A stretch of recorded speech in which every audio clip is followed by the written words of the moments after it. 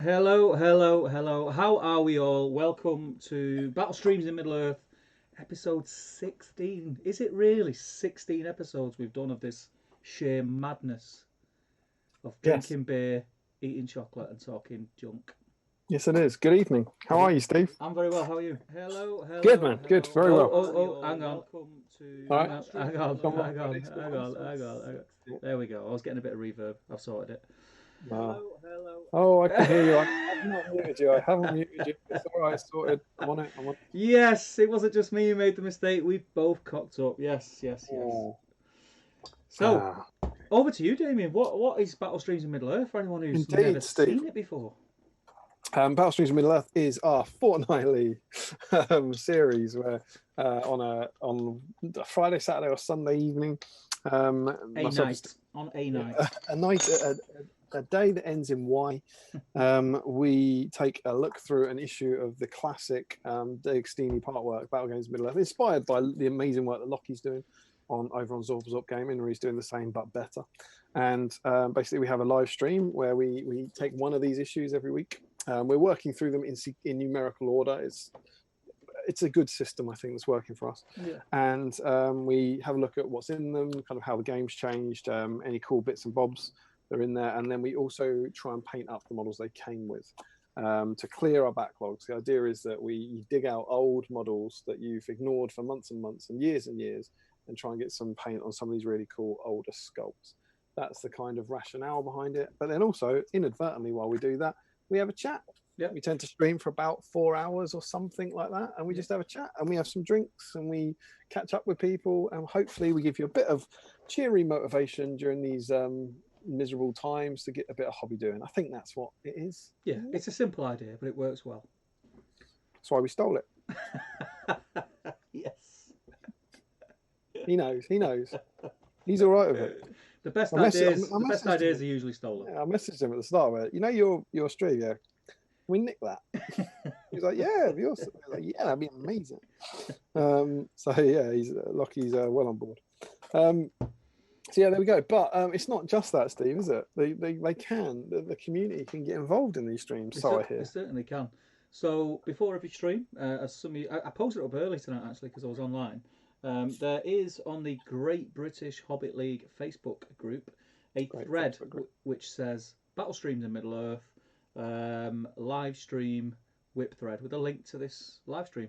So if you are sat at your painting desk tonight and watching us, then please do post your whips in there and we can have a look at them later and get them up on screen and share them. Don't be embarrassed, don't be shy. It's very motivating to everybody else. One of the things we will say, it doesn't matter what you're painting, post it up there, but the theme for tonight is Damien O'Byrne. What is tonight's theme? The theme is Damian O'Byrne. I'd enjoy that week. Well, this says we are on issue 16. Yeah. And you know what? For the first time ever, not just the first time in forever, the first time ever, the issue number is the episode number. It's like this. It's the first time we've ever done this. This We've happened. caught up. It's Yeah, crazy. that happened because we had a few episodes where we did 2 issues. So that obviously got us ahead, as it were, ahead on issues and behind. Actually, it's not the first time it's happened. You're lying. Episode 1. Yeah, but episode 1 was issues 1 and 2. Oh, I'll let you off then. Yeah. A total of issue 3. So this is the first time it's just been issue, and then we caught up because we've had a few specials like the Bilbo week and the Two what's towers. the poll called? What's the poll called? Most underrated models. Underrated, thank you. The underrated model week, and so we're now on episode 16, issue 16, which is really helpful for our mental health. Honestly, Yes, it's very confusing every week. Like, what issue and what? every week when I'm doing a thumb, I have to message Damien and say, what issue and what episode are we on? Then it gets very confusing when I try and look back, and it doesn't tell me from the week before because it was a special week. But as you can hopefully see, this issue. Who's that, Steve? Jay. Hey, Jay Finnegan week. It is Ugluk week. It is Ugluk, indeed, Ugluk. Who it's only when you spend a bit of time spending time with Ugluk about as this week. But is it just me, or does Ugluk not in any way look like Ugluk's model? No, it doesn't. I don't know. Maybe I'm being like harsh on the sculpt of an Uruk-hai, but I don't think it just looks like an Uruk-hai captain, the model. Yeah, pretty much. Very similar pose. We'll probably talk about that. Yes, Ugluk week. Issue 16 came with the Ugluk model. When we have a look through the issue, we'll talk about the kind of fascinating history of Ugluk, which we accidentally uncovered a few issues ago. So Ugluk would be the model. Now, of course, normally we say some variation of that model, but there's only one Ugluk. For now. There's only one sculpt out there. For now. He reckons. For now. No, we would have got him in the last one, wouldn't we? No. Quest of the Ring Bearer, mate. You think? I would have thought if they were doing Ugluk, I reckon he would have come out of Grishnek. Nah. No, fair enough. They don't play by the rules, mate. They don't play by the rules. No, they don't play by society's rules. And so, yeah, with only one sculpt of Ugluk, we thought, some people have Ugluk already painted, and a few people have them unpainted. It's not going to be particularly popular. So we opened it up to be anything that would be part of Ugluk's warband, essentially, in that scene. So what does that give us, Steve? Urukai Scouts, the Naked Urukai Shaman, which I'm doing tonight, as well as some Urukai Scouts and the other Shaman. Snaga. Well, Snaga. Yeah. I mean, in theory, some orcs would drop into this category as well, wouldn't it? Whoa. Don't get ahead of yourself. That's next week. 2 warbands, the Urukai meet up with the Mordor orcs. This week, Urukai. The sort of crazy thing that led you to say they could do anything from the 2 towers. Yeah. We're going off scripts. We just every week, depends how much we have to drink, is when we set the rules. Absolutely. So yeah. Malher as well. Malher would count. Malher. Yes. I think you've got metal or plastic scouts. What's Buggerlug's called with the crossbow? Oh, Vrasku. Vrasku. There's a controversial choice because he's pure GW. He's not mentioned in the book or mentioned in the film. Scout, though. I suppose. Let's see if anyone comes up with him. Yeah. They could turn around and say, I'm just using him as a scout captain with a crossbow. It proxies. Get out of our stream. I'd allow it, guys. I'm the nice guy of the stream. If you fancy painting Vrasku, I reckon try it at about 10:30 once we've had a few, and we'll probably allow it. Yeah. But there you go. So it's kind of Uruk Scout week essentially. Yeah. It's a good week. Well, there we go. Are we saying hello before we do the most important part of admin? Well, yeah. Do you want to? Do we jump in the chat and see who's in, and then we can talk about what we've been doing hobby wise, and we can talk about what. That's not the most important part of admin. Beverage. I mean, we've both already started. To be fair, let's have a look. Let's get the chat up. So, I'll start at the beginning. It's always a good place to start. Very good. I'll change it from top chat to live chat because I always forget. You got to do that.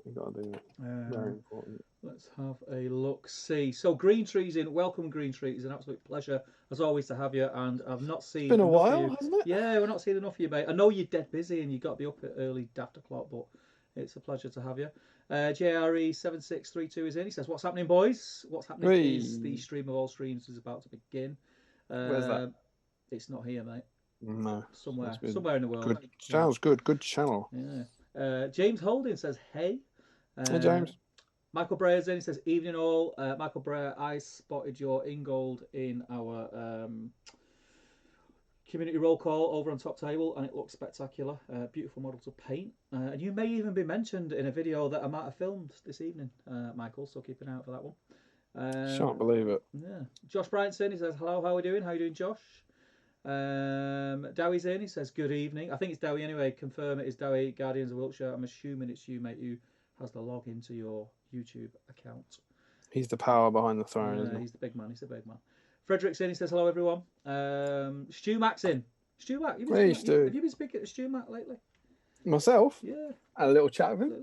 Had a brief chat. Yeah, a little chat. It's not me that's the big haul there. He caught a Tom Harrison. Harrison. I mean, wow. We can't even get Tom Harrison on here, so that's something. Right? That is something. If you're not aware, I'll do a plug for us and for them. But if you're not aware, Stu Mac is the one of the presenters on the wonderful Out of the Frying Pan podcast. Yeah. And myself and Tom were honoured enough to be invited on this week. He's what's commonly known as a diamond geezer. So yeah. Or Stu or Tom? Yeah, not Tom. Definitely. No, God no. Yeah, Tom's known as something, but we try not dreadful, to swear dreadful on this channel. Yeah.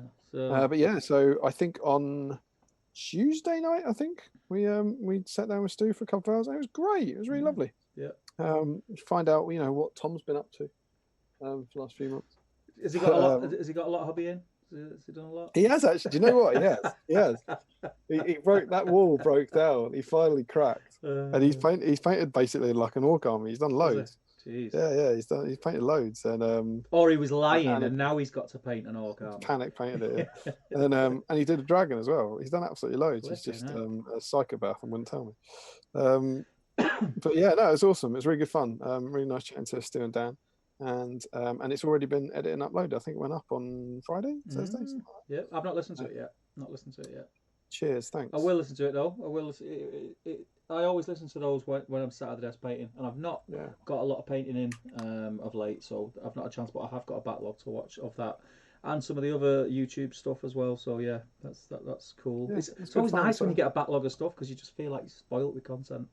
My issue on that has been since lockdown started. I've been listening to the Ice of Fire books. I've gone because I read them all back in today. Have then watched the show, and I was like, I'm never going to read them again. I can't read them again. It's just too much.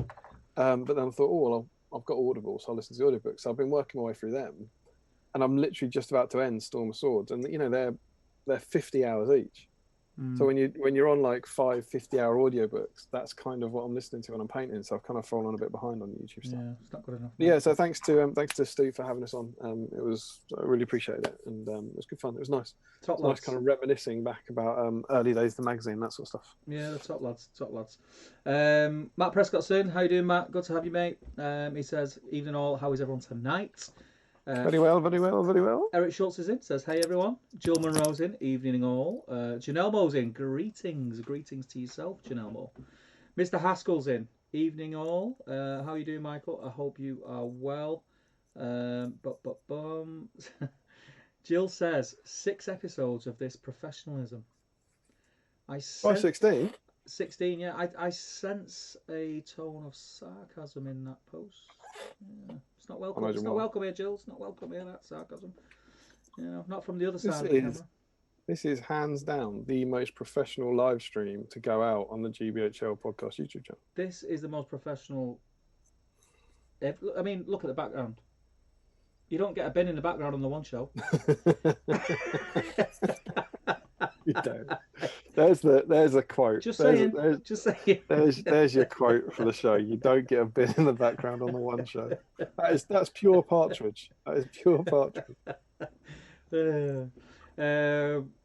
Frederick says, welcome to Echo Streams in Middle Earth. Yeah, I sorted it. We're all good. Sorted it. Get over it. Unbelievable. God.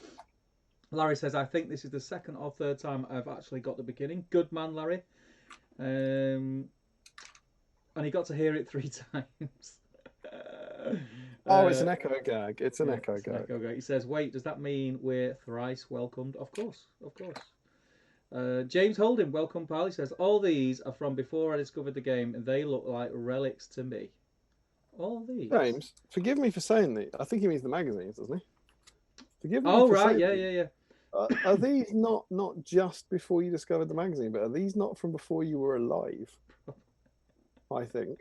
Because these were published in 2002. Mm-hmm. I think that's right, isn't it? I think James Holding's 16, I believe. I think you could be correct for once. Yeah.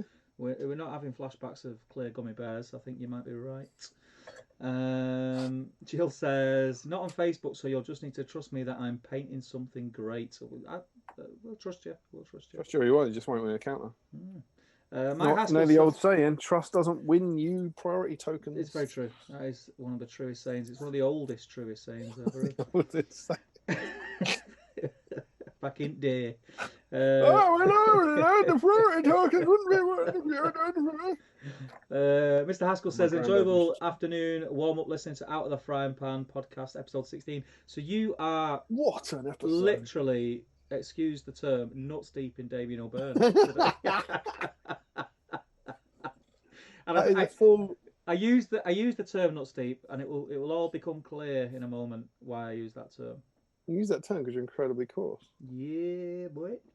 That is, I mean, for Michael Haskell, you've had more of me annoying you than my wife has had today. I'm so sorry, Michael. No one deserves that. Frederick says, first time I actually have the magazine with me, as I recently bought a few sets from of them second hand. Not painting my Ugluk, but working on it as I'm converting my Ugluk with a right-handed sword. Why am I not surprised you're converting something, Frederick? I don't think we've seen Frederick actually paint a model as it should be. No, absolutely not. He's not only did he buy. I don't know if he's being coy there, but not only did he buy some magazines second hand, he bought some magazines second hand from me. Oh, did he? Yeah, I didn't really think I had any need of these magazines, so I'm really out of luck next week. And I ended up with loads of spare ones and put them up on the trade group, and Frederick got in touch. Nice. So happy to. I was genuinely a little bit heartwarmed when I saw them going to someone who gets involved in the stream. Yeah. So I thought kind of cool. Going to a good home. Yeah, exactly. Yeah. Calamar says, even all my Isengard models are at my parents' house, so I'm just cracking on with my current project, batch painting 15 Woses for the Legendary Legion. Cool. That's fine. Make sure we can see it in the whip thread, Callum. That'll be all good. And Jill says, did Quest for the Ring Bearer get announced for pre-order? I've been offline all weekend. Unfortunately not. It is another non-Middle-earth news-related Warhammer community post. It's still very 40k centric. Is this the Sunday preview? Yeah. Have you seen it? Oh, right, okay. I want to check them. No, nothing Middle Earth related. It was 40k. For anyone who's interested, they sort of announced. They'd already announced it in the week, but they spoke about the 3 starter sets for 40k, some paint sets to go alongside that, plus a terrain set. There were some novels, 3 new novels, and the Black Library announced, which is quite cool. One of them's set in the Necromunda world. And what else? I've got a feeling that was it. And then they just previewed what was coming up in the Warhammer community, sort of Warhammer TV and White Dwarf. So yeah, but I'm not too surprised. This week. I think from next week I'll start getting a little bit excited for Middle Earth news. I think, but we'll see. Yeah, well, bear in mind we don't want AMA just yet, do we? We still need to wait a couple of weeks. Maybe they're listening. Yeah, maybe they're listening. For him to arrive on AMA week. Well, if they put him on if they announce him next week and put him on a 2-week pre-order, it might work. Oh no, it wouldn't. It wouldn't, would it?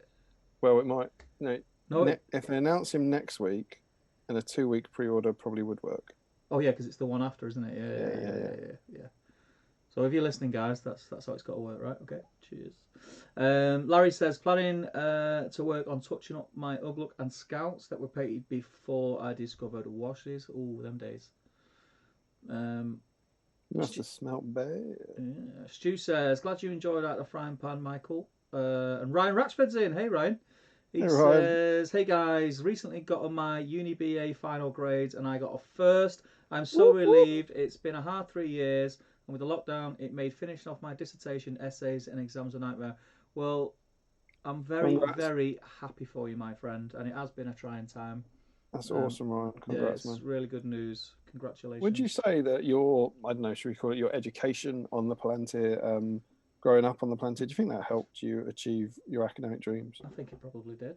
I think it did. I think he's coming here expecting more education, but he's going to be gravely disappointed. Gravely disappointed, yeah. Steve is no Tom Harrison. No, I know nothing about rocks. Nothing. Ryan did genuinely. He crunched some great numbers for us. He was our stats guy. He was on the Palantir, and so if his dissertation had anything to do with, well, I'd say numbers or words, then I think that's because of the Palantir that he's got that grade. If I was you, I'd own that. Yeah, you're welcome, Ryan. Yeah, you're welcome. If there's not a picture of you on his mantelpiece for the rest of his life, I'd be gutted. Larry says, it's bare minimum you can ask. Yeah, it is, of course. Yeah. And a direct debit, obviously. Larry Miller says, nah, Jill, we were supposed to get some cards, but they got delayed. Green Tree says, hashtag touching up my Ugluk. We've all done it. Ryan says, I've accepted my master's offer and looking forward to it. Hardest thing you'll ever do, mate. Masters. You killed me. Jill says, congrats to Ryan. Frederick says, might assemble my Malheur along with Ugluk today. Larry is laughing at Green Tree's comment. Frederick says, how are the hobbits doing, Damian? They're good. I'll show you. I imagine when we have our little hobby catch-up thing, I Yeah. can show you them. Enjoying them. It's good. Just jumped a little bit. Leon K's in. He says, "Hi guys, I'm still waiting for my minis to dry from priming as I just came home from a doubles event. Oh, get you getting to events and all that. Hey, tell you what. Ooh, What tournament was that then? Can you tell us? Yeah, what tournament was it, Leon? Was there an event over in Ireland Is today? that Germany? Is Leon? Was it Germany? German? I don't know. Was there an event in Ireland today, or were they just talking about one on the groups? Don't know. Are you aware of anything? No. I don't know. Max Miller says, "Hey up lads, working on Barlin tonight. Surely he counts as part of Ugluks Warband, of course, yeah." Show you're working.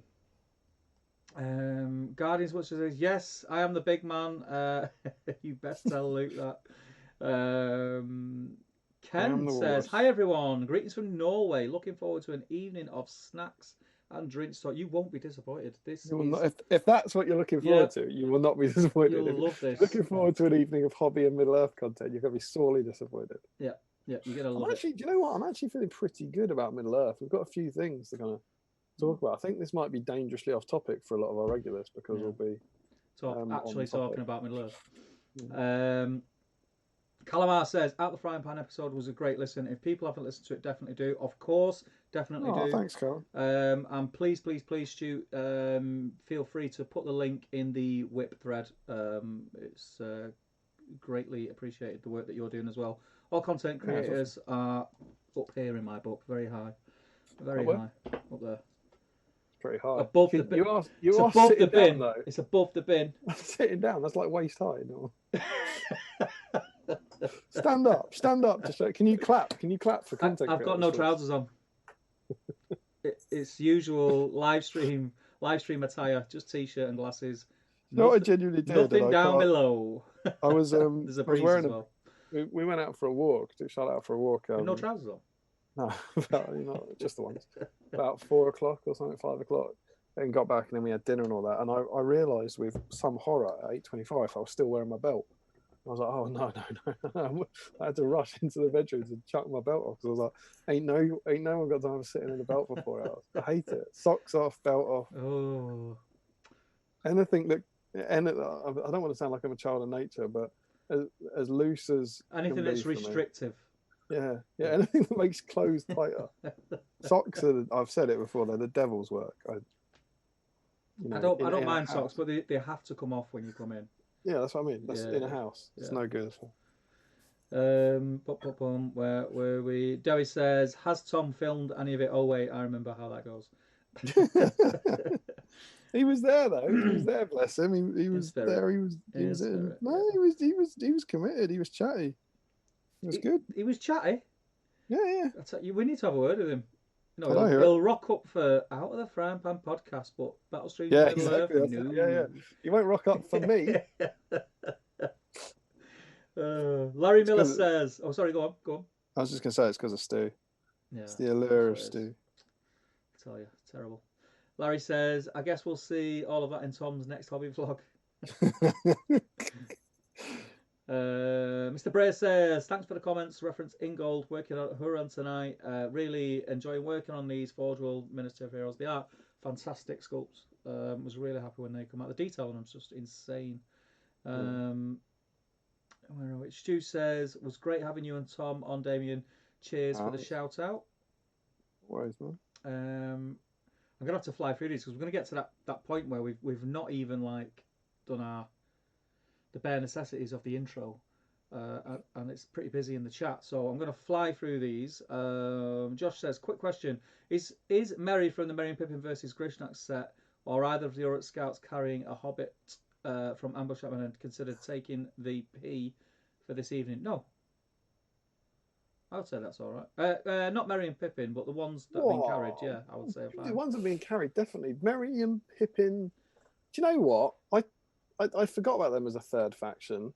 I'm happy. If you're happy, I'm happy. I think the Merry and Pippin on the floor, the Grishnak ones. I think they're cool. Yeah, and that would go for next week as well. Yeah, because we haven't got a kind of. We're doing the Uruk Hai this week and the Orcs next week, but we're not doing the Hobbits. Yeah, so that's themey. Yeah, we'll allow that. Yeah, cool. Well, one thing that would have got them, but I didn't get it ready in time. I've been trying to get my head around on this program that I use how to have little animated pop-ups, and that would have got like a Facebook thumbs up on screen. Think about what you could have won. Yeah. So yeah, go for it, man. Larry says, on the subject of the one show, I'm only one bothered by the fact that they put the second host where the guest host normally goes, whilst the guest is left on the awkward side seat that's off screen. Yep. Yes. Yeah. Frederick says, I did not convert my Saravan. Fair point. Ham Dizzles in, he says, good evening, peeps. In true fashion, I had a question for Damian after listening to Out Frying Pan podcast and can't remember it now. Hey, I'm here all night. It'll come to you, man. Just drink more beer. Aaron's in, he says, evening, guys. Back from my walk now, so a chilled evening with you guys, painting my scouts. Good man, make sure we get to see your work, Aaron, and I hope the walk went well. You're doing well, pal. Keep it up. James Holding says, I'm at the other end. I've just started my journey with the Open University. Oh, my dad got his degree for the OU. There's a lot of educated people in the chat tonight. I think they've come to the wrong place. Jill says, thanks for the letters of Tolkien recommendation last stream, Damian. Picked it up on payday and really enjoying it. I forgot all about it, and that's just reminded me that I'm going to try and get it. Is it on Amazon? I'm assuming it'll be on Amazon. Yeah, it's freely available. I'll put some more money in Jeff's pocket. It's all right. You think he's got your best interest. Hey, you think he'd just give a few bucks away, wouldn't you? You know. God, one week of the year, Jeff. It's because of Jeff. You're getting a Lord of the Rings TV series. You take that how you want, really. Yeah. Some people be different people. James Minute Space says, evening. It's been ages, but glad to watch live. It's a pleasure to have you, James. I hope you're well. Carl Daly says, I'm still technically at work, actually finished, but can't go back to the yard for another 30 minutes. Hoping to get home and finish working on my Breaking of the Fellowship Hobbits, mainly Pippin. I get genuinely quite oddly excited when people start watching the stream in one place and then go away for a bit and come back and catch up. I find that comforting. It's nice. Is it comforting because they've not been put off by the first visit? Or maybe. I just think it's like when it reminds me exactly of when Phil Collins performed at Live Aid in the UK and then got on Concorde and flew to America and performed in America. It's very similar to that. I think it's like how he managed probably that. Next in how has he travelled from wherever he was? It's just incredible. It's craziness. And unlike poor Phil and Led Zeppelin, we won't have a go at you for doing it. Dowie says, I'm currently working on Tuesday Middle-earth SBG quiz. I've not caught any of those. I caught one. It was very good. Yeah. Wasn't able to make the last one. I've not had a chance. Tuesdays are a funny night for me. Leon says, yes, I'm in Germany and it was a doubles event here. We are finally allowed to have 20 people in a room so we could have a 16-man event, and we actually won it using the Grey Company on Mordor. Nice. Congrats. Nice, very cool. Eric Schultz says, shouldn't the fighting Urukai be called the thinking Urukai? They came out of the womb, inverted commas, speaking multiple languages, are fightful, etc., can travel great distances without GPS. Why the reckless hatred? I always assumed they're kind of like homing pigeons. You think they just know somehow where to go? Yeah, there's like something in there. Saruman put something in there so they just know what direction to go in. Like pigeons. Pigeons know. James Holding says, has anyone converted a different Ugluk? I like the GW one, but love seeing conversions. It's one you don't see very many conversions of because it's a pretty bland model. You can't mess about with the arms. You can't mess about with the legs. He's always been all right, but he's never been like incredible in the game. So it's not like lots and lots of people want to use him in their list particularly. Yeah, it's not worth the effort. Yeah. Ryan Ratchford, all my paints are dried up, which is a shame. I have a bunch of models I like to paint, but I'd have to collect all new paints again. Are they beyond saving? Can you not drop a little bit of thinners in there and get them going again? The water-based thinner for airbrushes. It's a shame if they are, mate. It's a shame. Michael Hassel says, reference the online books, give Waterstones and Blackwells a look. I get most of mine from those two instead of Amazon. We're not going to start Amazon here now, guys. I like getting my stuff literally 12 hours after I order it. It's good. I'll give you a funny anecdote today, right? I swear this is true. It's bizarre. She has an old post box that she had when she was little, with like big plastic letters you can post through it. Yeah. We put it in a cupboard. Like we have a kind of phase, get rid of toys thing, you know, put them away in a cupboard, see if she notices. Then when she doesn't notice, we'll get rid of it. I made the mistake of opening that cupboard today. What's that? Post box. Gets the post box out. Got to play with that. Best toy ever. And she posts these letters. And she's like, I've posted them. You're the postman. I was like, brilliant. And we got into the thing where the postman would have to deliver them, right? So I, you know, great dad that I am, I was like, I'm going to wait till she goes out of the room and I'm going to ring the bell. Right. So I get these letters. I smuggle these letters downstairs, ready to be given by the postman. I open the door, ring the bell, and Charlotte runs to the hall and went, oh, the postman's here. I turn around and there's a man at the door with an Amazon package who frankly looks about as confused as I do. But he's like, how did you know that I was... It was right. Thank you for this. Why have you not got a belt on your pants? It's like the postman legit came and he brought this. And Mummy's daily Amazon. Yeah, I know, it's great. Jeff's watching us all. Josh says, fantastic. I'm going to get cracking on with my Merry on the floor then. Good man. And Hamdizzle says, I'm sure I've seen people make Ugluk into a scout banner, but never the other way round. I am caught up on the chat, Damian. I think Dave Fredericks did that. Did he? Yeah, he turned Ugluk into a scout banner. I've probably seen it, but I can't. It's because the pose doing that is a good banner base, isn't it? Yeah. Congrats on catching up on the chat, by the way. Yeah, smashed it, mate.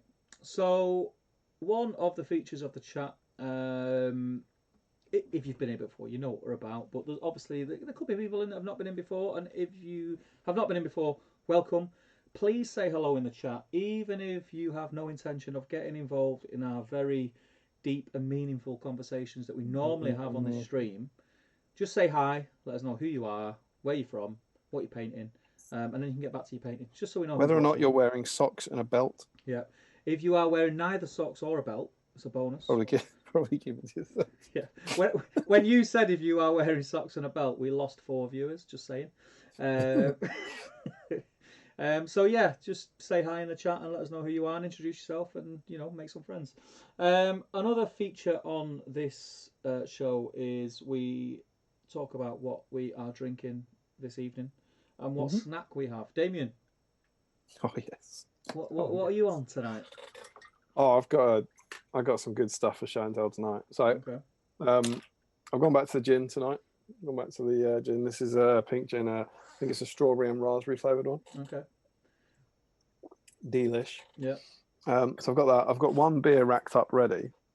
Snack-wise, though, very exciting. Firstly... I like you saying firstly. Is that homemade? Yeah, by my 3.5-year-old. So nice. Careful. I like it's a dinosaur, obviously. Why has it not been on I Can, You Can Cook? That's my only criticism. Yeah, sorry. That is my only criticism. Yeah, I know. I didn't even think. But they were unicorn. She had a unicorn biscuit kit, and she said that she wanted to make Daddy a dinosaur. Well, so she had a dinosaur like sandwich cutter, and it's kind of bloated when she's baked it, and he's kind of got a bit tubby, but you can see the little legs here. It's a sauropod of some sort, probably a brachiosaur or something. And this was the neck, but it's put on a few pounds, kind of bloating out here. That ate the other biscuits in the oven. Ate the unicorn. Really good though. Good. Really good. I've got that. More excitingly, a bit of a spoiler on the GBHL for this. What's my shopping bar of choice, Steve? If I can get out somewhere. Chocolate orange. Terry's chocolate orange bar, right? Yes. We're self-isolating at the moment before we go and see my parents. We're doing online shopping. So I asked Emma, can you put a Terry's chocolate orange bar on the list? Because I was like, this was last night, I think. I knew there was a delivery coming today. I thought, we'll get one of them in for the stream. She was like, yeah, no problem, get it. That's not a bar. It is a bar. It's a big bar. Oh, It's a big Jesus. bar. I know, right? Look at that. Mate, you're not going to eat all that Look tonight. at that. Well, probably. Look at that. So Size next to face for scale. sweet I've, Jesus. I've never seen one of these. And to I've be not fair se- to I've them, not seen one. this is a Terry's chocolate orange bar. Bar. I mean, it's all there. Bar. That's a share bar, surely. I don't think so. Look at that. Have you ever seen that? I didn't know it existed, and it was in my house. That's just That's on a crazy. stream night, Stephen. Of all nights. Oh, nice. Of What a time all to be alive. nights. That's crazy. So I'm super excited about that. So biscuit, Yeah. biscuit and Terry's chocolate orange, And gin and beer. gin and beer. So I'm on no gin. I'm on the huge. I can see them stacked up. Yeah. Ready. And then I've gone a little bit rogue. So first off, this isn't too dissimilar. I'm starting to really like White Lion. That a bars. White Lion duo. Duo. Yeah. Because if you've got That's a sharing bar, mate. well, the thing is, if you're in a shop and you can get one or two in a packet, it's two, right? Can you get a White Lion normal then? Yeah.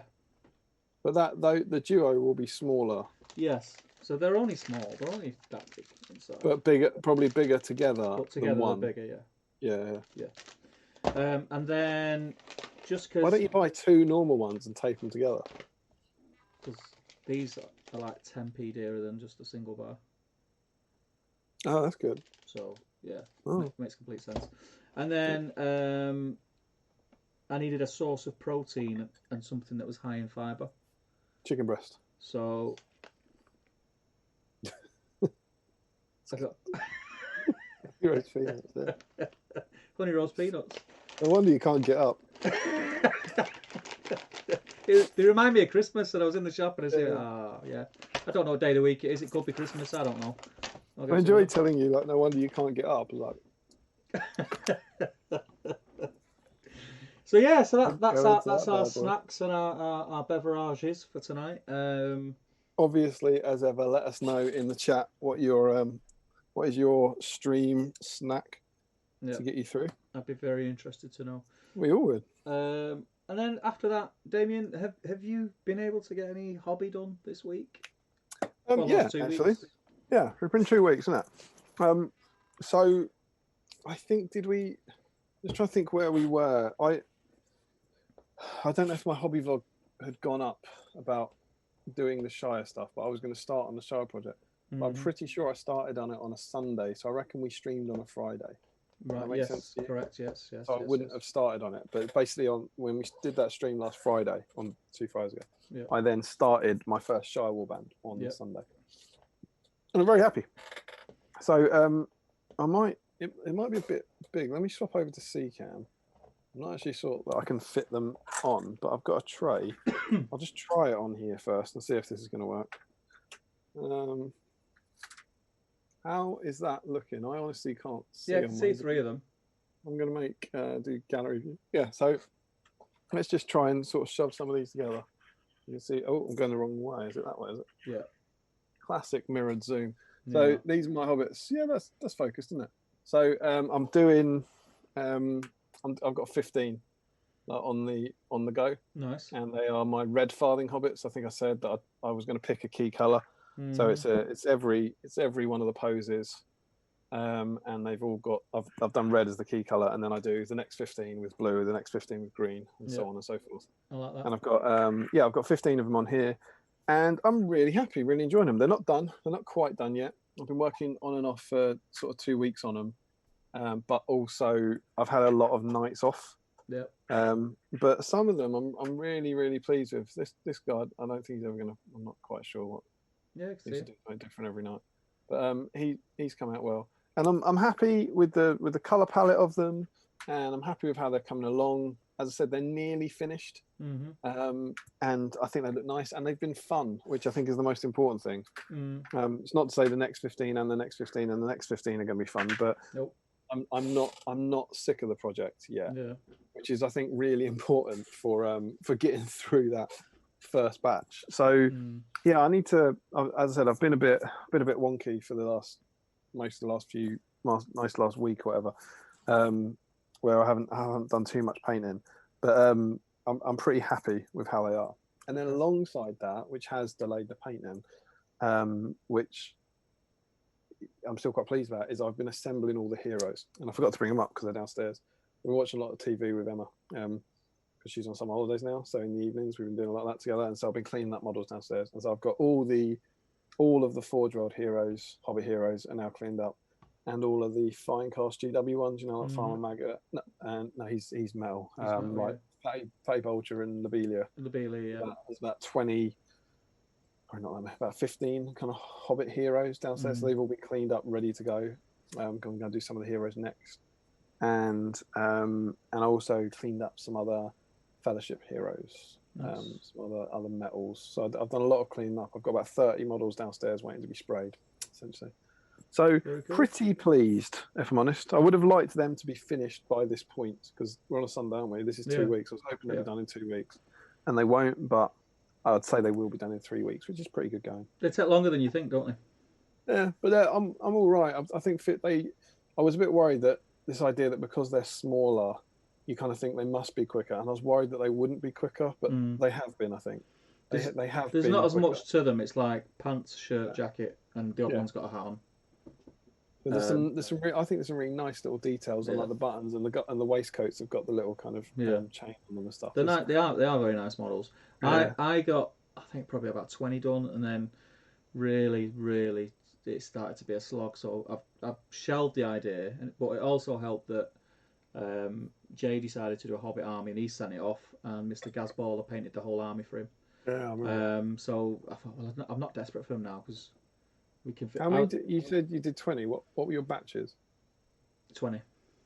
You did. You got through one batch. And see, I don't know, but I think it's that magic number. I was chatting to Dewey about this in the comments that I think 20 is too many.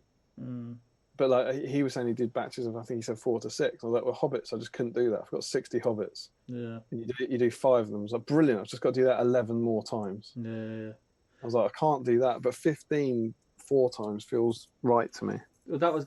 We'll see. I was kind of similar way of thinking to me. I thought, well, I'll do 20, and what I'll do is I was doing them alongside other stuff. So I thought, right, I'll do all the browns on everything. You know, like one will have brown pants, one will have brown jacket, one will have brown hat, and just do all brown, like one night whilst I'm painting something else, and then the next night I'll do like all the creams, like the shirts and stuff like that, and then the next night I'll do all of it. And I don't know, it just did start to become a slog, and it's like you say, I didn't want to carry on painting if I wasn't enjoying it. And then Jay kind of saved my life by getting that army and getting it painted, and I thought, well, I can shelve that, I can come back to that as a fun project rather than a necessity hobby project for the channel. Because the first, I'll talk about it in a bit anyway, but the first battle report we're going to film in the studio is Hobbits versus cool. Sharky's Rogues. So that's awesome. That's we made a conscious effort, because we have sort of been pushing 40k quite a bit on the channel, that the first thing we film in the newly refurbished studio is going to be Middle Earth based. Very cool. And we've got a board and 2 armies freshly painted, ready to go. So that's your new board, right? Your new Shard board. Yep. Yeah, boy. It's literally there. I've just got to put the border on it, and it's done. Oh, don't get up and get it. You'll never find it. I can't wait to play in it. It looks cool, man. I can't wait. Very cool. Beyond that, I did a teensy bit on getting Snaga and Grishnak ready. But, most of that was done on the last stream. And that's pretty much been my hobby stuff. Nice. Yourself? Nice. Like I just touched on, a lot of my free time has been down at the studio, building knocking bits out, building walls, plastering, plasterboarding, painting, making tables, building flat pack furniture. So any spare time I've had, I've been spending at the studio. I was there yesterday. I'm there tomorrow afternoon to put all the techie stuff in. So yeah, I'm hoping, if not tomorrow, by Wednesday-ish, we should be in a position to start filming in there. We've got a big logo being delivered that's going to go on one wall for the kind of videos where we're just stood talking. Whose logo is it? It says Damian O'Byrne. Good logo. Good logo. It's my face. It's the big TTG logo. I know. So yeah, it's going to look cool, man. Can I I ask a like it. question? If you must, yeah. I'm genuinely curious. Why are you building the partition wall? What do you mean? You've built like a stud wall Yeah. to Be- kind of like lose half a foot from the room. What's because that done? the reason is because that wall, no matter what we try, we used to. If you remember from our early videos, in the background on that wall, it used to be a curtain, and then we decided we didn't want the curtain. I didn't think this, but certain other people thought it looked like the Al Qaeda videos with the black curtain in the background. So then we decided to paint the studio, but that wall has a window. That's a hell of a jump. I'm going to say that. I didn't see to it. go from just curtain to... I didn't see it. I quite liked the curtain. I thought it was cool. But then we got rid of the curtain and decided to paint the wall all one colour because it was a bit of a minging wall. But the problem was there was a window opening in that wall. There was like pipes and a radiator cover. And even though it was all painted black, it just looked a bit... You could still see it. It looked a bit crap. So we decided we wanted a flat wall, and in the centre of that flat wall is going to be a TV screen. So I just built a new stud wall. It was just easier. So you built a wall to cover up a wall? Yes. Okay, cool. That's how I roll, mate. That's how SC Home Improvements work. So. Yeah, boy. what do I need here? I think what you basically need is another wall in front of this wall. 10 grand. I only ask because do you ever watch Jonathan Creek? No. There's some people out there who watch Jonathan Creek. There's an involvement in like hiding a body behind this wall here, and it's well, actually, well, there was an announcement that Ben was leaving us. I don't know where's Ben gone. After that video, Ben's not been seen. So yeah, but no, it's. I was looking at the pictures, going, that looks an awful lot like he's putting a wall in front of a wall. Like, I just don't know what he's doing. But yep, fair enough. It was just for aesthetics. It looks so much better now. Looks so much blue better. As well. Yeah, I like the blue. I wasn't sold on the blue, but apparently the blue is the thing. It's a blue that's on the green spectrum, so apparently it's a lot more pleasing on the eye. Because green is... Does the same people tell you that blue is the thing that told you curtains look like Al Qaeda torture video? Yeah. But no, I like it. I like it. Need new consultants. Yeah, they're on the internet way too much. But yeah, I like it. It looks good. I'm really excited. The table's done. So I've been spending a lot of time doing that. But as any hobby I've been getting in has been very minor, but it's been painting space walls, which are there. Getting them done from the new box set. You can see three motorbike dudes, which are, believe it or not, I thought they were going to be really easy to paint, and they have been a pain in my bum. They've been a shocker. But other than that, yeah. So I've been looking forward to getting these bad boys, some scouts, and I will get my feet down off the table and start painting in a minute when I can be bothered. I've already done a bit, you know. I know, I've seen you, yeah. I've been motoring away on Snarger's Flesh. I'm well pleased. Yeah. But yeah, that's it. Do we want to tell... we've not told people how they can win yet, have we? Properly? I think we had. Have you shown them what they can win? I haven't shown them what they can win. Well, there you go. We did talk about the stream. Yeah. So if you are, throughout the stream today, if you are working on Ugluk or Malher or any of his scouts, or brand new to the party, Merry and Pippin, the specific ones whether on the ground, you just pop a photo and you can in the Facebook thread, and you can win one of these. Priority token, courtesy of Mr. Tim McKnight from his the wonderful Tim McKnight from the States. Mayhem in the Mountains, Balrog on one side, During Acts on the other side. All you have to do is put a picture of a model that you're working on in the Facebook thread. Ideally, you put a picture of it now, and then you put a picture of it up later on. So say, this is what I got done in the stream, but you don't. There's no obligation to do that. And we'll check in on that Facebook thread throughout the evening and make a list of anyone who's playing along, essentially. Can you hear That's me? What we do. Yeah. Is it loud? Well, I don't know. I wouldn't say it's loud, but you know, there's a microphone next to your mouth, Steve. It feels loud. Did you hear me chewing, by the way? I don't think so. Oh, the answer's no, because I muted myself. I don't really listen to what you say, so. Shall we catch up with the chat? I'll jump in. You do some painting. Yeah. So we got to just scrolled past the words nibbly kitten, which is an exciting stream to look forward to. Ryan, Michael, Josh, Calamar. I think that's where we are. Calamar. I'm a journalist, and one of my friends was taken on a press tour around an. Oh, hello. She's just gone down. Oh, okay. I'll have another gin. If you're making. I'll have a gin. Steve wants a gin. I'll have a gin. I'll try a gin. Oh, good. Solid service from the start.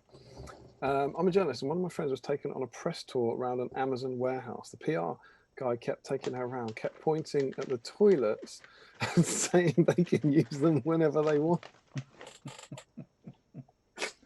That's all you want from your working life, really, isn't it? Stark Raving Mad says painting up the Pippin from the new Gandalf the White set. P.S. No socks or belt. Shorts for the win. Absolutely. That's the triple threat. No socks, no belt, short. Oh, it's happening. It's really happening. Frederick Shaw's no socks, no belt. I've not worn socks for several weeks, except for a few trips buying groceries. Exactly. Every now and again, I'd go to Sainsbury's and have to put like jeans on and my boots, and I just hated myself. I don't know how I'm going to go back to wearing trousers every day. I can't. I don't want to go there. It's going to be tough, man. It's going to be tough. You'll be all right. Thanks, babe. Calamar says no belt tonight, but with a nibbly kitten running around, socks have been a must. Absolutely. Larry Miller, can't wait to see where this is going. I never wear socks if I can. Not only are they restrictive, without them you get better grip if you need to climb something. Jesus. Do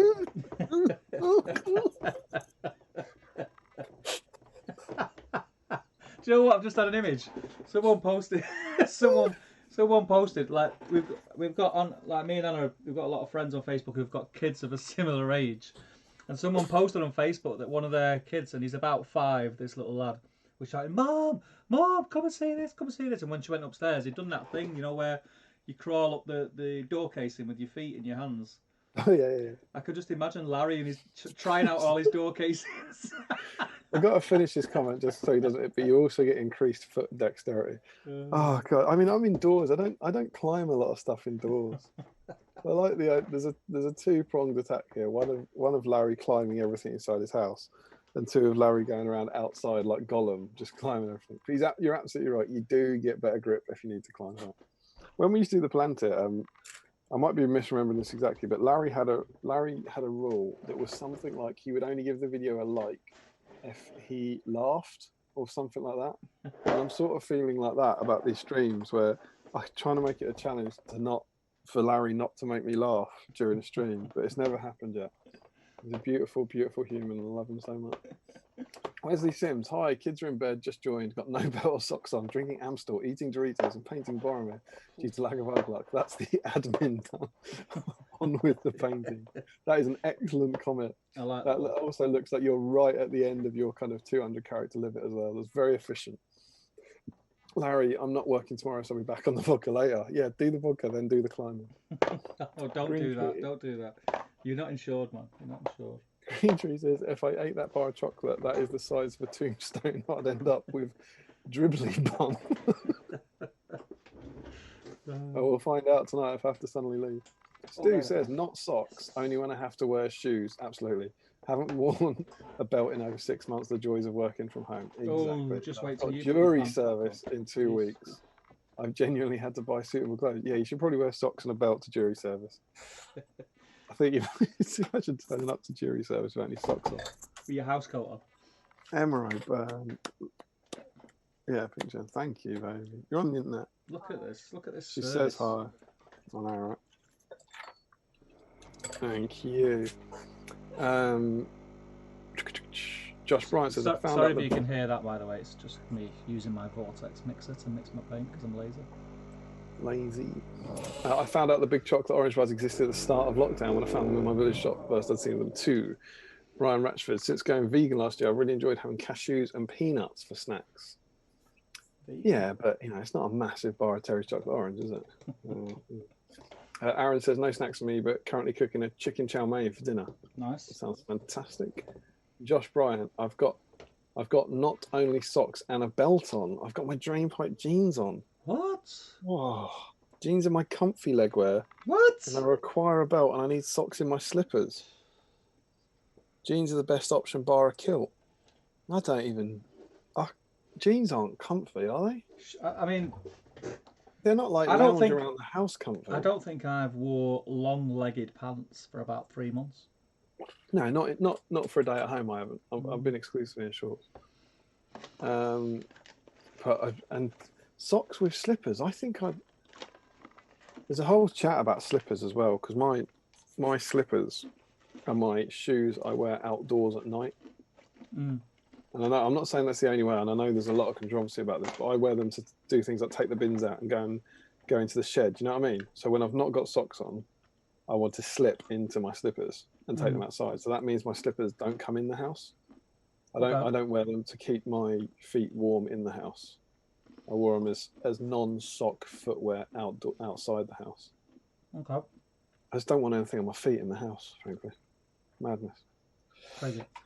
Leon, I can't wait for about 20 minutes till we get to all the slipper comments. Leon K, I'm drinking a Dr. Pepper Cola and eating my birthday cookie. That sounds like a great combo. JRE agrees with Joshua that you can't be a kilt. Dewey says, haven't painted any hobbits before, so my numbers could change then. My traditional group is about 4 to 6. Sometimes go higher, for example. Currently painting 12 Morenas. Yeah, I did my Morenas in 2 batches. I did 23 to begin with because I had to get them done last year. And that was tough going. But then my second batch was 13. So yeah, I think that's about right for them. Dan Collister's in. Good evening, all late to party. Hi, Dan. Nice to see you. We've already praised your podcast no ends. Great chatting to you the other night, mate. Green Tree says, looking forward to seeing that new Shireboard Steve. Oh yeah. I think you've put some posts up already, haven't you? A few months ago. Oh, covered that one pretty. Did you do a video? No video for that one, but yeah, I put some posts up. Lots of pictures around of it. Early on in lockdown. Josh says his kilt is really pretty. Don't think I've got on the photo, my newest one on my Facebook, but I can surely put a photo up on the Facebook feed from the stream. Absolutely. It would have to. It'd have to go on that. Yeah. Where else would it possibly go? He completed an Ardcon 2018 for Team Scotland in his kilt, and he didn't have a t-shirt. He did. I remember it. Yeah. Not that I was looking. JRE is saying, love wearing them apart from when it's for work. Only good thing about lockdown, no more parades for a while. I think if I ever go to a tournament, I'd wear my civvy kit. Dan says, Jonathan Creek for the win. Yes, it is indeed. Best check the position of Steve's toilet after that wall spill. That is a very clever reference to that Jonathan Creek episode, which is one of the best ones. Josh Crosby says, I'm not to use my phone or the internet for the next 4 weeks. My only exception is BattleStream. Hey, legend. I mean, you can't ask for anything. Was it loyalty, honor, or willing heart? I can ask no more than that. That is spectacular. Thank you, Josh. That's lovely. Josh is still having a chat about the tartan. Janelle Mo says, can't really see from pictures on Google. Does anyone know the colour of Pippin's pants? And so we're going for trousers there. Are they dark Are green? they black, brown, or another dark colour? Larry Miller says yes. I don't know if that's to Janelle Mo. He's done it again. Is that Janelle Mo? Is that? Yes. You of course refer to Larry's. I think he's agreed. You know, my laws of liking, that he would only like it. I think that's what that yes is for. Jerry and Josh still chatting about tartan. More tartan, solid tartan. Larry's thought. There we go. Here come the Miller laws. Larry's first law: if a video or a Facebook post makes me laugh out loud, it must be liked regardless of what it is. I'm going to skip to the other ones. We do them in order. Larry's second law: if someone in a video or post tells me to like it, it cannot be liked unless doing so conflicts with the first law. Yeah, that was it, because we always used to say comment, like, share, and subscribe. So he'd always like it and then be furious. And his third law: if something is deemed amusing or otherwise worthy of liking it, it must be liked unless doing so conflicts with the first or second laws. There you go. Larry's laws. Green Tree, my other half took my slippers away as they smelt epic. Oh. I mean, if you are keen on your slippers, I wouldn't like to have them taken away. No. Still tartan chat. It's good. If you find something you like. Dan says, love my slippers. They give me hope for retirement. and the long march to death. I'll walk comfortably. Larry Miller is now in on the tartan, saying I'm off tempted to get a kilt in my family tartan. Could you keep spoons in that, Josh? Larry, sorry, hopefully. Frederick says in German it's common to wear slippers indoors, and one German word for slippers literally means house shoes. Yeah, I think that's common over here as well. I'm not. I'm not trying to start a row about this one. That's just my slippers. For me, slippers I wear indoors instead of socks indoors. So if I'm walking into the kitchen, like it's a tiled floor, I'll put my slippers on. Right. But on a carpet, it's barefoot. Yeah. So have you got a slipper with a heel? Is that a thing? I don't mean like a. Oh, you mean a back? heel. I mean a back like, thing? Yeah, No. Yeah, because I have actually I've got a pair of slippers which are backless, so you just more like flip flops but covered flip flops. Yeah. It's just you just slip in, if you will. Yeah. But I never use them. They would be like my indoor slippers to keep my feet warm. Yeah. But whenever I put them on, my feet just scream, "Get off! Get off! Get off! Get off!" You know. That's what you get for having talking feet. Yeah, they are a nightmare. Josh Bryant, I find jeans very comfortable. I don't like shorts or trackies. I also don't like being barefoot around the house, especially with a shedding-prone dog in the house. Fair enough. Jerry's talking about gaming clubs. They're United against Scotland. Josh Bryant, we've got cold tiled floors and some of the wooden flooring needs looking at, so let's not go there. Yeah, you don't want splinters in your feet. No. Oh God, Larry, no. The yes was an answer to his question, black or brown or another dark colour. It was one of those. Ah, damn it. Josh Bryant suggesting gaming clubs in Scotland. And Guardians Wiltshire says, I can just imagine Steve in high heel slippers, suiting down to the ground. Hey, listen. As soon as Anna goes to bed, he's all like, I want to break free. I'll give it a go. I'll give most that's the sound of that's the sound of his automated high heel slippers that you can hear. I'll give it a go. And Josh Bryant says my slippers are more like moccasin style and sheepskin lined, ideal for my ice cube toes. Slippers tonight, everyone. Slippers. It's happened. It's happened. And that's us. That's us caught up in the chat. Did you contribute to Slippergate? I know you talked about your ones. Is that the end of your slipper stories? Yeah, I like slippers. I like nothing more than kicking my shoes off when I come in and whacking my slippers on. But yeah, I'm quite happy to wear slippers around the house. I'm not weird like you. Yeah, I mean, I agree with you. I would kick the shoes off. I then take the socks off, throw them as far away from me as I can get. So they've been far too close all day, and then the idea of then constraining them again. They just wouldn't be happy. They'd let me know about it. I like a loose slipper though. Yeah. It's the kind of slipper that, like you say, when I put the bins out, yeah, it's a struggle that they don't fly off when I'm walking. I've got to try. Yeah, well, exactly. Yeah, well, they're not practical for outdoor work. No. You don't want that, particularly with bin. Your bin's probably quite heavy, moving that around. You don't want to act.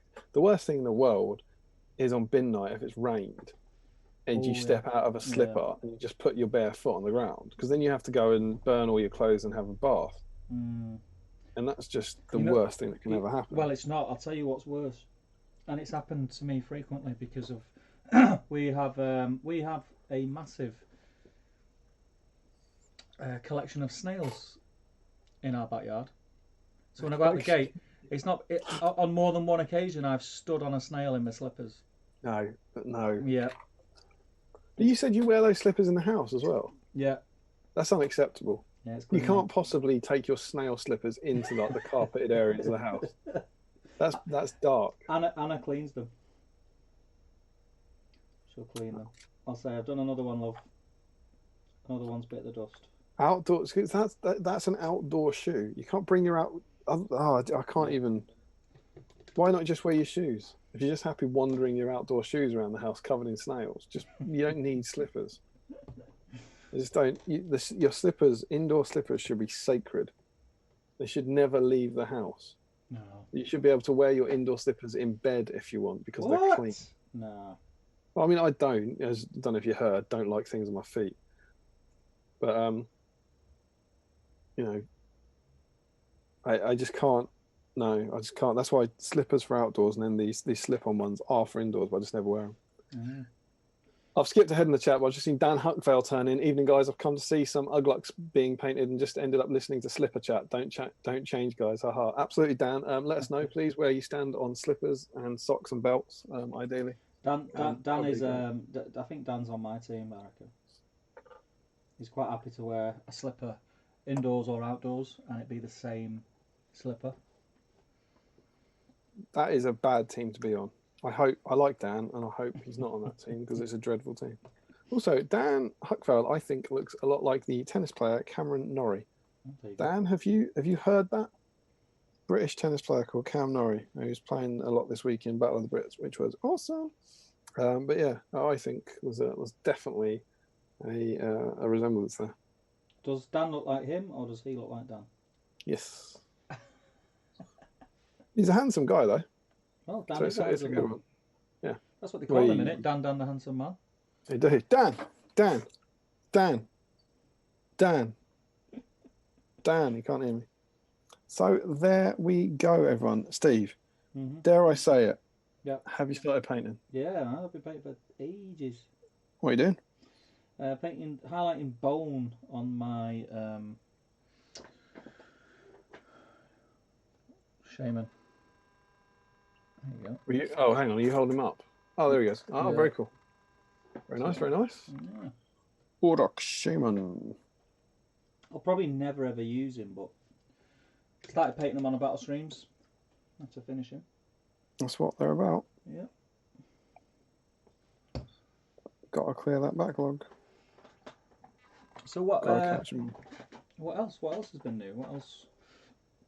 Were you expecting any Middle Earth stuff this week? I don't. It doesn't.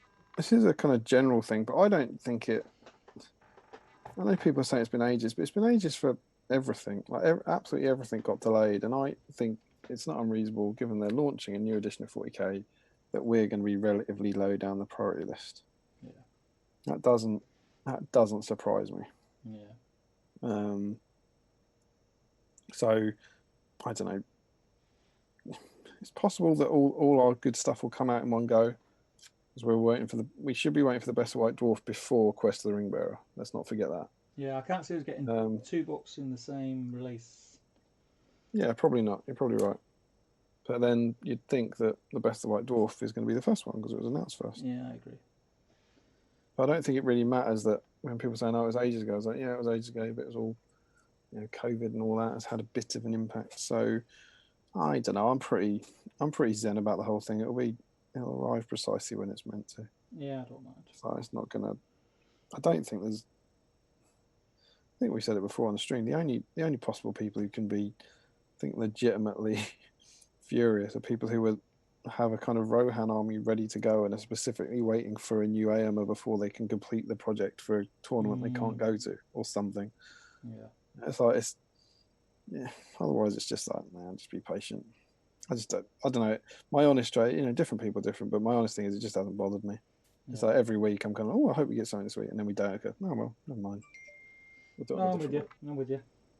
So that's kind of where I am on that. I don't really know what happened with the cards. So I didn't particularly follow it because I was lucky enough to get those the first time around, but they were meant to be released and then they didn't turn up. Is that right? I think I'm like you. I think so. Not really followed that much because we've already got them. I don't know. I think it was sort of buried, and they were due to go up for pre-order. Some came out a couple of weeks ago, didn't they? Some of the others. Yeah, it's the Hobbit ones, right? I believe.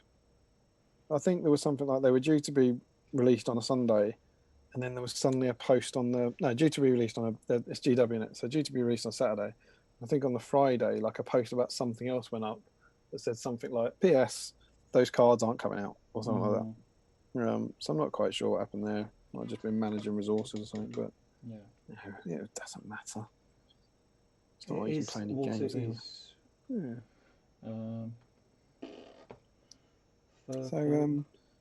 So no new releases, but I'm very excited.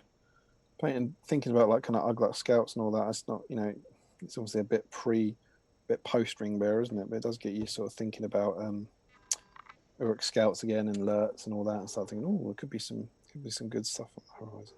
Yeah. I'm very excited to see what we get. Oh, I did have. Oh, that's what else. I did have something else which was quite cool. What's It was that? the third part of my article went up this week. Oh, it did. It On did. Warhammer Community. Yeah, My Murder of Crows. virtual battle report. Yeah, Yeah, yeah. Do you enjoy doing that? yeah, it was awesome. That was It looked it was a like long fun. time ago now because I haven't checked the dates on it, but it must have they've had it for. I'd say you can look at when the last one was posted because I think it then was with them quite soon after that. So it's been with them for at least sort of 6 weeks. Yeah. If obviously I got an email from the guy from Warcom sort of saying that they're obviously wrapped. It'll be a while because they're wrapped up in night, so it's all perfectly understandable. It's their house and all that. So you don't actually you don't get any. They don't tell you necessarily, Yeah. but like when you don't get a warning of when it's going to go up. So it's just Troki actually just sent me a message with it going, look, it's up, and I was like, oh, hooray! Cool. So that was quite cool. And I have to admit, I'd written it and I took the photos and all that and I sent it up, but the crazy bonus for me on that was when the guys said that they were going to do the scenario. Did you see the PDF? No.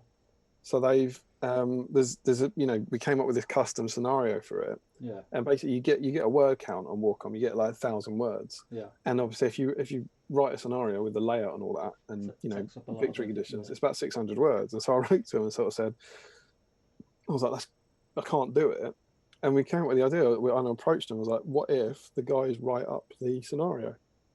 Yeah. So you can click on it. It says like click here, and it's got a PDF that like Jay and Rob have put together, and it looks like a scenario out of one of the books. Yeah. Yeah, and it's got a map. Cool. So this map that was like my dining room table has been rendered by the Middle Earth team into a proper little map and stuff. And it was like, I've been involved in quite a lot of stuff in the past and done bits and bobs, but that made me properly giddy. That is cool. That is very cool. So yeah, the scenario's up there if you want to. If anyone missed that, or whatever, it's on Warcom. So Murder of Crows Part 3. It's a bat rep that me and Troki played a couple of months ago, completely remotely. Set up a webcam, and he was in his place. We rolled our own dice, and I moved all the models and stuff, and it was really, really good. And it's basically the Crebain attacking the Fellowship as they try and get through. They try and make it to kind of Parsa Caradhras, and Saruman is on the top of the Tower of Orthanc, blasting them with magic from afar. That was the sort of plan. Starring Steve Crow's Bill the Pony. Bill the Pony.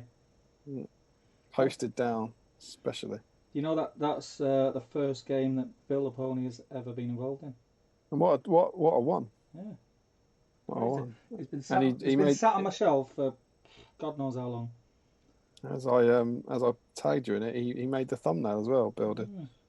So yeah, that was really cool to go up. It was a nice kind of end to that series, I guess. A nice culmination of that little lockdown project. Hopefully people enjoyed it. I think it'll get received well. It's a nice change from the usual stuff. Having something. Yeah, it was nice to. I mean, it was a battle report as well, and people tend to like battle reports. Yeah. Did that? What else? Did you follow any of the Weta announcements? I might have done. I might do the Weta stuff. I might have ordered a Gandalf. Oh really? Oh really?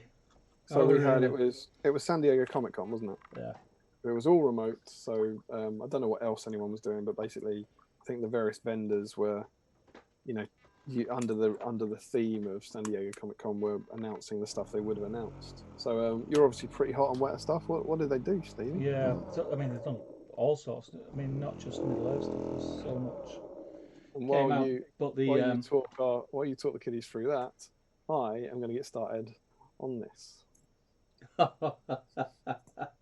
So I think the first thing that I seen was, and I think, yeah, I did. I posted them in the Great British Hobbit League, and I think the first one I seen was that amazing Thranduil on throne, with the palace guard at the bottom of the steps. I mean, it's absolutely huge, and the price tag was hefty, but oh my god, it was a work of art. It was absolutely beautiful. Well, now surprise.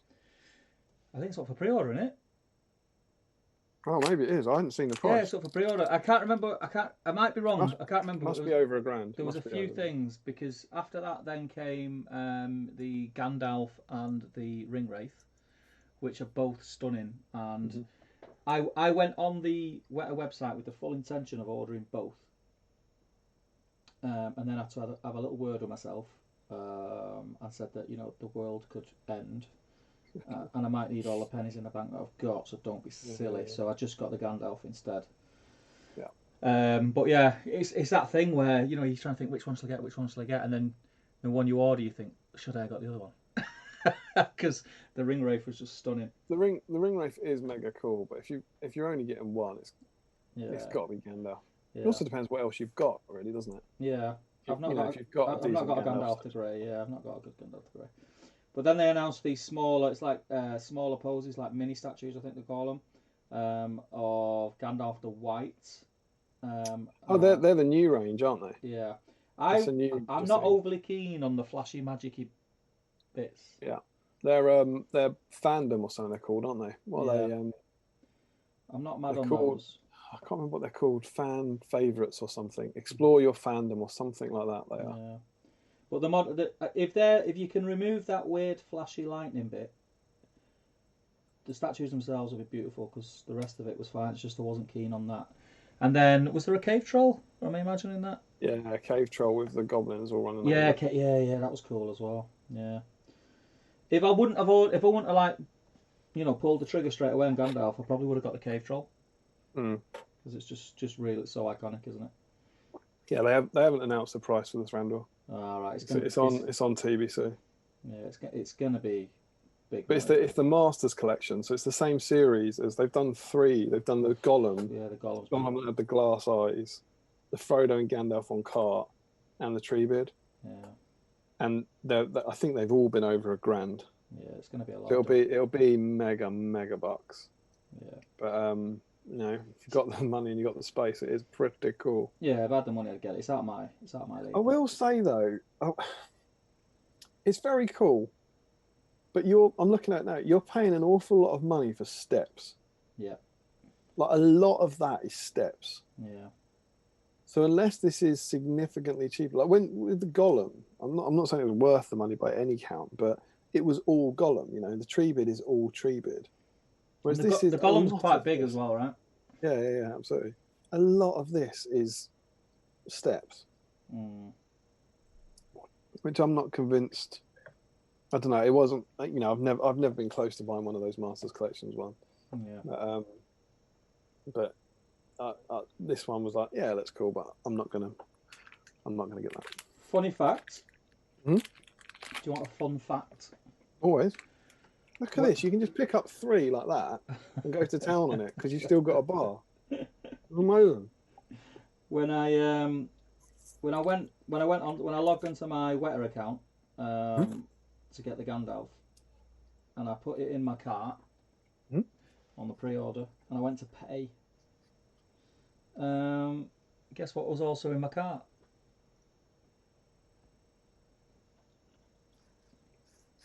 You've spoke about it before. In fact, I'm pretty confident you've ordered one. Sario. Saruman. That's what I said. Saruman. He was in my cart, so I obviously. Really, the minifig. Yeah, I've got him coming. It's due in like November or something. Yeah, obviously when he was announced, I put him in my cart and thought, yeah, having that.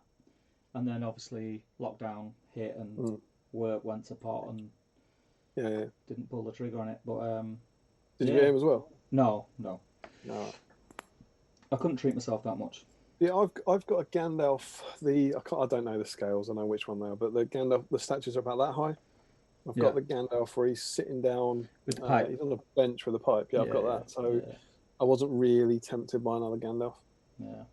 My main worry is if they release a new Legolas. If they do a new Legolas statue, because I haven't got a Legolas Weta one, and I'm lucky enough to have a bit of disposable income, and like I would buy that. Yeah. They just did a relatively new Aragorn at Amon Hen. Yeah. Which I was like, and they'd done the Lurtz and the Boromir. I was like, Legolas is coming. Yeah. He must be coming. Yeah, they did. So they did that. So yeah, the brand new series, whatever they're called, Exploring Your Fandom or something. You get the kind of Witch King and the Gandalf the White, don't you? Yeah. But they're quite pricey as well. Yeah, I for think what they they're are. like £100, aren't they? Yeah, for what they are. And it's just that the flashy thing that I Yeah. wasn't keen on. Like, I really wasn't keen on it. But yeah, the new Aragon, I was tempted by the new Aragon, but like you, I've got the Aragon in the Prancing Pony, with his pipes out there. Yeah, yeah, yeah. And that's only a small one, that's a mini. No. So On a like perfect day, I would get them all, but they're so expensive, and space is an issue for me as well. yeah, Genuinely.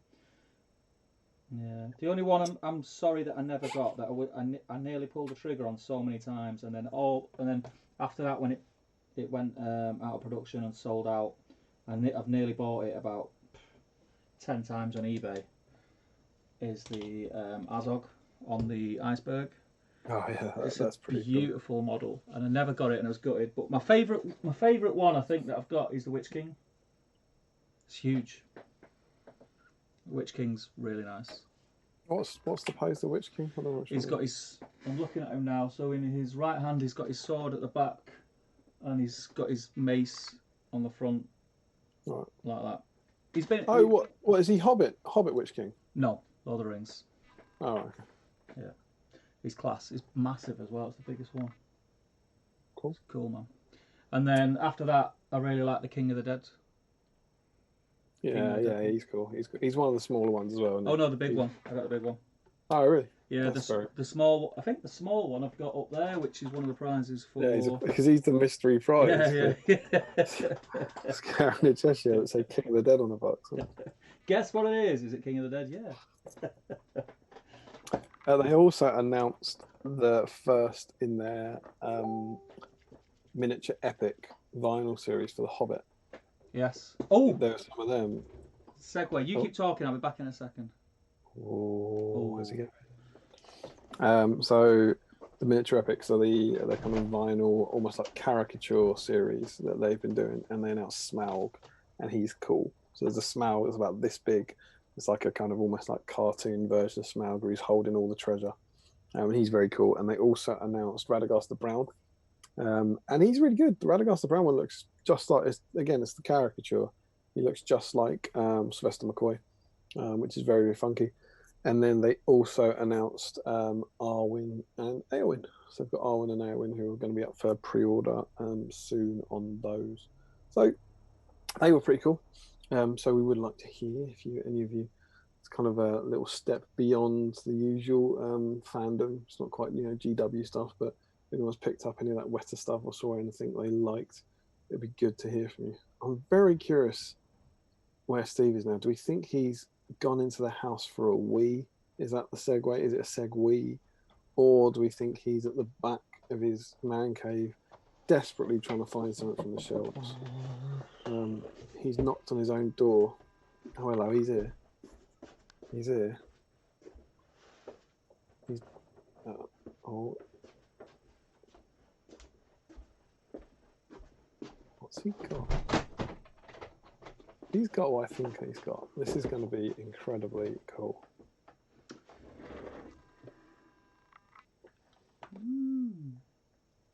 You excited? I'm very excited. Are you excited? I've just talked about the pre-order miniature epics they did, which was Smaug, Radagast, Eowyn, and Arwen. Beautiful. I want the Smaug. So I had all the Fellowship on the mini epics except for Aragorn and Boromir, and this week. Oh yeah, I didn't know you had the mini epics. Yeah. I never intended to get them. I started to get them when they were coming up cheap on eBay. Obviously, people got them and then, for whatever reason, sold them. And then before I knew it, I had all the Fellowship barring Boromir and Aragorn. And I just didn't want to pay the full whack for them because they're great, but they're pricey for what they are. Yeah. And they popped up cheap, the two of them, and yeah, I got them. So I've completed. On the wetter site or no, on eBay. On eBay, yeah. See, I've never liked them. Yeah. I was always like, they're about I think they're about 20 quid each or something like that. I think it's about 25 works out. I think. Is it? I think so. Oh, what after? Because you add that, don't you? Yeah. And it was just because I've got loads of the Funko Pops along here, and I've got loads of the Weta statues. It was like, that's another line of collections. And then when they said, it's a few weeks ago now, when they first announced the Smaug, they had the grey version. When they said we're going to start doing the Hobbit ones, I was like, oh god, if they do a Tariel. You know they're going to do a Tariel. Yeah, I was like, oh no. But then they announced Arwen. And of course, I'm now an absolute sucker for anything with Arwen on it, because my daughter's middle name's Arwen. So, you know, whether it's actually for her or actually for me, as soon as they had Arwen, I screen grabbed it and said it to Emma, I was like, need to get this. Yeah. And then it was kind of joking, and then I realised as part of their SDC seal offers, they were doing buy 5 get 1 free. News. So or buy 4 get 1 free essentially. So you know, 4 for the price, 5 for the price of 4. So I went in. So I picked up Saruman. That is a cool one. It's very cool. It's cool. Yeah, it's beautiful. I mean, that is Christopher Lee, right? Yeah. That is so cool. I don't know if it'll be better on CCAM. Let's have a look over here. That is the Saruman the White. Yeah, it's cool. Pop vinyl with funky Palantir. And he's absolutely awesome. And I think he was the one that made me like take the plunge. So they're about, you know, what's that, about 8 inches high, maybe, something like that. Yeah, and that's quite a tall one. Somewhere in that region. Smaller, yeah. And they're all kind of caricatures. And so they worked out. I basically paid 20 quid for each of them. Yeah. And you know, 20 quid for 4, and then got 1 free. Yeah. Something like that. But he's cool. Yeah. So Steve, what other ones did I get? So you got that. You got Arwen. How many have you got? 5? No, I didn't get Arwen because Arwen's not available. Oh, right. Okay. So you got Saruman. How many have you got? 5. So you got Saruman, 3 hunters. I didn't get the 300. Oh, you've not. Well, not all of them. I mean, surely. Gimli, Aragorn.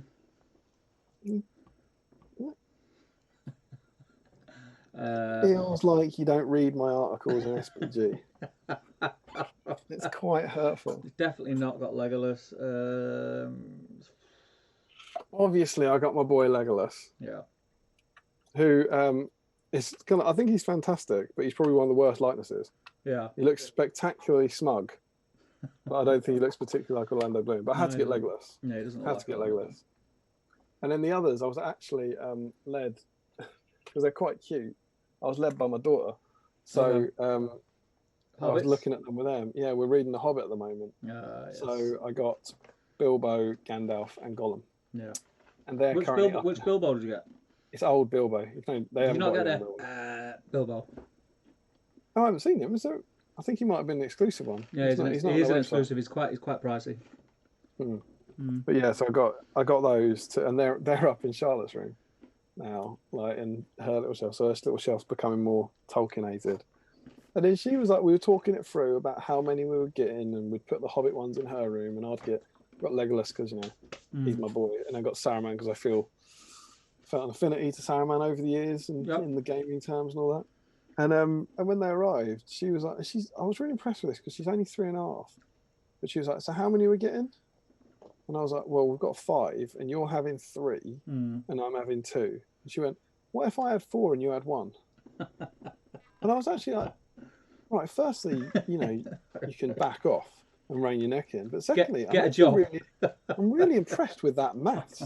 That's pretty good for a 3.5-year-old to kind of work that out. So we're basically on a loan scheme with Saruman, where she was like saying, he was like, maybe Saruman could come and visit. And I was like, well, actually, he does. Well, Gandalf does go to see Saruman at Orthanc, so yeah, maybe they could hang out. So I have plans to sneak Saruman into her room, like when she's asleep, so that when she wakes up, Saruman's gone to visit. But they're quite cute. They're quite a good way for kids to get in, but they must never play with them because they're 20 quid. Yeah, definitely not. They're not toys, but they are cool. So I took the plunge and went in on that line for the first time. I was like you. I picked them up. I picked them up because I got them cheap. But then when I got them, I liked them more than I thought I would. It was one of them. It's just space, man. It's just space of where to put everything. No, I mean you I've can't got even the. get you can't even see get the an airbrush boxes, in right? there. Nah, you see that's the boxes because I've got the caricatures on the side of the boxes. Mm. So I've stacked them all up there. But yes, that was my Weta buy-in. Stephen Crow, do you want to jump into the comments and see what's going on with Slippergate? Yeah, I'm just going to finish off the best bit of the bag of nuts, which is all the honey flavoured salt at the bottom. That's where the good protein is. Yeah, boy. Yeah, boy. The good thing is, it was buy one get one free in the shop for honey roast peanuts. Jackpot. So boom. If you buy 10, you get 10 free. Boom. Right, okay, where were we up to? What was your last comment? Oh, I couldn't tell you that. It was hours ago. Let's have a look.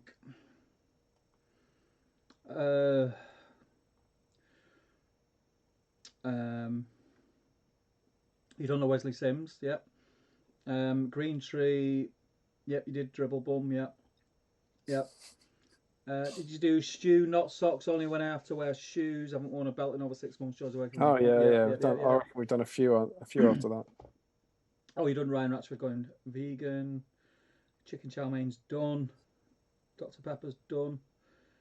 Dan Collister, good evening. Late to the party. Yeah. Oh yeah, you did. I think it was around here, wasn't it, Josh? Green Tree. Looking forward to seeing the board. Try and help you out. Josh says to JRE, no, you can't, and mine is really pretty. Sadly, I don't think I've got a photo of my newest one in my Facebook, but I can surely put a photo up on a Facebook thread for a stream. Yeah, I think I'm there, so I'll just start from here. It's around. It's just before Dan Huckvale. It's Josh Bryant, moccasins. Larry Miller also, as another aside, I've already had to like this video. It means it made him let off. That's the last comment. Which one? Larry Miller saying that. So Callum R saying, I just hope everyone wears their slippers the right way around. I don't want a repeat of knife and fork chat. Well, hopefully that's all right. Then Larry Miller again, waiting for Steve to catch up here. Got not a slipper fan unless I need to go properly outside. Not sure what properly outside is. Have we? No. Oh yeah, got that. Yeah. Properly outside or in the garden if it's raining. And he's in the game. Nothing goes on my feet. There we go. Bad not fail. You've already said that one. Frederick Schultz says hashtag snail slippers. Yeah, it's not nice, man. And you feel bad for about 2 minutes after it. It's pretty. What's that? Yeah. Larry says I've stepped on a slug barefoot before. Oh, between your toes. That is the worst. That's you're just not invited. No. Also, I did once go into the garden in snow barefoot once. You absolute rebel. Such a renegade. Were you trying to climb something? He did, but he slipped. Yeah. Frederick says I'm with Damian. 1 set of indoor slippers and 1 set of outdoor slippers. Absolutely. No accidental snail transfer from outside to inside through slippers. Josh Bryant, my slippers go around the house, out to the garage, stroke bins, etc. And my girlfriend goes nuts when I stretch out on the bed with them still on my feet. Yes, yeah, she's right too, Joshua. Yeah, I wouldn't get on the bed with my slippers on. But you take your shoes. I mean, I wouldn't go upstairs with my slippers on. No, you take your shoes off when you come in, right? That's what most people do, yeah? Most houses do that, right? Take your shoes off, yeah? Yeah. And then you wouldn't wear them around the lounge or put them on the sofa. Ergo, if you wear your slippers outdoors, they have to come off when you come in. Yeah, but I don't like wearing them. I only like put the bins out once a week with them. Oh, well, there's definitely no dirt on the ground if you only go out in them once a week. Leon K says, speaking of my birthday cookie, what do I have to do to get a birthday song, Damian? Is it a birthday? It's a fair question. Birthday cookie? So first, can we say happy birthday to Leon? Absolutely. Happy birthday, all the best, Leon. my friend. Sexy song? Chin chin. Happy birthday to you. Happy birthday to you. Happy birthday to Very breathy. Leon. Happy birthday to you.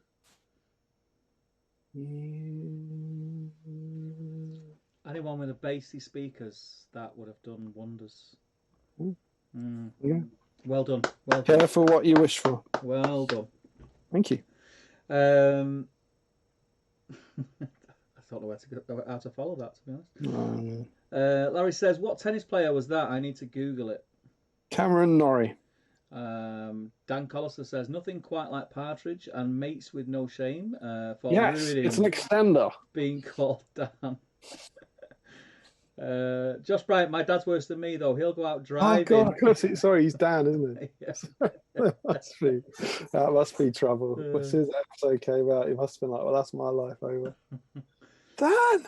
Josh Bryant's dad goes out driving with dad's taxi service in his slippers. No, stop it. That's just rancid. Dan Hookvale says he's not a slipper man at all, unfortunately. Can slightly see the resemblance as well. Doubt I have the ability to play half as well, though. Oh, I think you could. Green Tree, unfortunately, I have to sleep. Really enjoyed the chat as always. Take care of yourselves, everyone. P.S. Get yourselves a pair of Crocs. They are like 4-wheel drive slippers. Peace out. Crocs? Are you... I can't wear Crocs, man. No, I can't wear Crocs. 4-wheel drive slippers. I'm going in. Crocs are the... Oh, can't get on board with that, I'm afraid. Sounds like Orc Mischief to me. Dan Collister says, Crocs, yeah, God's injection moulded evil. Hang on, let me have some nuts. Okay, I'm ready to go. Joe Kelly says, hey guys, just joining in now. Internet issues causing me angst. What did I miss? Chocolate debates, fork and knives, and their accompanying hands. Counterclockwise staircases in castles. Question mark. It's slippers tonight. Do you wear slippers? Do you wear your slippers indoors? Do you wear your slippers outdoors? Do you wear the same pair of slippers indoors? Also, what about belt and socks? Let us know. Here's one for you. Your socks, right? Do you just grab any old pair of socks out of the drawer, or do you coordinate them with anything? They're black with different trims of colour. So it makes no odds. Generally, if I'm wearing jeans or long-legged pants, I'm not too fussed. But if I'm wearing shorts, oh yeah, you do different. Generally, sure. I mean, I'm going against the grain today because I'm not like doing what I say I do. But generally, if I'm going out with shorts on, I like my socks to match my t-shirt. Well, I'll wear a pop sock with shorts. What's a pop sock? Like a trainer sock? Yeah, a trainer sock. Yeah, I'm not keen on them. You'd have to be a lunatic to wear normal shoe socks with shorts. Pulled up. No, they're not. You don't have them pulled up. I'm trying to get them on. I can't get them on. Yeah, you look like a psychopath. I'd cross the road. I'd cross the road. Like, that man is not all right. So, but I don't have them pulled up. That's just freakish. But just like relaxed around the ankle. Do you know what if I can see a bit of your thigh, your knee, and then like 4 inches of camo sock, I'm gone. I'm like, no, I'm not taking the risk. No. I know it's a low risk, but I'm not taking the risk. Got to coordinate t-shirt and socks, man. Yeah, I don't disagree with that. I disagree with whatever's happening between your thigh and ankle. You love what's going on between my thigh and ankle. Yeah, I would. I've got 2 sets of socks basically, not like 2 pairs. 2 pairs of socks. Jeez, times are hard, mate. I've got like stop buying wet statues. I've got normal black ones. I've got a selection of different colour trims or whatever that I'd wear if I was wearing a jean. Yeah. I used to do this in the world that was. Is there a such thing as a jean, or is it jeans? Yeah, well, I was using intentionally dramatic language. It is of course a pair of jeans, but I would then wear. I've got like kind of basically white or grey socks for when I wear like shorts on my Converse, for example. So nice. Yeah, nice. That's where I am with that. But ideally, just get them off my feet. Yeah. As soon as humanly possible. Yeah. You know I got to have socks. True that. I don't know. I hope that's not coming through. But yeah, people messaging me when they know I'm streaming. Terrible people. Carl Daly says, leaving work but listening whilst driving home. Will breaking the fellowship Pippin count for this week? breaking of the fellowship. No. Ooh, he's harsh. No, that's fellowship. Break it first. That's not Two Towers. Mm. Fair. That's a step too far. Yep. Fair. Otherwise, you might as well just allow all the Pippins. Yep. Might as well have Azog. If you're going to go there. Exactly. Yeah. It's exactly the same, yeah. Andrew Pennington Smell.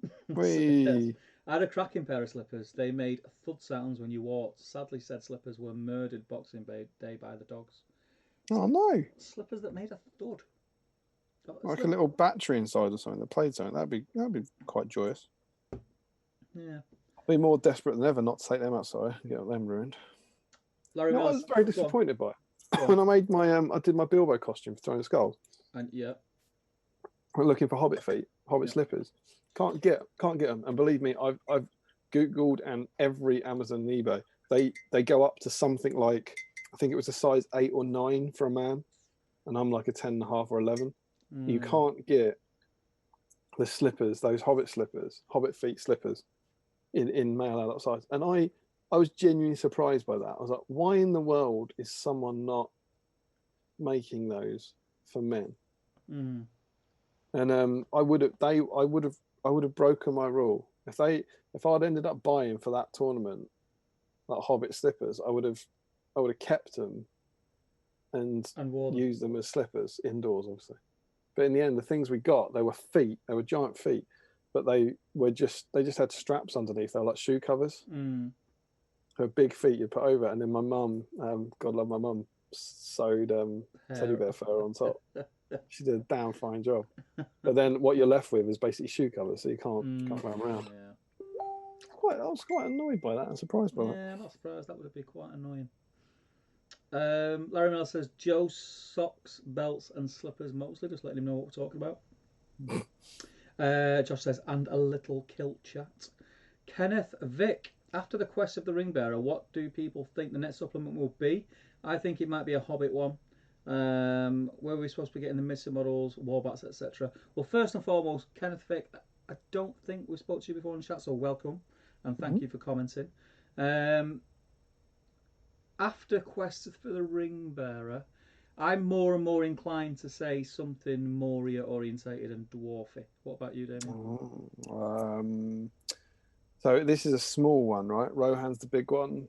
Quest of the Ring Bearer's a small one, so we were after a big one. No, I think Moria could be a shout. I think they're bound to go there at some point. That's a kind of obvious choice at some point, and there's a lot of stuff to play with, and it's popular factions. Yeah, I think they could do a lot of good with that. I really don't know. What I've really enjoyed is they've been very surprising, what they've done. I like the fact that they've been keeping us on our toes. That's good.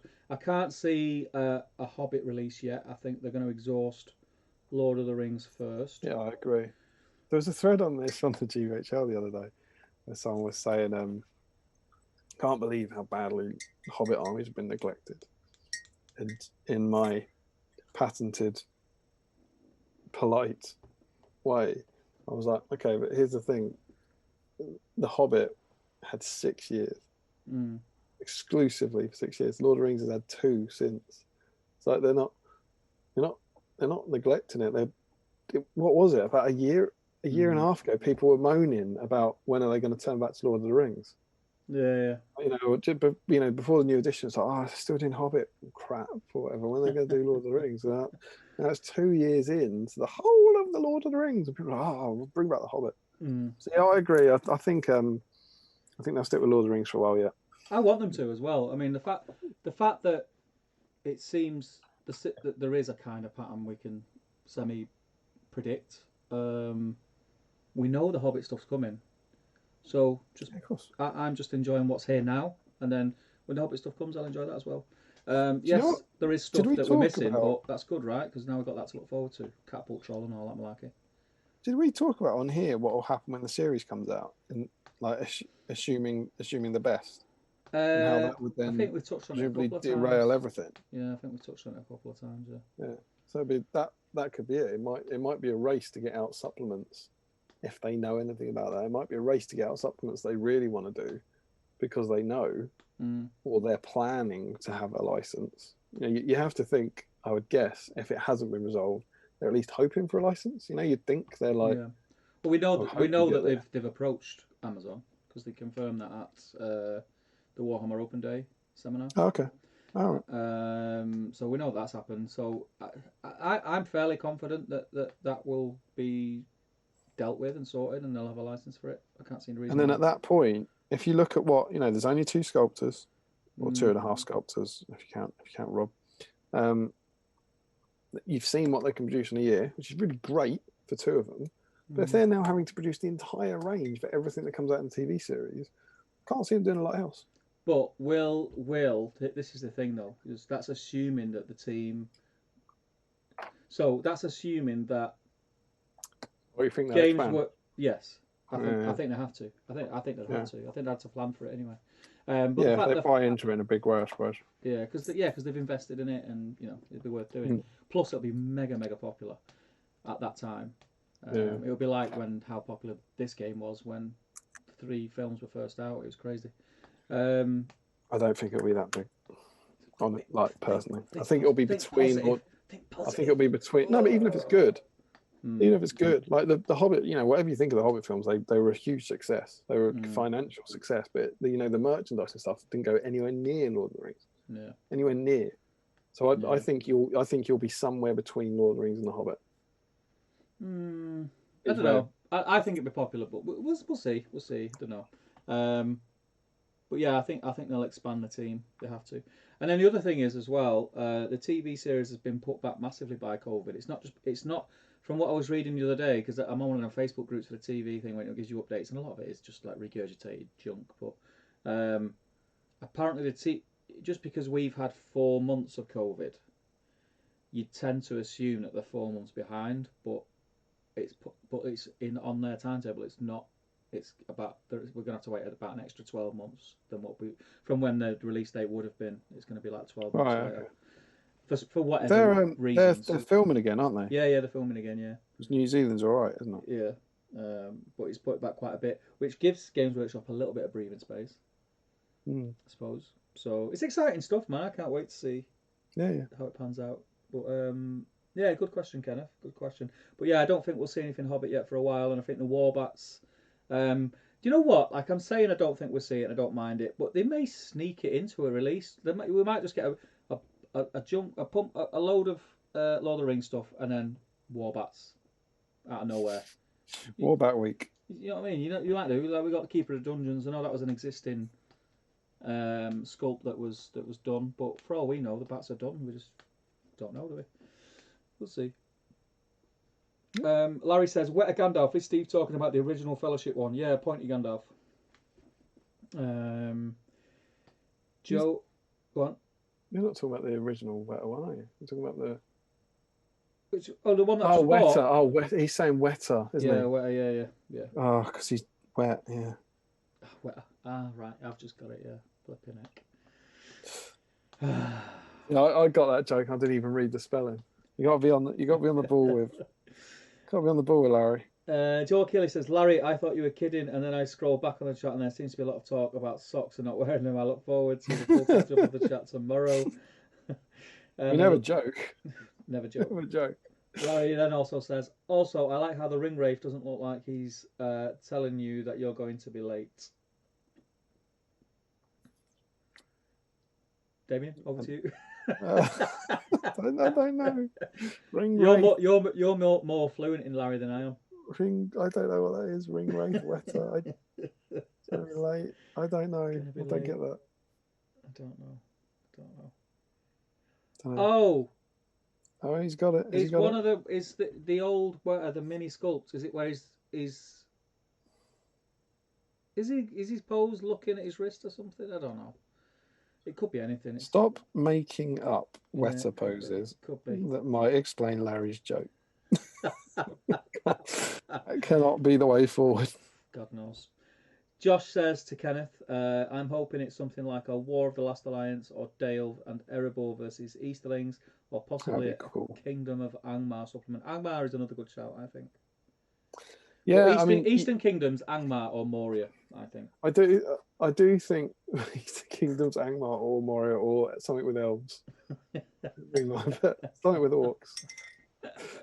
I do think that the idea of Khazad-dûm and Angmar are good because they have the ranges already. Yes. Like, that you'd think that they want to take something and add kind of hero models to it or elite troops to it rather than trying to create, I don't know, a brand new faction or something. I would guess, Yeah. Larry says, I'd love to see a wetter old Greg, King of the Dead. Now, is that wetter? It's brand wetter. WE, so that's me. That's me as the King of the Dead. Old Greg, King of the Dead. He wants a wetter statue of me in my Throne of Skulls outfit. I'd get that. I'd get that for Emma as a birthday present. Frederick says, #Segway. Was that when I ran out? I didn't have. I didn't have a cheeky wee, but I should have done. Aaron says the most memorabilia I've got is a replica version of Glamdring and some Funko Pop figures. Cool. Have you got any? Oh, you got the sword that you won at Nova Rank Dinner. Yeah, I've got. Have you got Sting as well? Yeah, I've got Sting. Came second in the league. Dreadful time. I've got Sting. I've got Feely sword, which is there, I think, or is it there? No, it's there. It's down that gap. Hang on, down there. And then I've got Legolas's knives as well. Yeah, I've not got any. I told you about the blades. knives. I bought them drunk on a stag do in York. I've had different sort of had Glamdring, Orcrist, Andrew in like eBay basket on numerous occasions. Really, really want. I've just got nowhere for it, so I'd literally pay whatever the price would be for a replica sword. It would come and would go in the corner of the man cave somewhere, never to be seen again. Yeah, I really want one, but yeah, who knows? In the future, maybe. GFHFHFG says, just gone and ordered that 1/6 Ray from Weta. we should have got an affiliate code. What, of the Vaxxer? Yeah, absolutely. We crashed 7th City the other day. Yeah, it's a great statue, my friend. I don't think you'd be disappointed. And who are you, GFHFHFG? Who are you? Have we asked you this before? Because I know you've been in here before. Larry says, they're bigger than I imagined they'd be. I might have to get the inevitable Thorin one. The Thorin on throne is a beautiful statue. It's a great statue. Was he talking about wetter statues in general? I think so, yeah. Yeah, Thorin on Thorin's very cool. Yeah, and then he says Legolas, and then he says Gandalf, ? Josh Bryant says Legolas has to be in there. He's your this was they're guessing. Yeah, this was you on which ones you bought. Yeah, Legolas, Gandalf. Legolas has to be in there. He's your favourite character. Gimli would be in there. Gandalf. Josh Bryant says, okay, you showed Legolas as I was typing that. But I did manage to correct guess. Gimli was the last one to go. Gimli went in favour of Gollum in the end. Because the Gimli one's very cool. Yeah. Larry says, properly outside is further than my grand's house, which is 2 doors down. It's a good way of measuring it. Yeah, proper outside. You going out? No, just going next door. That must be nice living that close to your grand. Yeah, that'd be cool. I'd like that. Max Malus, Jesus, sexy birthday song is the thing of prison cell nightmares. Stick around, Max. You ain't doing nothing yet, boy. And welcome. As long as people keep asking for them, I'll keep singing them. Yeah. Larry says, I go outside barefoot and then come home inside with my feet still unrestrained. Leon says, thanks for the song. No problem. Folhammer, aka Mr. Tim Garlick, says, my missus brought me some slippers one birthday with a separate sole for going outside with. I've never wore them. Are these them ones that are grey, like a grey marl slipper, and they have a different colour sole that can come off? Because if they are, I was looking at them, but the only reason I get them is because they're about 50 quid for a pair of slippers, and I just couldn't do it. Well, Mrs. Hammer must love them. It's a great birthday present, that, though. That's intriguing. That is a great birthday present. I would be worried about splash. splashing slugs, Mm. snail splash, Yeah. like onto the top. Yeah. I wouldn't worry that much though. It would deal with the main transference from walking from room to room though. Mm. That is a shout though. But he says he hasn't worn them, right? Not Warren. What size are you, Tim? Because I could do with a new pair of slippers. Just saying. Eric Schultz says, Damian, ever considered mailing the SBG Tower issue to Evangeline? Couple that with a tribute vid with Matthew Sweet's song Evangeline for music, and I'm sure she'd join in with the live chats. I don't think she would. I think she might get a restraining order before she joins in the live chat. We genuinely did. When out, we thought about sending it to like her people or whatever, but it's a tough sell to kind of convince her that this and we're not crazy people, and then B sort of say, and I made an entire magazine about you, Yeah. and I'm not a crazy person, and also say, but also, how a lot of people on the internet hate you. Well, I don't hate you. I'm not a crazy person. Here's my magazine. Off you. It's like on the one hand, I think if you were able to get all that across to her in advance, I think she'd think it was very funny. Until and it is, the idea is until she tuned in and seen your collection of towels. She might like that. But it is, it's a pro Tariel magazine, so she should be happy with it. But yeah, equally, I thought about it. I don't think I started writing it, but I chatted to Tom a few times about how you would write the email or whatever. And there's no way of writing without sounding like it would have to start with, hear me out.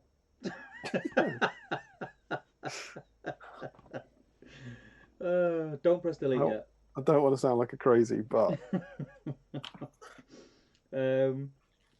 this is the best thing that's ever happened, by the way. I've not even started on chocolate yet. I've been munching away on nuts. Typical weekend, Larry Miller, I can see the resemblance, though I may have searched Cameron Norrie without thinking. What, you put Norrie as a dwarf then? Eric says Crocs are what they give you to wear in jail. No thanks. Max Malice, you're not going to be happy with Max, mate. He says, So Max Malice says he goes shopping in his slippers. I've been to the pub in my slippers, and I'll be attending the Scarring of Cheshire in my slippers. But as long as that in itself is all right, as long as those slippers stay the hell away from any of the rooms that aren't your hall. Surely. Eric says Crocs are the Hershey's chocolate of foot apparel world. Larry says I wear normal socks with shorts, then fold them down so they look like trainer socks. Why would you not just buy trainer socks? Space. Is it dual purpose? Is that a dual purpose thing? And then he also asks, would a jean just cover one leg? Oh, well, this is where I've had this discussion before, where you get onto why is it it's a pair of socks is 2. Yes. But a pair of jeans is 1. Yeah. And a pair of pants is 1. And I believe, you don't know how apocryphal this is, but it goes back, I think it goes back to a kind of Old West style where jeans were, you would pull jeans up, you'd pull them up each leg, and kind of strap them on, and so there was a pair of them. Okay, like chaps. Yeah. Now the thing is, and you know a lot about chaps.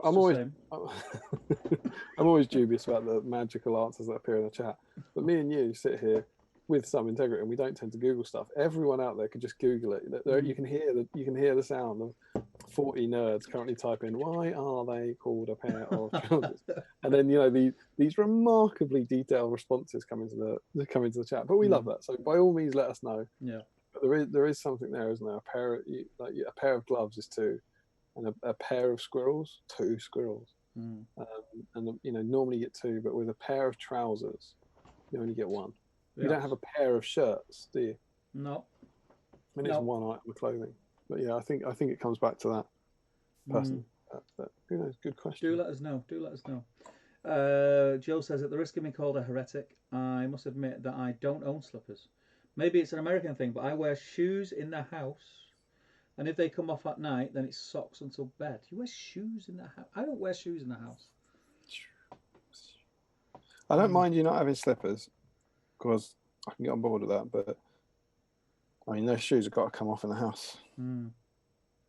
They just gotta come off. Josh says, all my socks are black, and I have a couple of different styles. And I always match them because it would feel weird not to. Different fabrics, and one style has some fitting to the foot. Seems extravagant. Yeah. Sam Earnshaw. I think Sam Earnshaw's new name. Welcome, my friend. He says, never able to watch these streams live, but just wanted to pop by and say I really enjoy these streams on Catch Up. Great company whilst painting. Keep it up, guys.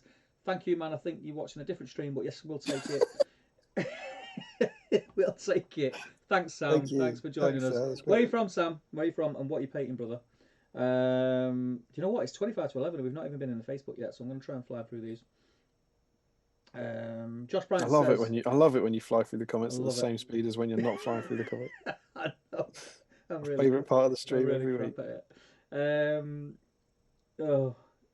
Josh says cream because white is only allowed for a piper or a drummer by convention of Highland dress.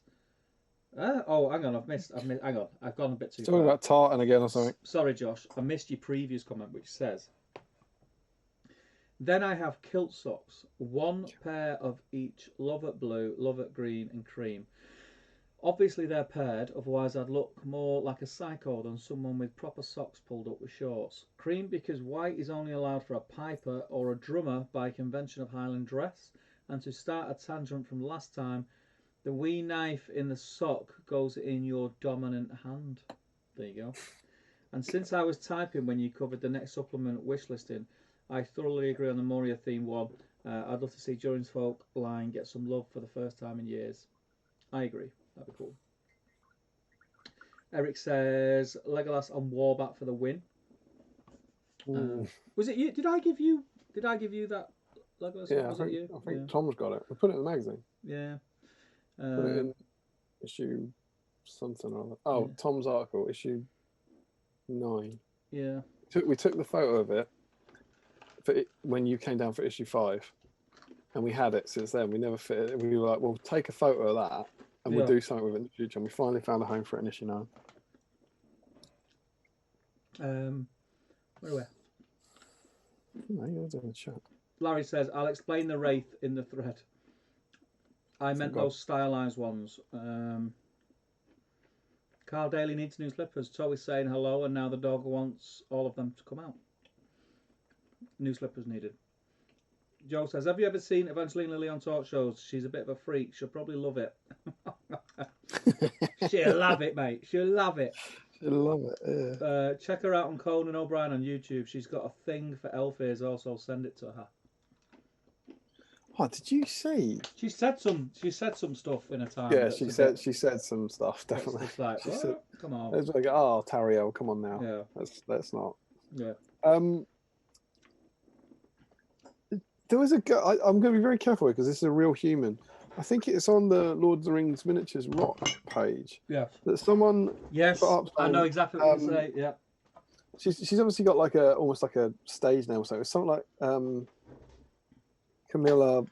It was like a word, like not contrite. It was like a word that means something. I can't remember what it was, but something like capricious. It was something like Camilla Capricious, I think it was. Yeah. And she put up, I'm new to the hobby, blah blah blah. By the way, I've got elf ears. Yeah. Like, and then someone went, elf ears, and she went, yeah, and she's had surgery. Did you see it? Yeah, seen it. She put a photo up, and she had like, and it's fair, it's your body, your life, but she'd had. She showed like the pictures of the stitches where she'd had them done to turn them into elf ears. I was like, that's next level fandom. She's got elf ears. She's a massive Tolkien fan. I think her daughter is named after an elf. and her pets are named after Lord of the Rings characters or something. I just think it's a bit far to name your daughter after an elf. It's too much, mate. It's too much. Too much. It made me laugh because it's one of them posts, right, where I know what you're gonna. I know what you're gonna. I know exactly what you're gonna do. Oh God! Right, it's one of them posts where look, we're all in his groups, right? We all know the score. It's very male orientated, right? And it shouldn't be like we should be. We need more females in the groups and just get different viewpoint on things, right? Yeah. But I've seen loads of posts where guys come and they go, "Hi guys, new to the group. You know, my dog's called Gandalf. Yeah. I walk with a wizard staff and all this stuff, right?" And he'll get like 3 people go, "All right, mate, yeah, nice one, cheers, enjoy the group." This girl got about 200 replies in the space of 60 seconds. Oh, it cracked me up. It was proper funny. But yeah, keep going, guys. Keep it going. I like that. It did crack me up. But, I mean, that is proper next level stuff. Like, wow, you cut your ears open to look like an elf. I mean, that's what you want to do. Fair play to you. She must. I don't think you just do that for a laugh. I reckon she's like maybe one of those arty-farty types. You don't do that for a laugh. You're quite correct. A few jars in the pub. Do you want to get your ears? Me and you will be on next week with outfits. Except we did it ourselves, all infected and pussy and all that. I mean, to be fair to her, they looked great. They do look good. They looked fantastic. You wouldn't have known, like, well, some people have that shape here anyway, don't they? I thought they looked like really good cosplay, like prosthetic or something, rather than, there was no sign of surgery once they were done or so. It was just, they're amazing. There we go. Well, oh, good. And 200 people told her.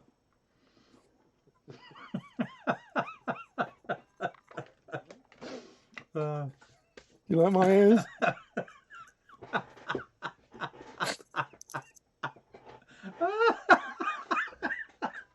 The thing is, there's people in the chat now who commented and they're like, shit.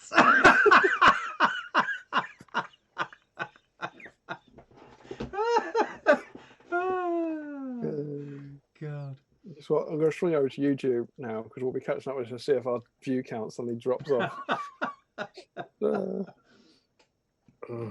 Right. Anyway, I was flying through the chat, wasn't I? Yeah, as always. Where are we?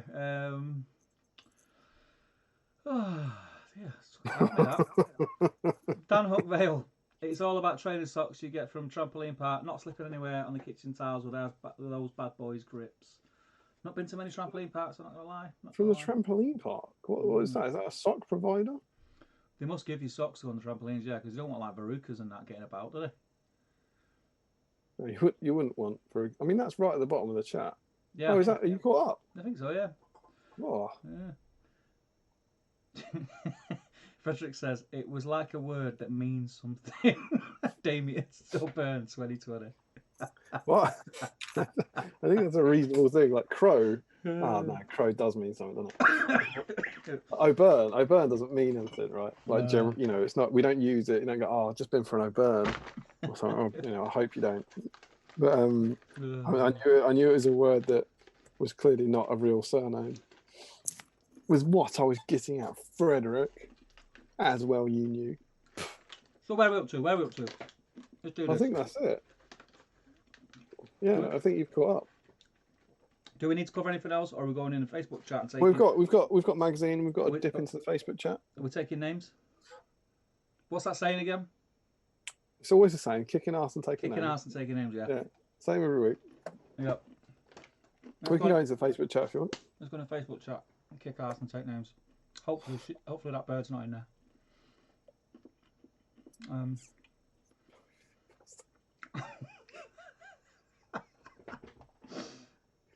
Oh, sweet Jesus. Am I tagged in this post?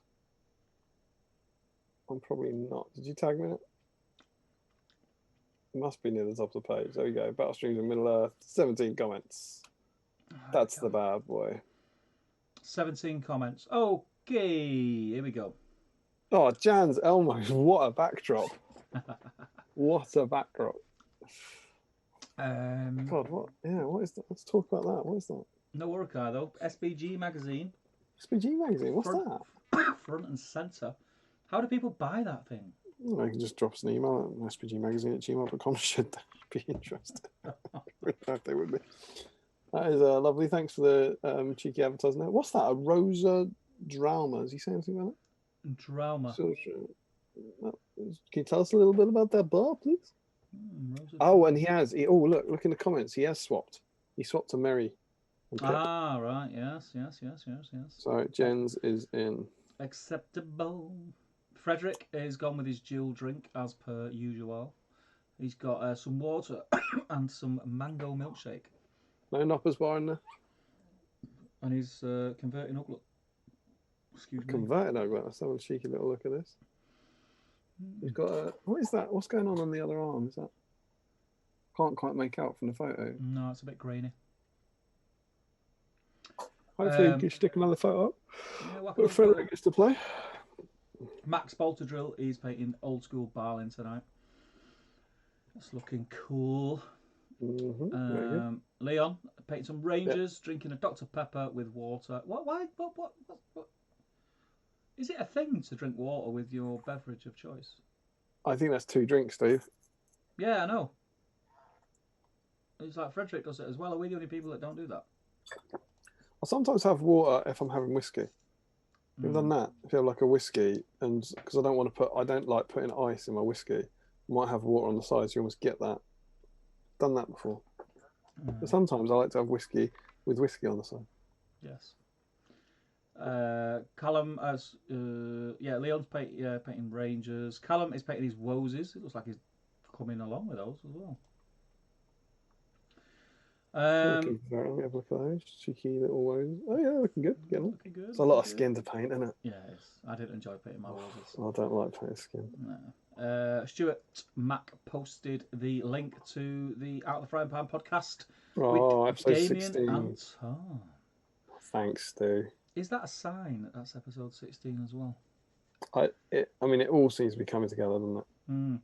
Aaron's back painting Uruk Scouts. He's doing the Bowman tonight. And we have a chow mein. Nice. We've got a pic. Oh, that looks good. Yeah, looks good. Oh, look at that. There's some green chili in there as well, I think. Some red pepper. Some onions. Looking good there. It's nice. Josh Bryant, Merry from Merry and Pippin versus Grishnak is up for tonight. We'll allow it. Yeah. Joshua Bryant. Now, Josh Crosby. Yep. Snaga on the go.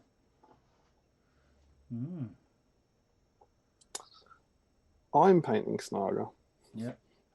Snaga, I think we said yes because he's on the Ugluk model. Yep, we did. Yeah? Should we allow him? We'll allow it. Like it. Like it. Dan Collister, slippers put on in honour of the stream. That is amazing. And we're on the big telly. I always get excited when people have us on big telly. Is that a cheeky subscribe to Out of the Frying Pan podcast? I see. That is some nice cheeky little advertising there. I like it. Yeah, go for it. Loving it on the big TV there. Yeah. What kind of slipper? See, that's a moccasin, isn't it? That's a fancy slipper. That's more on the side of a shoe, definitely.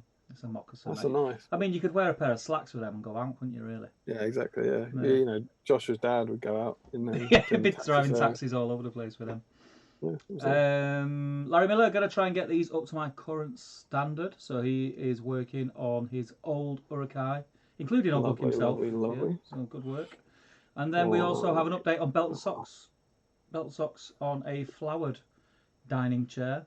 Nice. So they're both off. What is the blue thing? It's a tan belt. I think we need a zoom on this picture. Let's have a look. Is that some sort of... Is that a sock holder?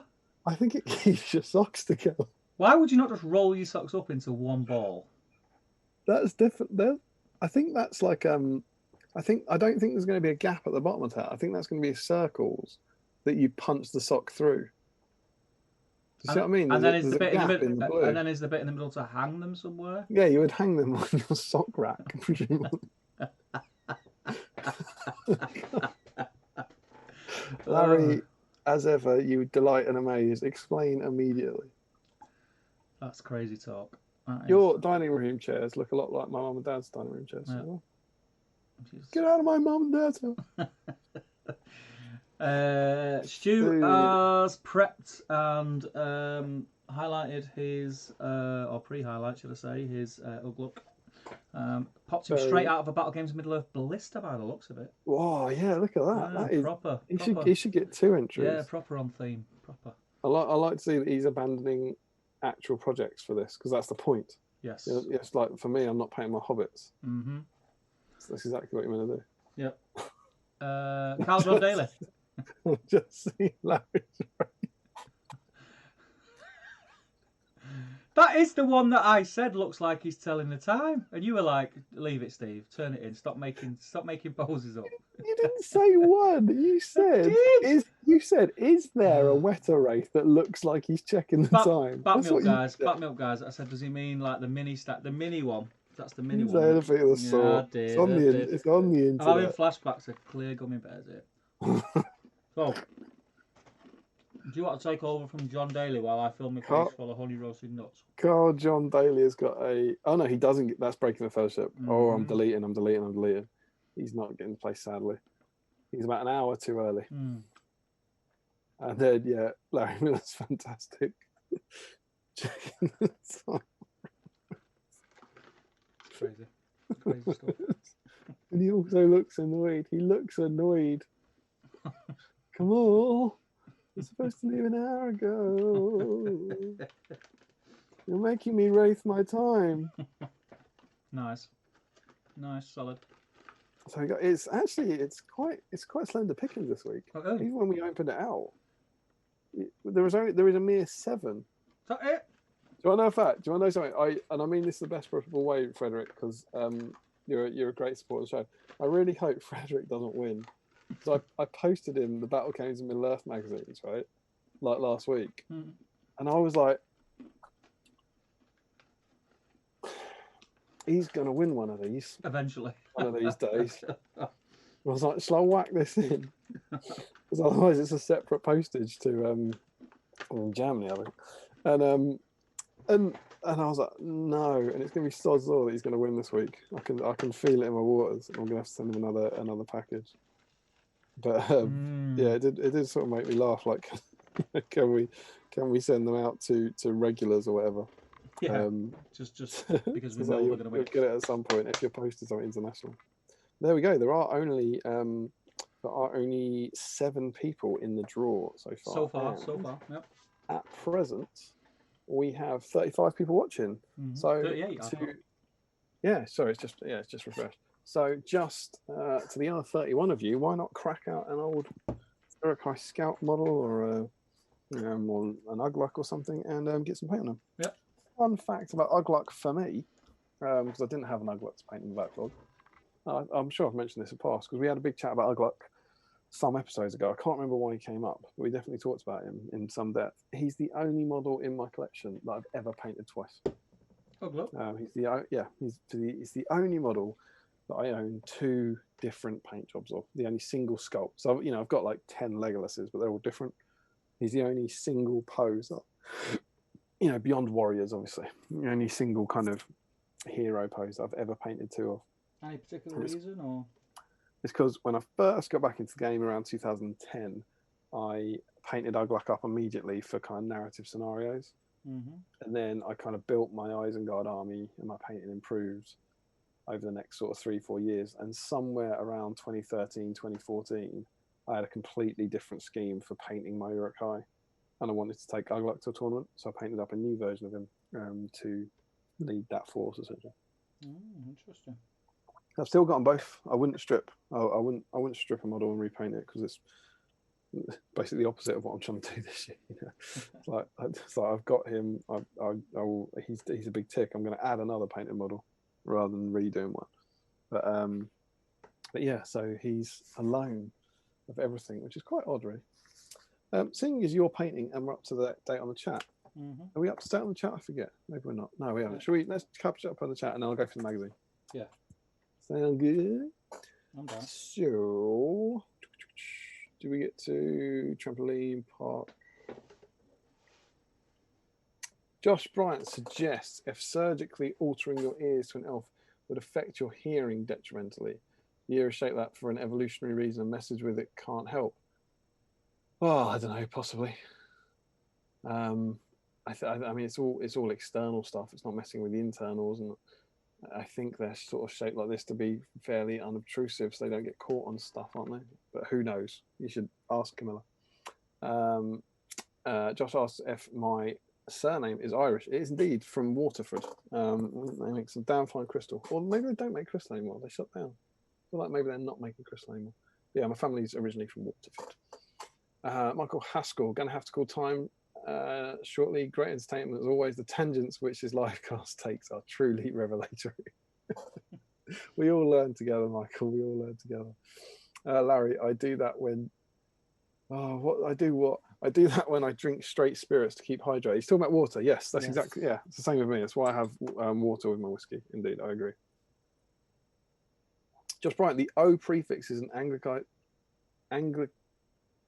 so obviously an Anglicization. Is that how you pronounce that? Anglicization of UI, which I believe is Irish for grandson of.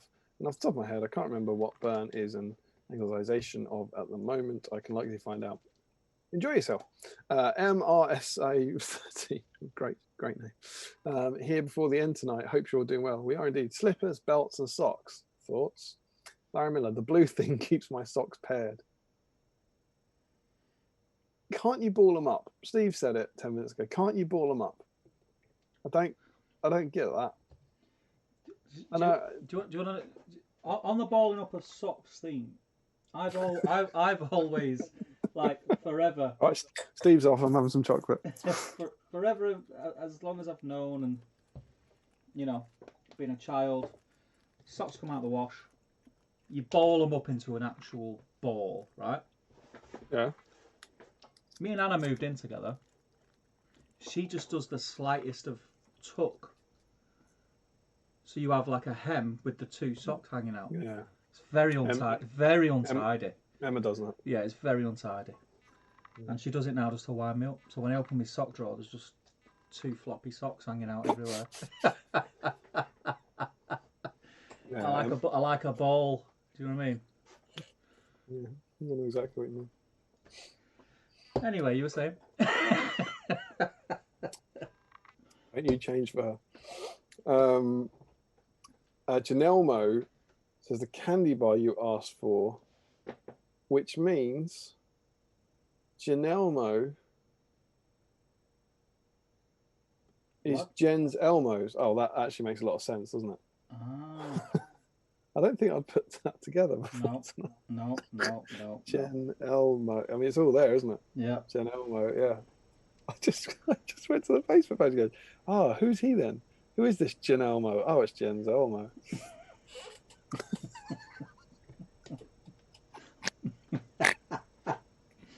Oh, tell you, something's happening.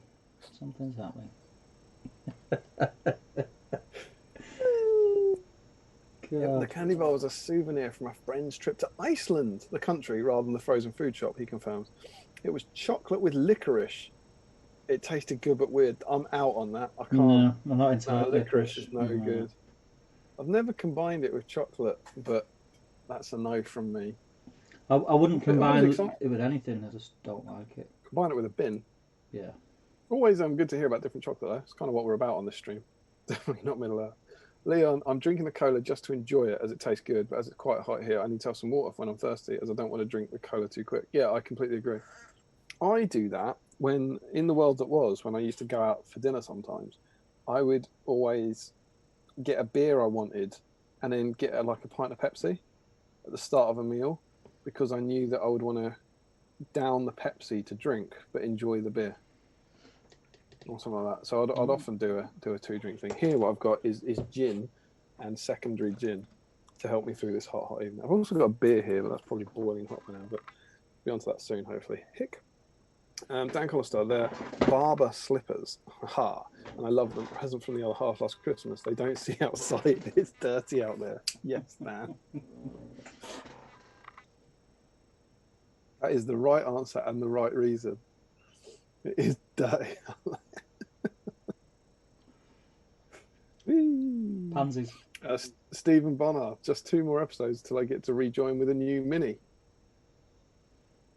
That means AMR, presumably. Yes, must be. Well, hopefully you will. Is the time checking Wraith identified as the Witch King? Oh, he's asking, is that the Witch King? I don't know, actually. I don't know. Zorp, Lockie's hey! in. Wait. Good morning, Australia.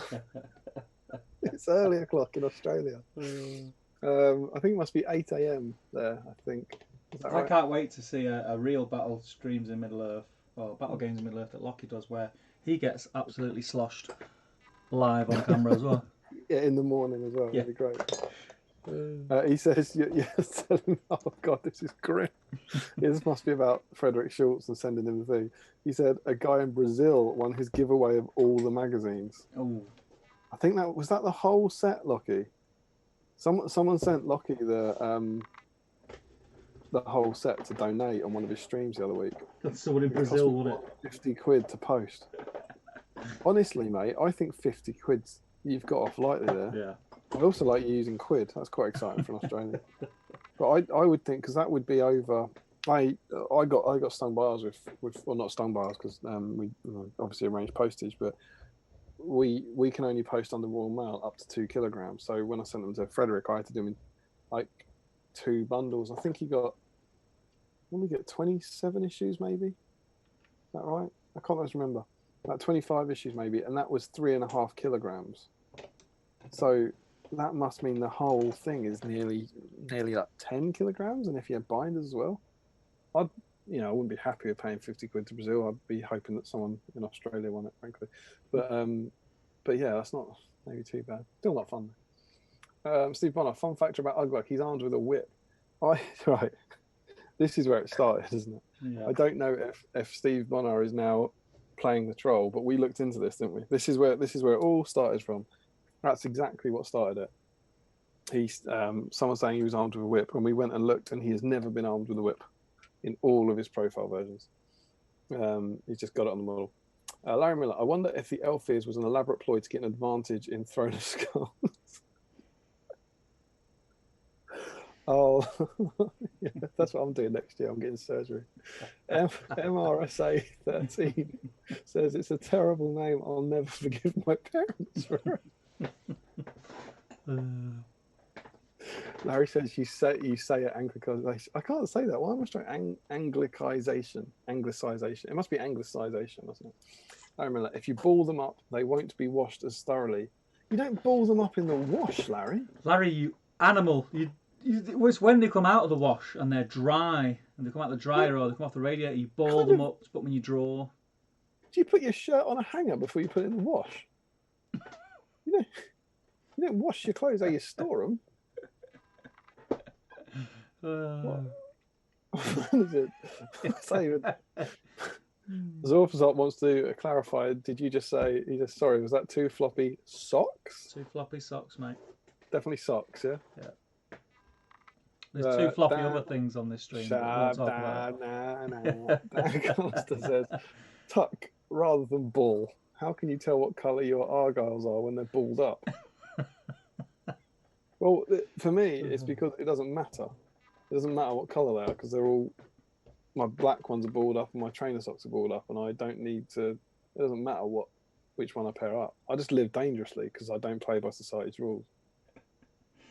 So, try living on the edge like me. Tastes like victory. Stephen Bonner says, ball them into a ball. Very descriptive, Steve. I think that was Steve. Don't know. Maybe that was me. I'll tell.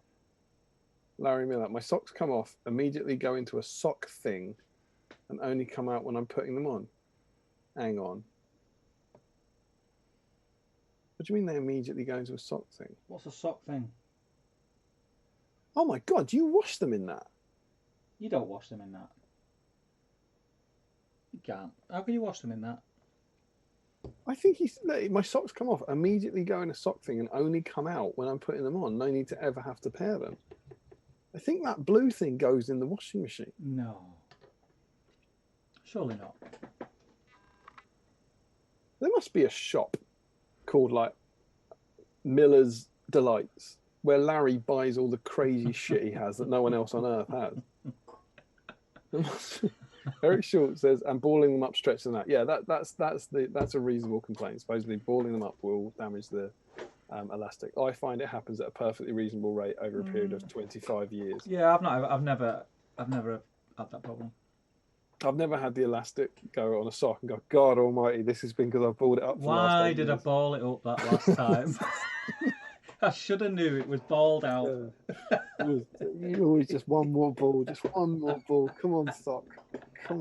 You can do it. You can do it, but come on. Yeah, it's soft sea anglicization, and socks get paired after washing, curled over halfway, so the foot part is hanging down. No, that's freakish. That's just like two small floppy socks. What? No. I actually, do you know what? We're seeing a little bit. We're seeing a little bit. I think they're against us. I think there's more. Frederick Schultz is saying how many. He's trying to get people on side now. How many people here ball up their socks? I don't. I just tuck them together. What? Yeah, I think. I don't think we've ever had as many wrong people in the chat as we've had tonight. The people are against us tonight.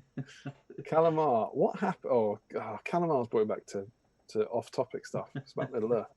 What happens if or when AMA isn't out in time? Will you carry on regardless or come back to his mag? Steve, you make up the crazy rules. What do you think?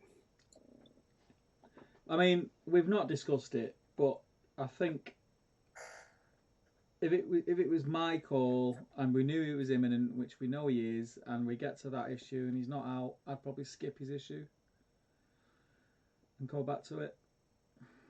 What about you? I agree. Yep. Yeah. Because it's too good an opportunity not to do. Yeah. He's in 2 issues time. Yeah. Is AMA. And yeah, I think that makes perfect sense. If we don't, he's not, because I'm really properly excited about the build party.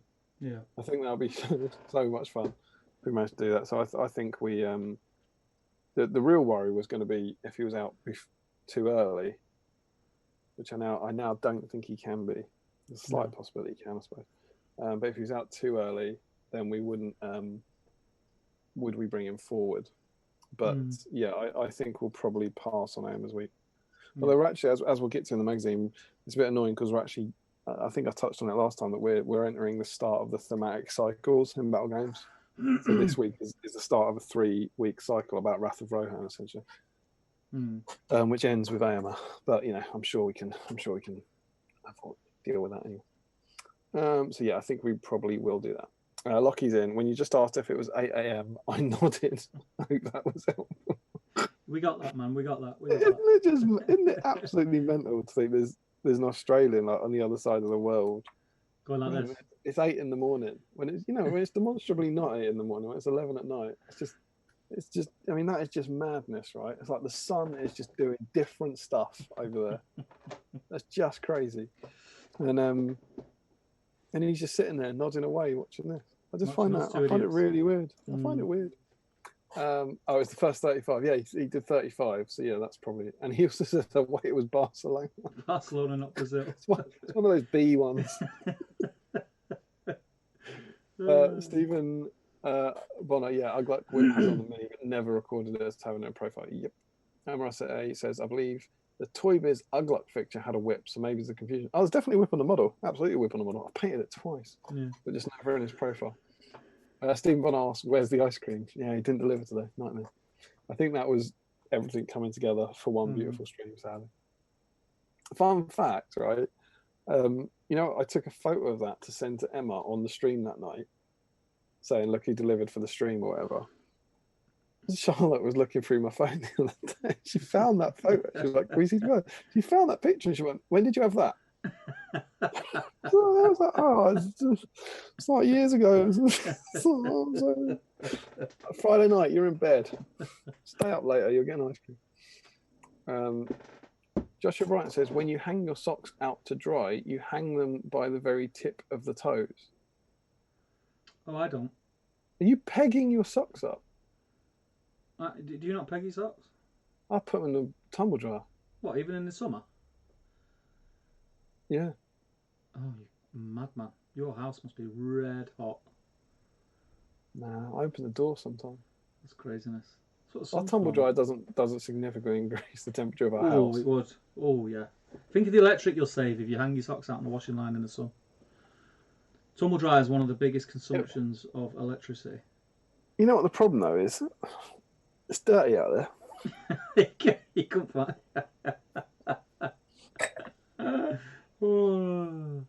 Would you? Have you got a washing line? Yeah. 2. So we haven't got a line. We've got 2. 4. Yeah. Someone's doing well. Yeah, boy. I can't believe you can afford 2. It's a double as well, so they reel into one thing. Is that 4? Is that 4? So when you pull it, no, it's 2, but when you pull it out and then you let it go, it's like... It's class, mate. It's class. Minky. It does sound. It sounds minky, pretty good. Minky. Because we haven't got a line, so we'd have to put our dryer, our clothes horse outside. Yeah. And then ants will climb up that and literally get into your pants. Do you know what the answer to that is? Clothesline, double. Get a minky clothesline. Yeah. Problem solved. Problem solved, my friend. I haven't got space, mate. Oh, loads of space, mate. Loads of space. Feet are up. You know what that means, don't you? Painting's done. Done, mate. Eric Schultz, if you haven't lost elasticity, you've been balling wrong. It sounds like you've been balling aggressively. It sounds like you've been balling 16 socks together. Elastic band ball, like a sock ball of doom to chase Indiana Jones down the corridor. Because let me just clear something up here. The reason why balling my socks up doesn't stretch my socks is because a balled up pair of socks isn't as wide as my ankle. Do you get what I'm saying? Yeah.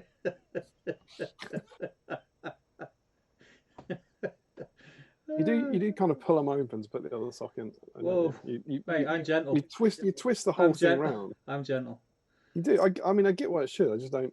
I've never noticed a dramatic impact on them. No, but and they've got elastic in, so that's they're made to do that. They are actually, in fact, made to stretch. Yes. You get your Stretch Armstrong, you go, well, I'm not going to pull on that. Don't want to.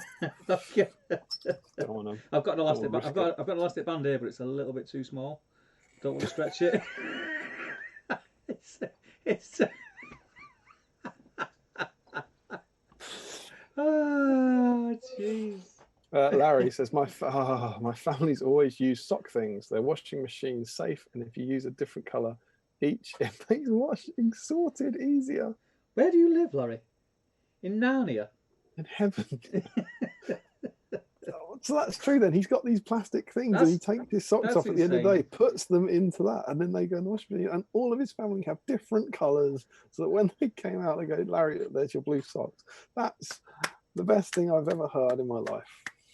That's I didn't know that existed. It's crazy. It's crazy. Well, I'm not getting on board with that. Nope. MRSA 13 says candlesticks, cutting steaks, and socks. I'm not sure what I've subscribed to over the past few weeks.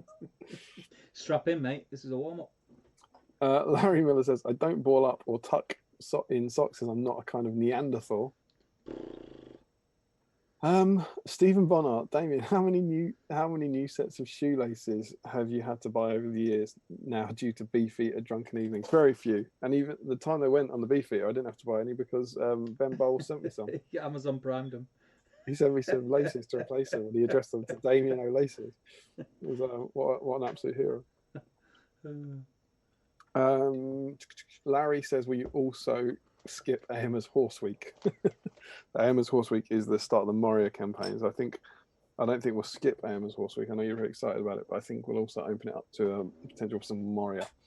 Larry Miller says, I have something special planned for Ahima's Horse Week. So there you go, Larry. Fear not. We will make sure that you get to enjoy Ahima's Horse Week. And Lockie is worried because he's got me freaking out about time zones again. Stephen Bonner says, you have a twirly whirly, do you? What's a twirly whirly? It's a chocolate bar. I mean, what's a twirly whirly? You know I've what a got twirly whirly? no, that's a curly whirly you're talking about. Oh, of course it is. The Yeah, twirly whirly is the ballista. firing thing. Yeah, it's the Ballista. blister. Yeah, I've got a blister. Yeah, yeah. Is that in shot or something? No, I don't think Maybe he's so. talking about your clothesline. My clothesline. Yes, it is a twirly whirly. If you let it go too quick, it will twirly well. Yeah. So yeah, it could be. Could be. Calamar has revealed his sock life for us, thankfully. It goes something like draw, bald, feet, basket, washing machine, hung to dry, sometimes tumble dried. It's a big load of tumble dryable stuff. Ball, repeat. Yep. Yeah, that's pretty close to me actually. Yeah. Draw, bald, feet, into the basket. Yeah, washing machine, hung to dry. Yeah, that's spot on. That's Yep. yeah. I'm gonna. You can have a We're on board with that. clap for that. That's exactly me. Yep. Anything else is deviant. Josh Bryant says correct. And Larry Miller confirms that Moria is no place for a horse week. Harry Bates just tuned in. You guys already finished him. Who? Oh, Ugluk. Ugluk? No, we're just a little bit drunk and have give up. I'm still painting Sniper. I've been doing my bit on the chat and stuff, so I haven't painted in a while.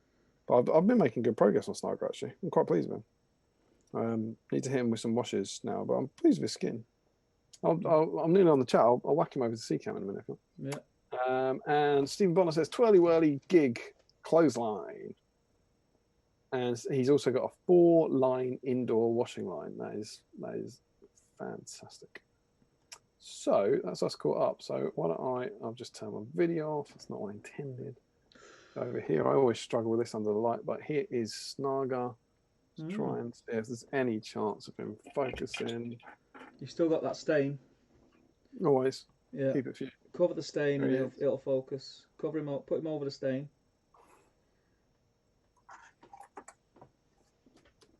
Oh, here we go. Better.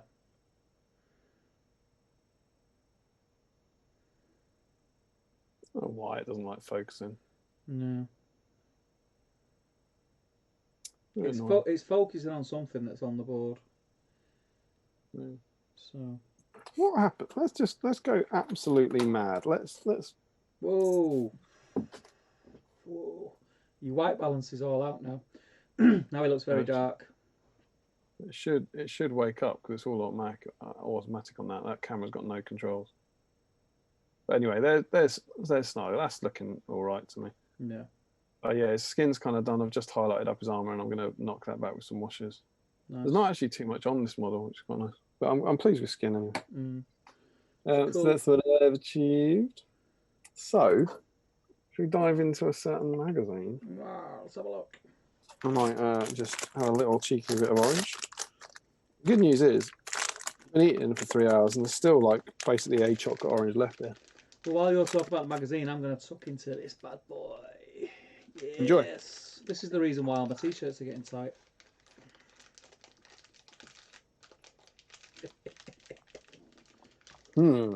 So, issue 16. Settle back and enjoy. And Frodo escape the rampaging Uruk-hai. Nice little cheeky narrative picture, Danny. So we go in and we get Ugluk. Apparently this is Ugluk. Looks entirely different. Solomon will have his prize. We will deliver them. Here's a few more lines in the extended edition. Very nice. Get your standard fluff, and yeah, that's our little cheeky little Ugluk model we had. That came free with them. Very, very cool. And so we go in, and it is quite exciting because our first bit in here is called The Forces of Isengard. Do you know what this is, Stephen? Do you know what this is?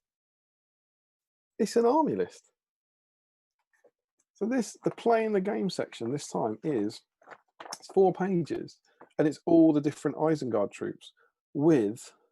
I'm putting you on the spot here. Can you tell us the one factor of our game that we would consider to be absolutely essential for playing that we haven't dealt with up to this point?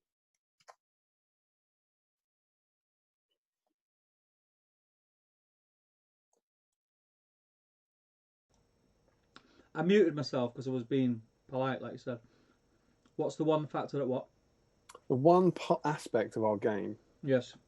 that up to now we haven't covered, that we would all consider to be absolutely essential to play our game? List building. Yeah. Which needs Point values. point values. I'm pretty sure this is the first time ever. I'm going to mute yourself again. Wow. Okay, great. We've seen point values. Awesome. And it says, I'm pretty sure when I reread it, it said, yeah, here we go. Don't worry too much about the points values. These will be explained in pack 17. So what you get here is a full army list for the first time. I say full. There's no Saruman. Saruman, I think, was in the previous issue. I think it was. But we get Lurtz, we get Ugluk, we get Uruk-hai Captain, Uruk-hai Warrior, Uruk-hai Berserker, Sharku, and a Warg Rider. So that is your Isengard army list. Now, if you compare that to your Isengard army list now, it's woefully short. But that was all the Isengard troops. Now, we've seen most of these profiles before, but I did want to focus on Ugluk. As I said, we inadvertently had this conversation a few months ago now, but about Ugluk, because we were looking for someone asked about the whip, and we went looking for the profile. And we found that the first time his profile ever appears in a published supplement is the Two Towers Journey book, which came out somewhere around 2006. And obviously, Two Towers comes out in 2002, December 2002. This is published around about Christmas 2003.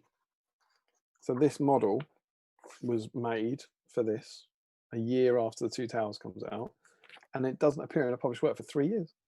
And like a few people who collected the magazine at the time and remembered it were saying that he was an exclusive. So Ugluk was only in Battle Games in Middle Earth for the first 3 years. He wasn't in like the Two Towers version of the game, and he wasn't in the big blue rule book.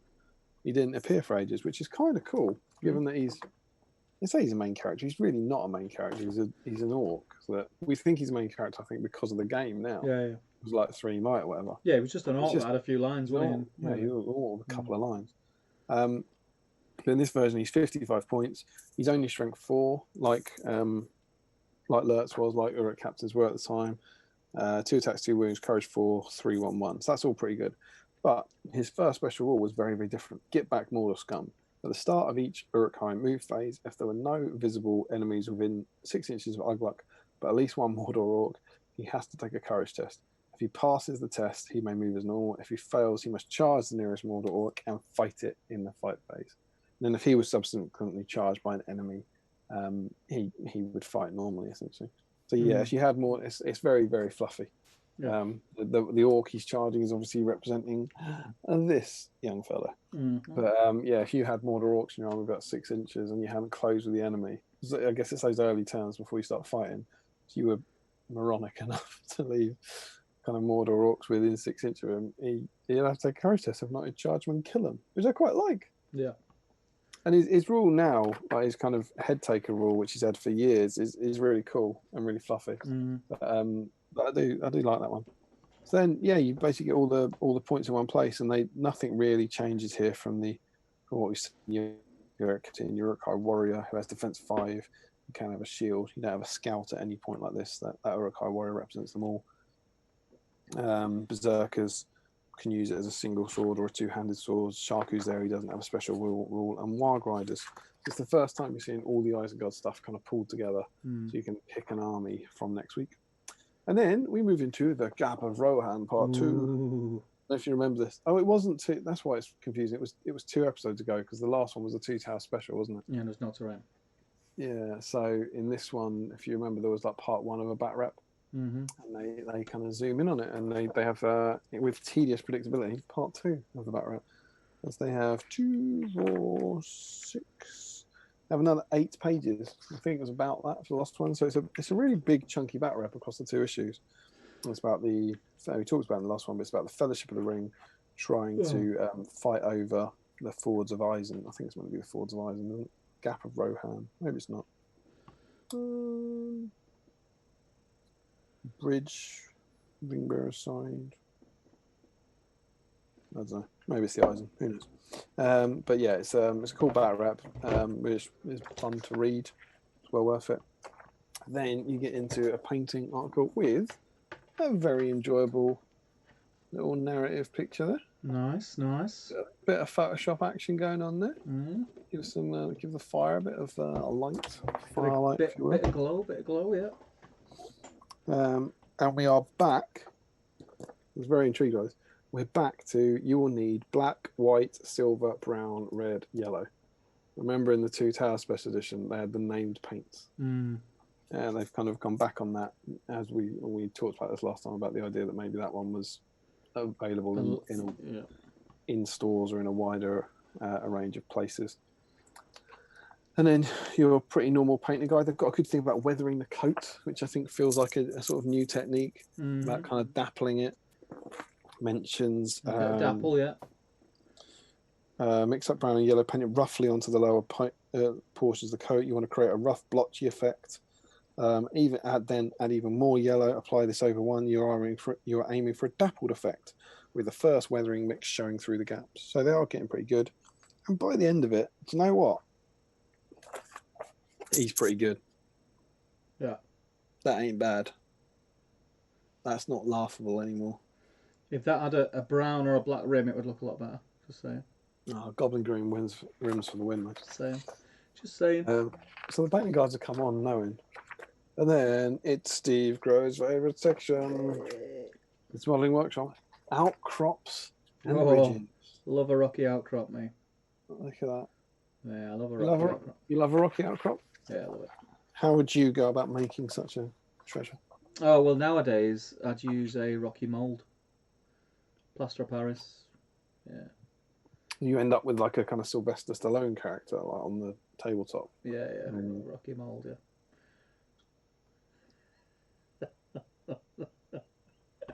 So you're give him a minute.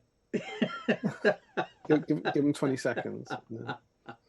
The lol comments will be rolling. Yeah, I use it for I have sometimes I use like little bits of slate, you know, the slate decorative stuff you put around your garden. Yeah. But if you use too much, it gets quite heavy, and the glue doesn't stick great. But yeah, you don't want a heavy garden. That would end up dropping below your house. Yes, don't want that. It hit Lockie on the head. It's terrible. Or it'd push Lockie's garden up. Yeah. Our garden would sink. Lockie's garden would. Lockie's garden is like, crows put more slate on his garden.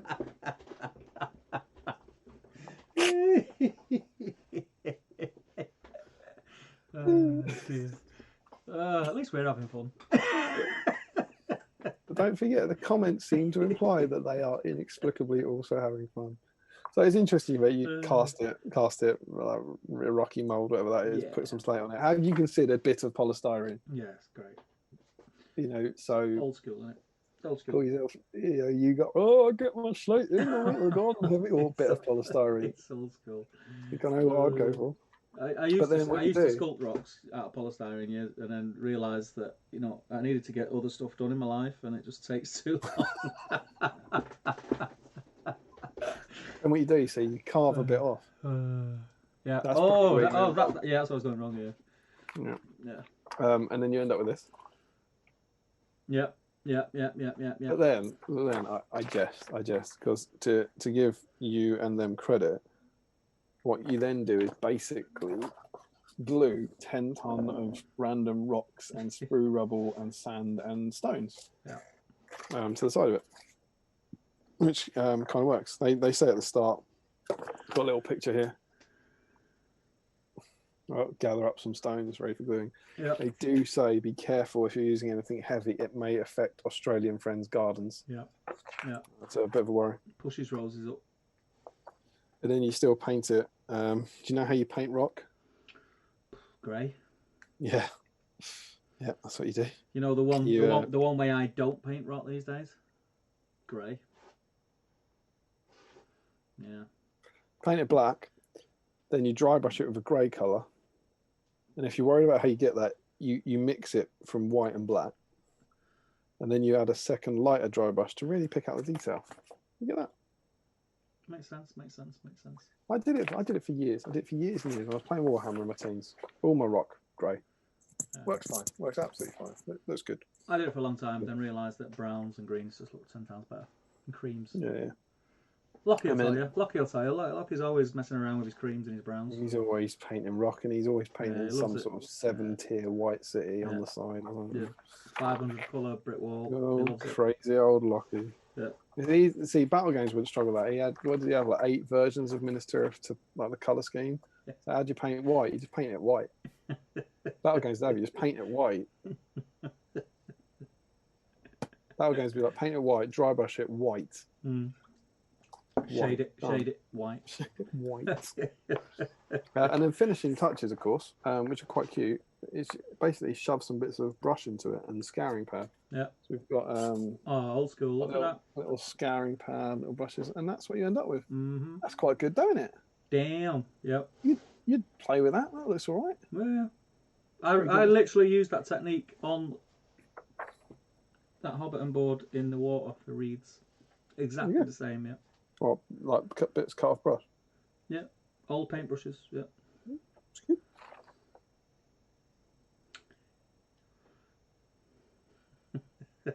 Come on, let's take it up a notch. What do you want to see? What's everyone's favourite section? Go on. Alternative approaches. Boom. Sadly, as this is already a hill, the alternative approach is not just put it on a hill.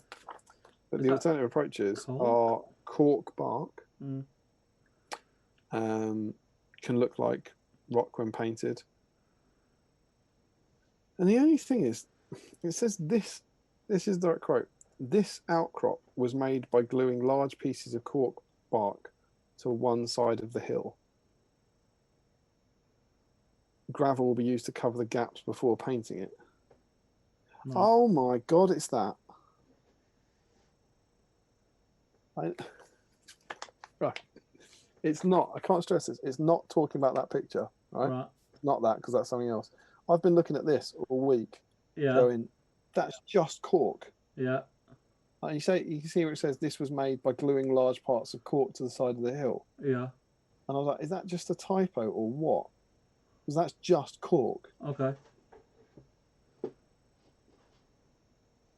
Can you see incredibly faint pink foam? Now you see it, yeah. You see it? Look. I've literally just seen this. I've been staring at this going, what's just a bunch of cork? There's actually a pink hill here. It's incredibly faint. Yeah. Lockie, I think we're ahead of Lockie. I warn you, mate, when you get to it, look, hidden pink. Well, do you know what that is? Do you know what they did? Moon runes, mate. Moon runes. Yeah, if you hold it up to the... Bring this in. That in for you, and then I'll hold it up to there. Can you... Oh. On the 7th day and all that malarkey, yeah. Absolutely. There you go. That makes a hell of a lot more sense. And then the other approach is this. Styrene is quite a good material to cut into. It's possible to carve a convincing rock face into the side. Be very careful when attempting this, as you will need to use a craft knife extensively. This outcrop has been carved so that one side looks like a worn and weathered crag. So that is, get a bit of polystyrene and carve some rock into it. Mm. Looks all right, I suppose. Yeah, looks all right. Yeah. Acceptable. Rocky outcrops and ridges. Boom. Issue 16. Smashed it. It's good. What? Good. Yeah. Need it. Need it? Yeah. I mean, need it. You need that in your life. You need to know how to make a rocky outcrop. You can't war game without rocky outcrops. Have you got anything you'd like to add about rocky outcrops? You've made a few now. What's the crow technique? No, just same as every week. Just try it. See what floats your boat. See what you're comfortable with. There's no right or wrong way, is there? It's whatever looks cool on the board. You happy with it? So glad we got you on as our terrain consultant. Same as every week. Just do it.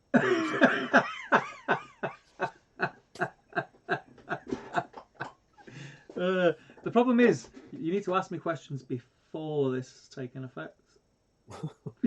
Because now I'm just like, yeah. Just do it. Just do it, man. Just make a rock. Just make a rock. Right, Stevie, it's your turn on comments. Oh, where are we up to, man? We're up to... Oh, well, let me spread that. Stephen Bonner. I've got a 4-line indoors washing line. Larry says, wear sock thing, wash, hang out to dry, draw feet. Love Steve... that people are now posting their sock process. Yeah. Steve says, bye Damian. Steve cut you off again. I didn't. He cut himself off. He did cut himself off. JRE says, Snagger looks good, mate. Snagger looking great, Damian, says Josh. Oh, thanks. Also trying to batch paint after working all day. It's not gone as smoothly as I might have liked, said Larry. I've done the leather and Ugluk and 7.5 scouts. I've highlighted 1, 2, 3 skulls and a handful of bones. You're an inspiration. Harry Bates, what did you use for Snagger's skin, Damian? It looks like the fang to me. I used some paint from Games Workshop. I think I base coated it Stegodon scale green. Was it? I think. Oh, nice. It was either that or shadow grey. I don't know what shadow grey is these days. And then I think I gave it it definitely had a wash. Might have been a null wash. And then I used shadow grey mixed with Ulthuan grey, which is the bluey white, and went really light to do the highlights. And then I mixed Stegodon scale green with Corvus black to make a kind of dark shade and shade it down again. Nice. It's looking good. That's what I did. Nice to paint a blue orc. You don't get a lot of blue orc. No. I enjoyed painting mine. You end up highlighting it a lot lighter than you think as well. You went very white, didn't you? As memory serves with yours. Or was that Ben's? Maybe I'm thinking of Ben's. I'm trying to think. Which one ended up in the magazine? It's Ben's in the magazine, isn't it? Yeah, I don't think it's mine. I can't remember what I used as a base. I know Celestra Grey was I've also given him red eyes, because he has really, really bright red eyes. That's not something I think I've ever done before, but I thought it's so iconic on him. Yeah.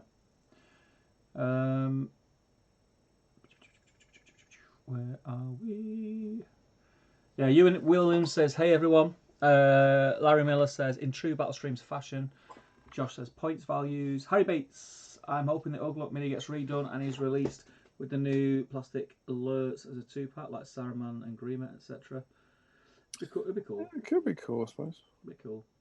Yeah, maybe. That's not crazy. Larry says he's just noticed that Ugluk, Snaga and Grishnak are all holding their swords to their left. And then Larry says Freddo's ? What? Yeah, that's what I thought. Freddo's? Freddo's? Don't know. JRE, am I right in thinking the only way you could get Ugluk for a long time was with the mag? Yes. Yeah, we think so. Yep. And Larry says he'd rather have plastic Lurtz, Aragorn and Boromir, people have been theorising. Yeah, well, people, us. Hopefully a Forge World Ugluk, but not sure who they'd do him with.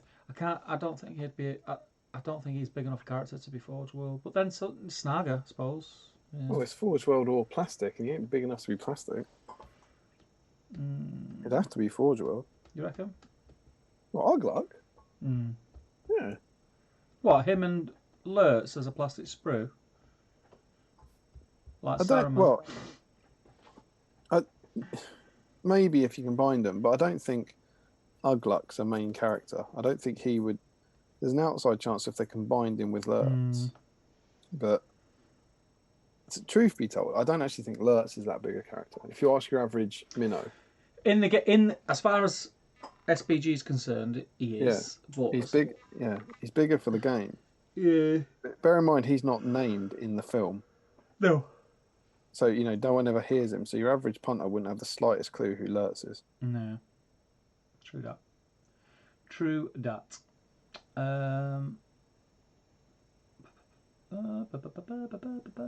Where were we? Something like none of the orcs are named. Is that true? Is that I'm making that up? I wonder if none of the orcs in the Lord of the Rings trilogy are named. Like Ugluk's not, Malhur's not, Lurtz isn't, Sharku isn't, Gorbag and Shagrat. I feel like maybe one of them gets a name, possibly. But most of them aren't. Same with like Thimble, Yazneg and Narzog in The Hobbit. It's only us that know them because we buy the models and play the profiles. Yeah, true. Very true. Harry Bates says, Larry, I think they're more likely to do Boromir with Merry and Pippin.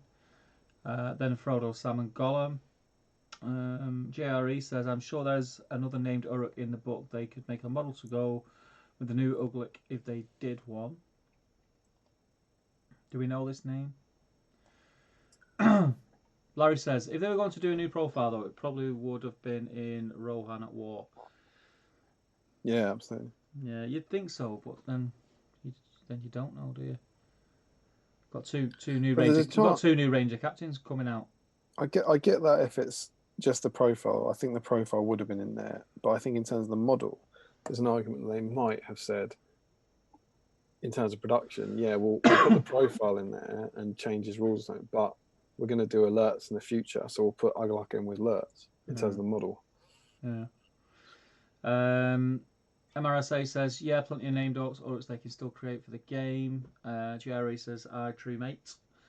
Steve Honor says, so ring bearer supplement, we got any ideas when? I think the end of August for that. I think. I mean, no one knows. No one has the slightest clue. Is the honest answer is no one has any clue whatsoever. It'll be ready for release. It'll be printed and it'll be sitting in a cupboard somewhere, and they could release it tomorrow or they could release it in 3 months. And no one knows. How annoying is it that there's boxes and boxes of that supplement sat in a warehouse somewhere right now? Anders Talks Hobbies is in. How you doing, pal? He says, hey all, didn't think I would catch this one live, but in the end I did get to. Not paid SBG, though, working on my Starks for A Song of Ice and Fire. Very, very cool. I think there's some new models been announced, Leslie, for Song of Ice and Fire that look quite nice. Oh, really? Yeah. What are they on? Oh, I don't know. Were they doing Unsullied last time There's checked loads, in on them? there? There's loads. They're doing. Was that big mammoth thing? Is that part of A Song of Ice and Fire? Well, there are. I mean, I don't follow the game, but there are mammoths in it, definitely. Yeah, I think if they released a mammoth, that'd be cool. Yeah. Harry Bates says next Sunday on the preview, I reckon. Assuming that's for Quest of Ringbearer. Steve Bonner says Snagger's head looks pale. Larry Miller says Adrian. Is that for a name of an orc? That might. I don't know. But is it written in capitals? No, but is it to do with the Rocky? Yeah, I think it might be a reference to the Rocky thing. Adrian. Steve Bonner says you're a bum. That's definitely in. You're a bum. And then Zorpa says, hey Crow, get out from under my lawn or you'll be pushing up daisies, mate. For that now I'm going to put loads and loads of slate around my garden. Oh no, mate! No, he's driven the lawn up again. Steve Bonner says he's dropping Mr. Crow, and Larry says, Steve, is the scouring brush. Is that the scouring brush of the Shire then?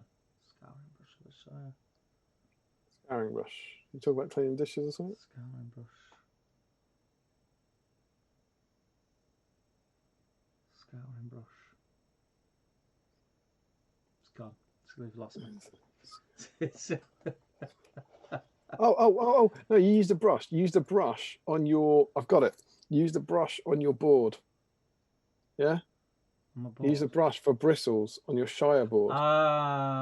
There it is. See, Yeah, I'm so in the same headspace as Larry Miller, and I really wish I wasn't.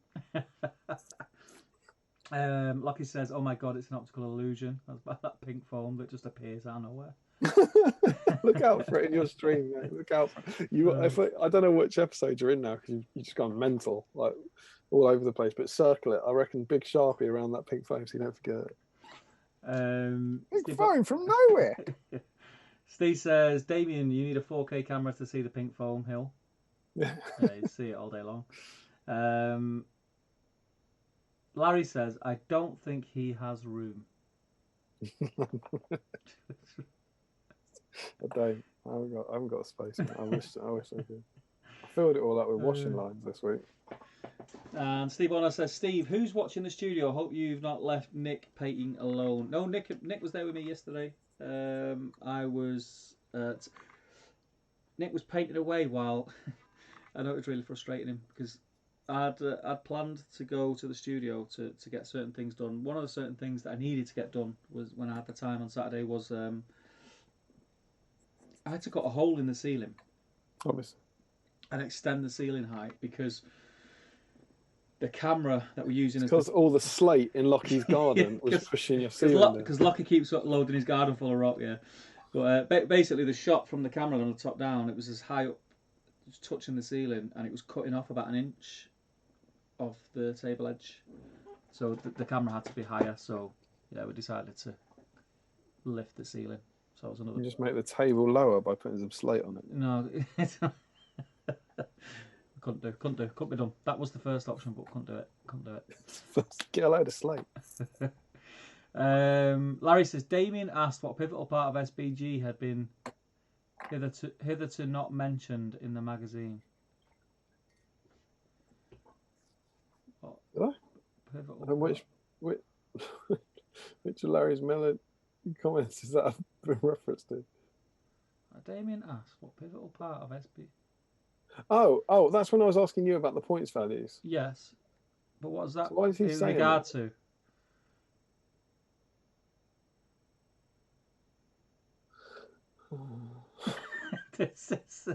Anyway, I don't know. It's like Larry's just doing a recap for us. Steve Bonner says Ammon Hen starter box. Nah. Love heart eyes. Gothmog is named, but Gothmog is a Balrog in the book, right? He's not a Balrog. He's a lieutenant of Mordor. It's never made clear what he is, but he could be an orc. He's almost certainly not a Balrog because they don't mention a Balrog. Gothmog is Lord of the Balrogs from Silmarillion. It's a different Gothmog. Right, okay. The one at the Pelennor he's just named as the Lieutenant of Sauron. They never make it clear whether he's a black Numenor or an orc. Okay. But yeah.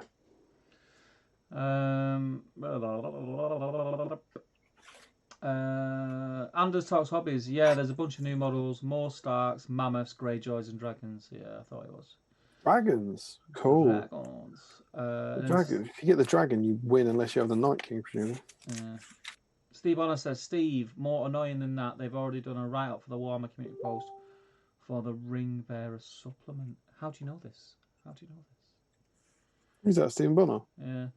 Well, it's probably because it's like how the Queen's obituary is written, isn't it? It's like I think he's just assuming that copy will be with them for whenever they release it and they put it up. Anders says, and yeah, dragons are great. Want to magnetize the base and use them for SBG. How big are they? They'd be quite big, right? Because Song of Ice and Fire, the scale is slightly bigger. Depends when they are, though, doesn't it? Are they fully grown dragons? Because it's the book, isn't it? It's book dragons, right? Yeah. It's based off the book, not the series, isn't it? Yeah, I assume so. Yeah. So they're still only at Dance with Dragons, aren't they? Don't know. Is that how they're doing it? Yeah, well, I don't know, but in the book they haven't. She's just ridden off on one of the dragons, Danny. Right. That's as far as it got. She just escaped the fighting pit, as memory serves, at the end of Dance with Dragons. Get so confused now with the show, but I'm sure Dance with Dragons ends with Danny meeting the Khalasar, with them riding around her to take her off somewhere. Yeah. Larry says Damien figured it out. Was just typing my explanation. I said Freddo's and you were confused. He said what major part of SBG has not been mentioned, and he said Freddo's. This stream would not be the same without Larry in it, would it? No, it would be easier to understand. Yeah. Eric says, goodbye everyone, I must be going now. I bid you a very fond farewell. Be well. Take care, brother. Hope you're well. James says, I love how when Steve is drunk he goes from barely understanding the comments to basically trying to translate Elvish. Callum says, I imagine Gothmog was one of the Nazgul when I read it for the first time. Yeah, it's a reasonable interpretation. So Amara says, Grishnak is named in the books too, I think, or was that just the old Lord of the Rings animated movie? Couldn't tell you. Grishnak's definitely named in the books. I don't think he's named in the film. I was saying they're not named in the film. No. Because Ugluks, I'm actually, that's what I'm doing now. I'm having a look at Ugluk section. And Ugluk gets quite a lot in the book. Yeah. In that section, he gets a lot of words. He's definitely sort of name checked, and he's exactly the same. You know, the same character essentially. Mm. Yeah, in the film, the orcs aren't named. No. Joe says, just popped away for dinner and now I look down at my hands before each meal and check which hand my silverware is in. This chat has triggered my OCD. Maybe I'll start eating more finger foods. And Steve Bonner says, same as we know how Frodo identified the Witch King, it's more that GW is X months behind on new releases. And they, in theory, that... He's X months behind on new releases that they, in theory, that they do. Steve, that makes no sense. And that they, in theory, that they do. What's the first bit? Let's try and work it out. From the first bit. Bonar and Larry together are a nightmare. Same as we know how Frodo identified the Witch King. So that was the discussion we had a few months ago. Yeah. About how does he know it's the Witch King that stabbed them. I'm not sure of the relevance here. Didn't I say, how do you know? Is that about the statue? The team? How do you know the statues? The witch? Oh, no, I said, how do you know the team have already had the thing written? I'm assuming. Oh yeah, that's probably makes more sense. and then he says, "Shut it, drunk Steve." It doesn't make sense, Steve. Don't make sense. In theory, that they do. It doesn't make sense. GW's X month behind on new releases that they, in theory, that they do. That they, in theory, that they do. I think he's just saying that because they're that far behind, they must have the new release stuff ready to go. Yeah. That I think is the intent. Yeah. Anders says the dragons are pretty big but not huge, about 2 to 3 times the size of a normal model. Just big enough for Danny to ride. What company makes it? Oh, it's Seamon, isn't it? Seaman? Seamon. Come on. You want me to type Seaman into Google? No, don't write it. Come on. Oh my god, the first hit is not good. So very Dance of Dragon. Think there's a new marine profile for Danny too. Josh says, Damian, you're right. That's the point we left Daenerys at the end of ADWD. She's been surrounded by the other Khalasar. I don't believe any of the orcs are ever named in the films. Anders is off his dinner. Have fun and enjoy. Josh says, Frodo doesn't know it's the Witch King who stabbed him. He just asks, where is the Pale King when he takes off the ring? Steve, right up on the ring bearer community post. Steve, right up. He's lost again. Steve, my assistant's brother. Steve, right up on the ring bearer community post.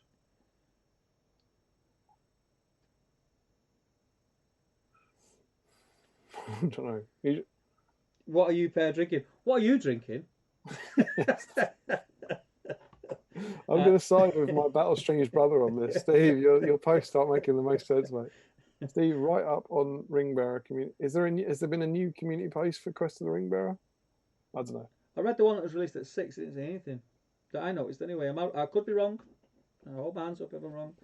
Leon says, bye guys. It was great to listen to this. Take care, Leon. And we are fully. I can't find the dragons. I mean, I'm probably not searching the right places, but can someone give me like a what to search for to see the Ice and Fire dragons? So type this in your search bar. CMON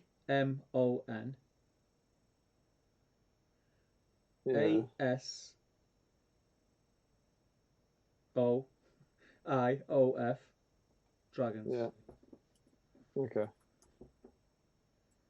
That's cool mini or not, is it? Yeah. I've got like speculation for Ice of Fire dragons. That can't be it.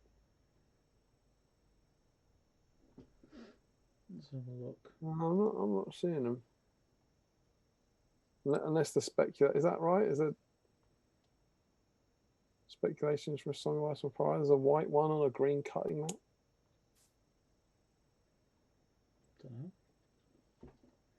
don't know.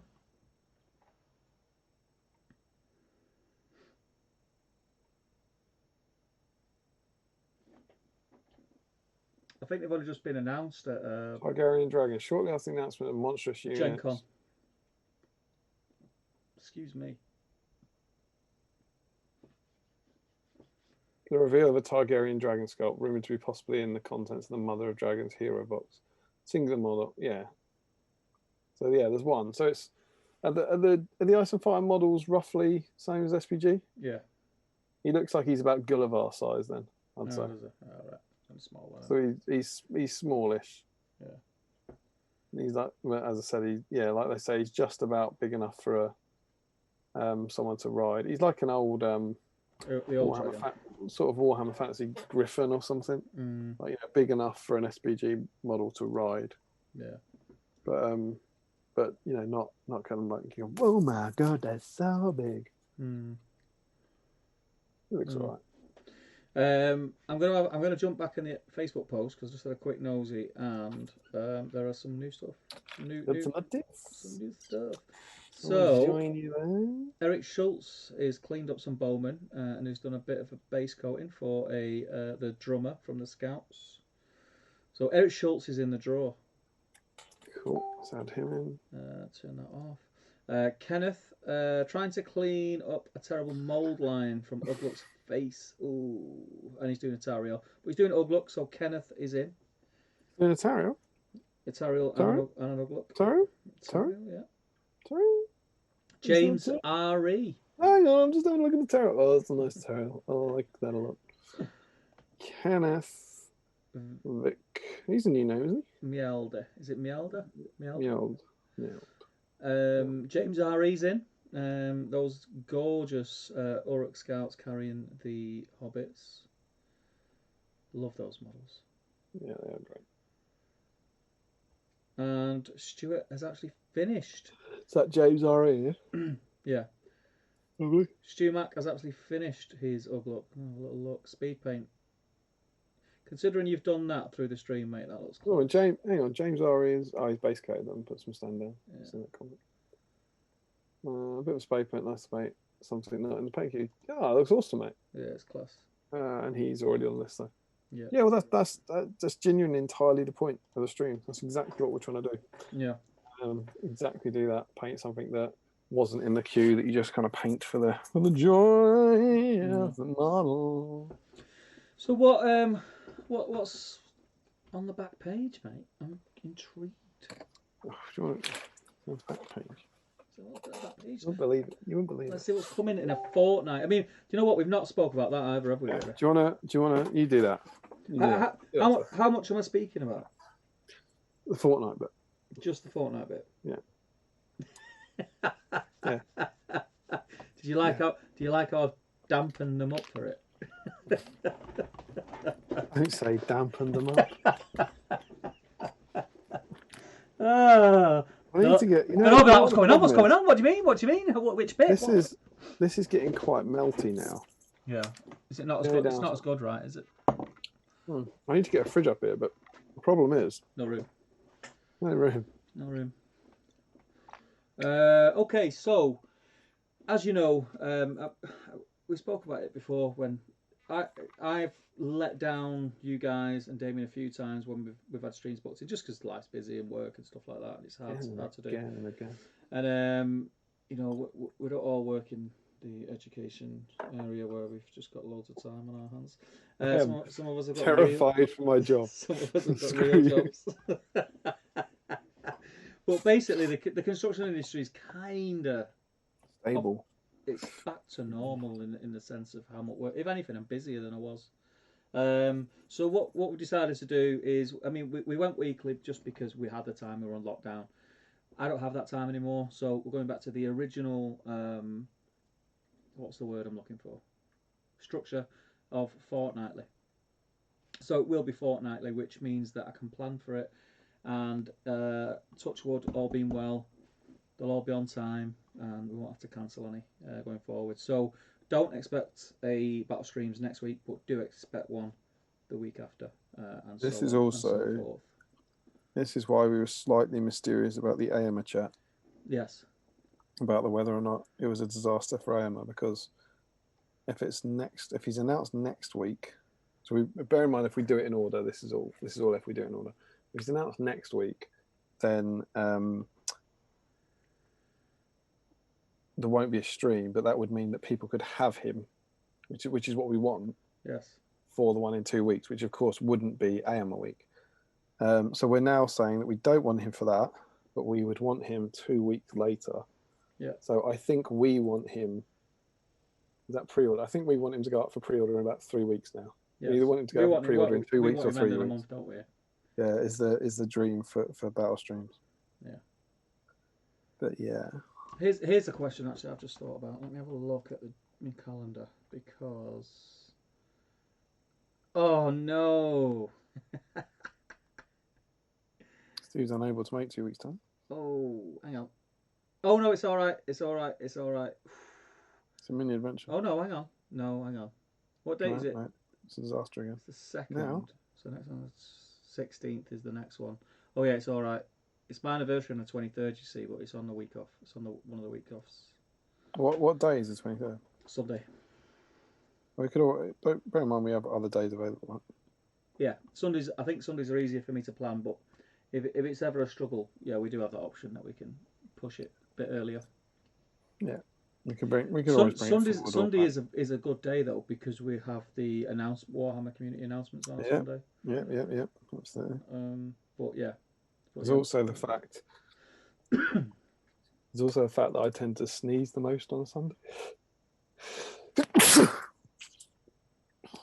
Sorry. You see, this is the guy who won't wear his slippers outside, but he'll happily sneeze into his hand and wipe it on his shirt. It's me. It's my hand and my shirt. I wouldn't go out and hug strangers now. Don't lie. Want my nose? Have my nose. Don't lie. You've been known to do that. Don't worry. So basically, we've got a bit more structured. It's going to go back to fortnightly, which I kind of think probably the last few episodes it has been anyway. Yeah. Because every other one I've had to cancel.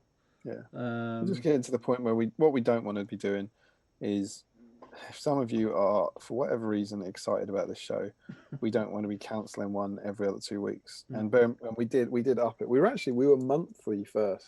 Yes. Believe that? Like when we first started, I think in January time, we were doing it monthly. And we were doing 2 issues each time because Lockie was doing every fortnight, so a month would cover 2 issues. And then we kind of stepped it up during lockdown, and it's now, as the world's kind of slightly getting back to normal, we just, Steve's having this stuff coming in with work where it's like, oh, I'm going to have to cancel that, and we don't want to be cancelling it. No. I'd rather it be structured enough that hopefully there's bound to be some that get cancelled, of course. But hopefully it's like people aren't getting disappointed and they just know that there's an on week and an off week. Yeah. And that's sad. I mean, it's sad. God only knows where the world is. I'm genuinely feeling more pessimistic about it than I was months ago, I think, at the moment. But who knows where the world is and how it's getting back to normal and when it's getting back to any form of normal. But if we can keep this up fortnightly, I'd be very happy. Still think, because I certainly, as you say, your job's kind of back to normal, but mine's still very much based from home. So they're kind of the ideas of having to get up at stupid o'clock on a Monday to be in an office aren't going to be reappearing anytime soon. Yeah. For me. So yeah, that's the news thus far. I'll jump back in the chat quickly before we do the prize roll draw thing. How many have we got now? Is it 9 then? All right. Well, I haven't got the phone out, but it's about that. About 9. Where did I get up to? Josh saying, "Come on, Coolman, you're not one away yet." Lonely Brick says, "You've caught me out again. It's not Friday. Better to have caught you late than never, I suppose." Welcome, Lonely Brick.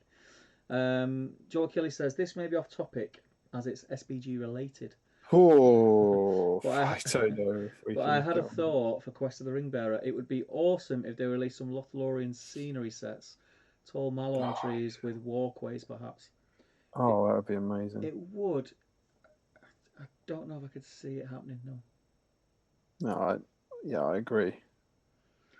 I Bit, was, as a kid, part of the reason I love Legolas so much is I loved Robin Hood.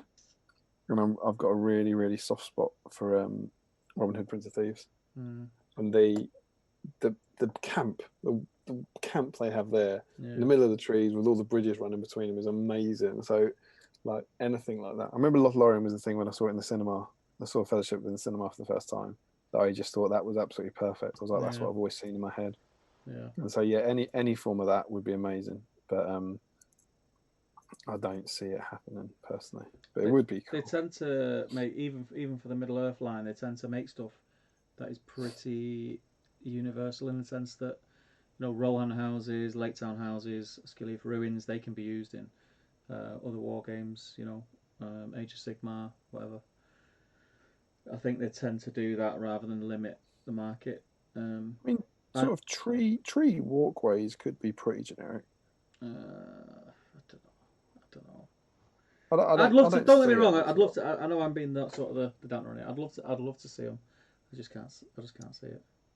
Yeah, no, I agree. I think it would be cool, and I think they could sell for other systems. I think there's, you know, Ewoks, but they'd also be quite expensive. Yeah. You're actually thinking what those things in the films look like. They're huge kind of elven structures in a massive tree. Yeah. Fiddly. You're buying, it's sort of like that Thranduil statue. You'll be buying a lot of plastic to Mm. be the kind of trunk of the tree. The thing that holds the nice bit up. If you look at, if you actually, you see Citadel trees, right? You can see the old Citadel wood. Um, well, actually, let me grab one of those.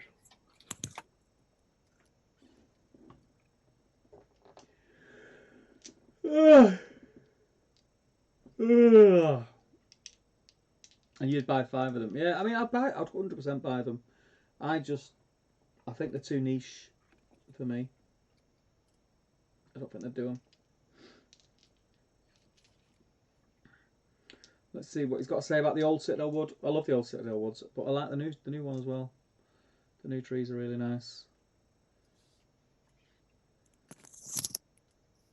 Shh, shh! Don't tell him. Don't tell him what we said. Shh. Oh no, tell me. So this is from the old Citadel wood. In the size of one of the trees. Mm-hmm. This is a 60 mil base. It's one I did for Throwing Skulls years ago, where there's I don't know if you see, cheeky Mirkwood spider in there. Oh yes. See if I can get more like, there we go, that's better, isn't it? Hello. And I had my little Bilbo going, hello, I'm trying to count the butterflies. But that's the size of a tree. And you used to get 3 of these in the box. You also, it's worth saying, you got far less foliage than this. Yeah. This was, I remember, I think I put 2 boxes worth of foliage onto 1 box's worth of trees. So they were far more spread out, but you can see the sort of size of them. And that was what they thought was, mass production viable. Mm-hmm. And they've since done I can't remember what they call them. Is it the Wildwood Grove Yeah, or they something? go in a circle, don't they? Which they're pretty similar to this. Yeah. It's a trunk with a bit of foliage on it, and they look cool. But that's what they think. I don't know what they go for. Are they 25 quid, 30 quid, something like that, probably.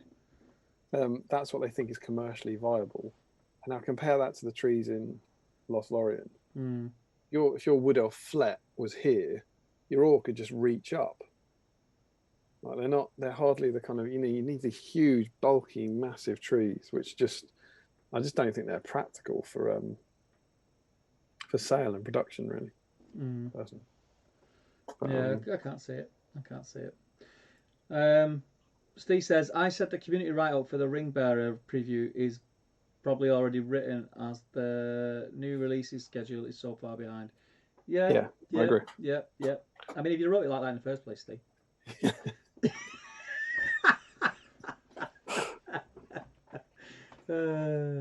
And then he says, feel like I have to type the Queen's English for Damian to translate for you. Yes. And then he says, at Joe, sagebrush, mate, ask Steve to sort you out. I need some sagebrushes. If anyone knows where they can get dried sagebush from to make model trees, please hook me up, because everywhere that I used to get it from, I can't get it from anymore. I know guys in America get it a lot easier than we do. But yeah, point me in the right direction so I can go there and get it. Um, Steve says, dampening you up, be hanging you out with the socks. Larry says, Sunday's good as I tend to have Mondays off. Bless you. You're welcome. Steve's telling you to wash your hands. Or wash your hands. How you take delivery of an ice cream with snotty hands. Well, he won't drop his ice cream. You know, they were different days, right? And then JRE says, just keep the streaming coming, guys, when you can. Oh, thanks. And Steve agrees with you. Star Wars, Tree Walkways, or Robin Hood, like Damian said. Joe Keeley said, Fun fact. Go on. Those two things are connected. Some people know this. Did you, as a kid, did you ever have the Kenner action figures? Yes. For Star Wars? Yes. Did you have the Kenner action figures for Robin Hood, Prince of Thieves? No. It's probably slightly more niche, right? Mm. Google this. Kenner are famous for doing this. So when I were a lad in 1991, they released loved Robin Hood. They released a series of action figures for it, and they also released a series of vehicles, right, which were kind of odd. Yeah. So there was like a battle wagon. There was this massive wagon made of wood with huge wheels, and it became a fortress. And then Will Scarlet and Little John could hide behind it. And they had like a catapult that fired rocks and a catapult that fired nets and all that. None of this is in Robin Hood, Prince of Thieves. None of it. Yeah. Right, but it was like, okay, it's like GW making their extra stuff. Yeah. And they also did a Sherwood Forest playset, which was 3 huge trees, really big, and I wanted it so much when I was a kid, but it was like 40 quid, which was like £1 million back then. And then I had some of the figures, but I never got the Sherwood Forest playset. And it was like a huge, 3 big trees and then a platform at the top, and really cool set. And I found out at some point it's all Star Wars stuff. It's all Star Wars stuff, and you go Google it. It's fascinating. And the Robin Hood, the Robin Hood playset is the Ewok playset. Village. It's the Ewok village. Yeah. And they've just basically removed a couple of things and added a few new traps. And the battle wagon was the Ewok battle wagon, and the ballista and all of it. They were all like Ewok like weapons that they repackaged to be Robin Hood, and they do it with their figures as well. There's loads of comparisons where you can see, like, I don't know, Jabba the Hutt, I think, is the Friar Tuck model. Right. You know, like the figure, and they've just, they've repainted it and everything and changed the face or whatever. It's absolutely fascinating that this that you could, just completely repackage a whole new line using the same molds. It's genius. And they kind of went, Kenner went, by the way, we've got this. Yeah, it's genius. And that Sherwood Forest playset looked amazing, and there was literally no creative thought put into it whatsoever. Cool. There you go. Fun fact.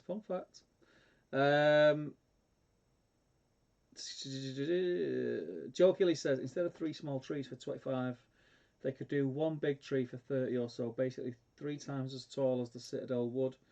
A staircase and a platform, maybe $40 or $45, I guess. I mean, I suppose they could do it. When you look at what you get in the Lake Town houses set, you get 3 houses, right? Yeah. Well, you get 1 house in the set. Then you can buy. It's the multi-pack, isn't it? Yeah. Ignore mine. In the Lake Town house set, you get a Lake Town house. True that. I just don't think you put that on, and some people would love it, but I just don't think it'd sell enough. 1 massive tree for 40 quid. Steve Warner says, "What Damian does he not deliver on a Sunday?" Ice cream man, I think. It must be in the ice cream. Maybe not. Yeah, maybe. And he also says, Kenner released a dinosaur set that the Smithsonian bought to sell in their shops as they were so good. Oh, cool. Smithsonian, I don't know what Smithsonian. What's Smithsonian? Is that another toy shop? It's a series of museums in the States. Oh, right. It's it's the kind of Museum of Natural History and the Museum of I don't know how many of them are under, but the Museum of Science stuff. It's the mall strip in DC, I believe. But I think it's like a wider organisation as well. It's a whole, it's a massive research facility. Larry says, was Robin Hood actually an Ewok? Could have been. Could be. Could have been. Could be. Could have been. Maybe that's why he wore a hood. Didn't want people to know. Lockie says, "Wow, just looked. Those sets are identical." Yeah, no, right. And Steve Honor says, "Wicket would." Wicket. Aaron says, "Right, I've base coated the skin on all my scouts, all 43 of them. You crazy person. So I am now heading off. Cheers for another great show." 43 That's batch mental. paint. Thanks for joining us, Aaron. It's been fun. We are coming to the end now, guys. We're just gonna finish up. We're caught up on the chat. Oh no, hang on. Joe's just said we've got Lake Town houses, Hobbit holes, Rohan houses, Gondor ruins, but there's no elven scenery, no Rivendell, no Lothlorien, no Thranduil's halls. Just think there's an opportunity there. I think, yeah, but I think if you did see any of them, think it would be more likely to be Rivendell architecture than something in a tree. Because then, just in terms of the money and the buying the kit, you have to make and sell the tree as well as the building. Yeah. I'd really like that. I don't think we'll ever see it, but I'd really like to see the gatehouse from the Barrels Out of Bond done properly. Oh yeah, that would be a cool little one-off thing, wouldn't it? That'd be awesome. Yeah. That's about as niche can go, though, isn't it? Yeah. Yeah. Do you remember that? Remember that one scenario that requires an entirely separate set of miniatures? How many people do you think could buy the scenery picture? Steve Bonner says, but no evil themed terrain. You know, I could see ruins at some point or something, you know, like or Mordor ruins, I don't know. Sorry guys, you just seen right down my gob. Yeah. Should we do this giveaway? Yeah, we never actually turned the magazine around, you know. Let's do that first. Let's do that first. You want to do that first? Yeah. Talk about the rules. Yep. So we're looking at 2 weeks' time on probably a Sunday, are we? Is that right? Yes. There is. I should say there is an added complication to this. It just gets more and more complicated. So it's only going to be every 4 weeks. Now that I am now, I'm going in. Me and my wife are currently isolating because we're going to go and stay with my parents for a while. We haven't seen anyone. We haven't been outside. Hence joyous things like this. So we're going to go and stay with my parents for a few weeks now, because the first chance I've had to see Charlotte, essentially. And what that means is I'm going to be with my parents during the next battle stream. Now, we don't quite know what that means, and that's the honest answer. I think it would be deeply exciting to phone in from my parents' house. I'm taking some hobby stuff, certainly. We might be able to do that. There also might be times that we need to come back to the house to pick up stuff or to check up on stuff and all that. We're not too far away. Put the bins out in your slippers. Yeah, exactly. Yeah, things like bins and stuff. Garden bin only goes out every 2 weeks. Nightmare. The grass keeps growing even when you don't live at your house. Yeah. So I might try and it might be that we arrange that to come back on a Sunday night or something like that. Honestly, don't know. But for the next 1 or 2 streams, there's the potential that something might be complicated on my end. And my hope and plan is that we just go ahead with it and stream as normal. But that might entail something. So please bear with us for the next 2 streams, as there may be some disruption to your regular service, which has just been halved in quantity. Yeah. But yeah, that's from me. So what you can prepare for in 2 or 3 or 4 or 17 weeks is, Stevie. Yes. You gonna take a punt? Issue 17. Nothing gets past you. Model. Grishnak. Grishnak. I honestly forgot, you know. I know. I mean, we've mentioned it several times. Yeah. I forgot. I was like, what was In your next gaming pack, Grishnak, you won't believe this, he plots to steal the hobbits from the Uruk-hai. Yep. Learn how to write scenarios of your own. Grishnak sneaks through the Uruk-hai camp to kidnap Merry and Pippin. Paint your Grishnak model. I can construct the new one. Ancient trees of Fangorn Forest. So we've done trees before in the scenery, but we haven't done. So these are going to be different trees. They're ancient trees. Ooh.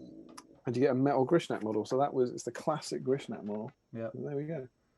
And of course, we also now have the non-classic Grishnak model, new Grishnak. Yeah, that's the one I'm going to paint up. Yep, I'm going to be working on this. Actually, I've been working on Snaga tonight. I'm actually really pleased with him. He's really not. There's not much on this model. I know you've painted him. There's an awful lot of metal and then a bit of cloth and skin. Well, so you've done more metal than I did. So you've put his pants as armor. Yeah, well they are. I've done them as leather. Well, he's got metal plates on his thighs over the leather. You shake your head, he has. You can interpret how you want because we never see his legs. Well, yeah, but you can see what they sculpted onto it. They've either sculpted a separate leather. He could have leather leg armor on over his trousers, but he's got like a pointed bit on. Let me go and see if I can find mine. Oh no, I'll never come. I'll be back in a minute. Turn some lights on. It's a clear gummy bears all over again, guys. Snaga. Blue light on over there. Helpful. Oh, he's gone straight to it. It's happened. Oh, we just saw it live. I don't believe it. It's happened live. Look at that. We saw it. Oh, wait till he's plugged in. Right. Mate, the world is so excited. We saw it. We saw you go over there and just bang, get it. Got it. Back. Because I agonised over what all these bits were on his legs. Yeah. He's very spiky. So but if you look, right, he's got, I don't know, you basically need to turn him around so you're just looking at his back. I'm just going to zoom in. And you can see. Add that. You can see sort of coming up from. So I'm looking at his right leg. Hold your horses. Hold your horses. You know, don't be too hasty. What are we doing? Oh, it's coming up on screen, isn't it? Yeah. It's only coming up on screen. So this is my Snaga. Oh, hang on. I've got to wait 20 seconds. I can't see. I'm yet to see your Snaga. And I done all them lumpy bits on his kecks. They're like it's like a leather chap. You can see around the back there. Not yet. I can't. Over the underpants, under trouser, undergarment.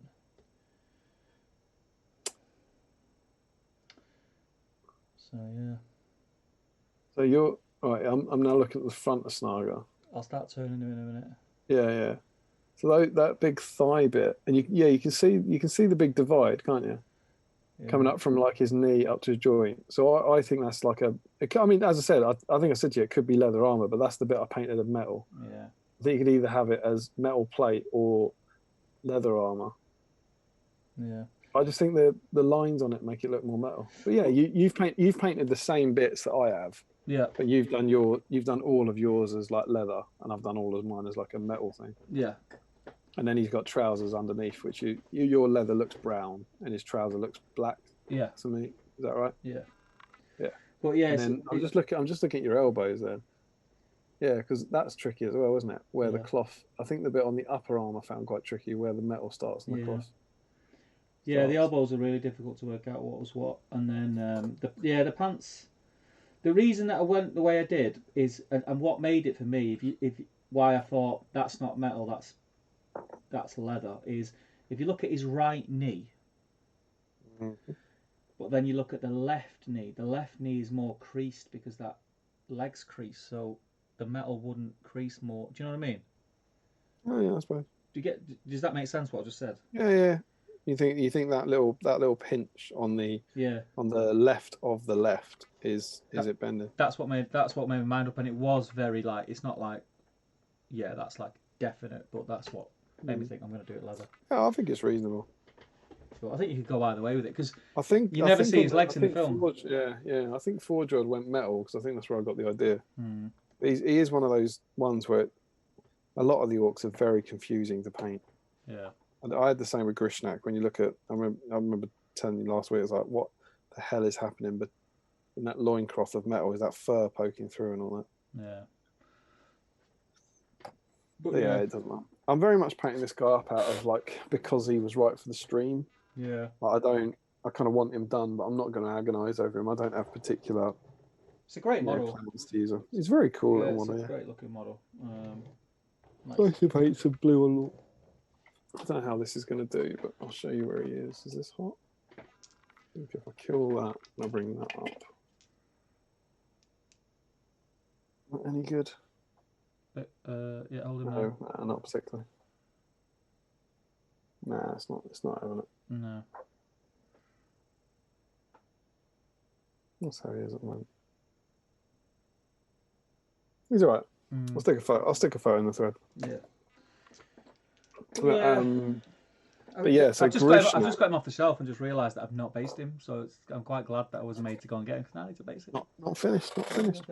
So yeah, Grishnak week next week. So we had the Uruk Hai this week, and then we're moving on to the Mordor Orcs next week.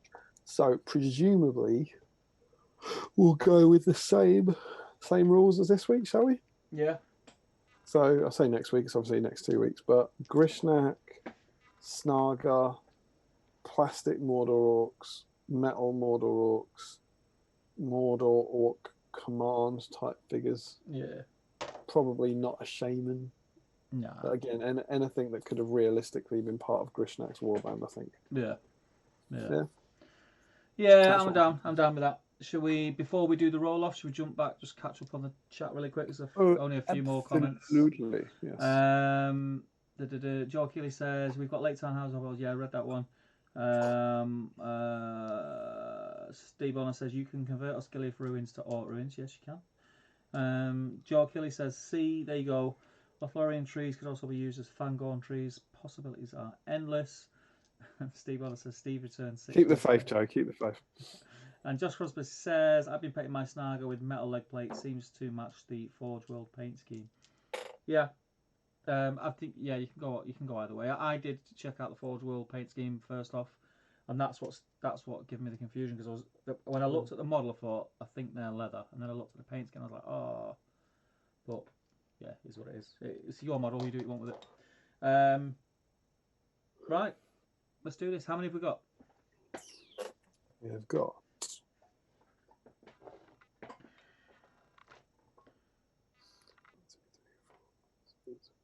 10. 10. Bang on 10. Have you got a D10? I've got a D20. So how's that going to work? Well, I would suggest 1 to 2, 3 to 4, 5 to 6, 7 to 8. Okay. Yeah? Yep. Seems sensible, doesn't it? Yep. Or we could just re-roll it so I don't have to count. Yeah, I can't count. You can't count. Not this time, not.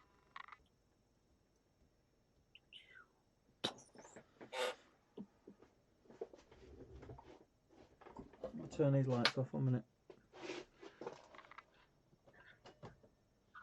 Oh, let's turn them on. What's going on here? Are you ready? Yeah. So what? One. So we'll go for 1 to 10, and we'll re-roll higher than that.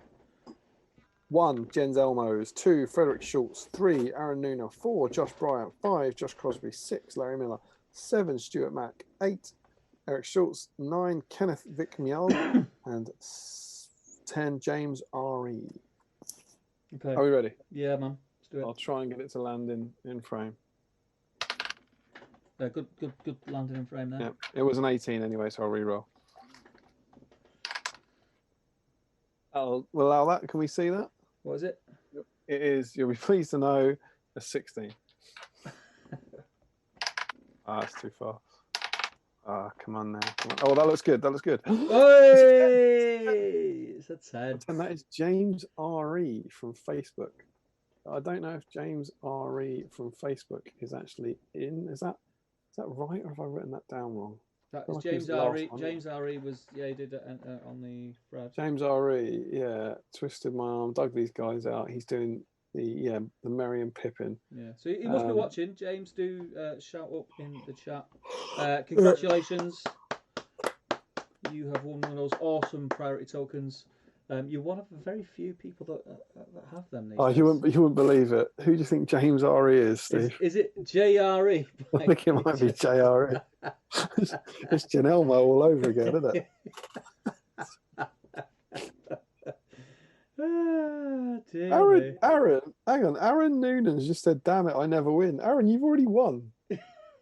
I thought Aaron had won He has, once. he has one. Yeah. Have you not been in touch?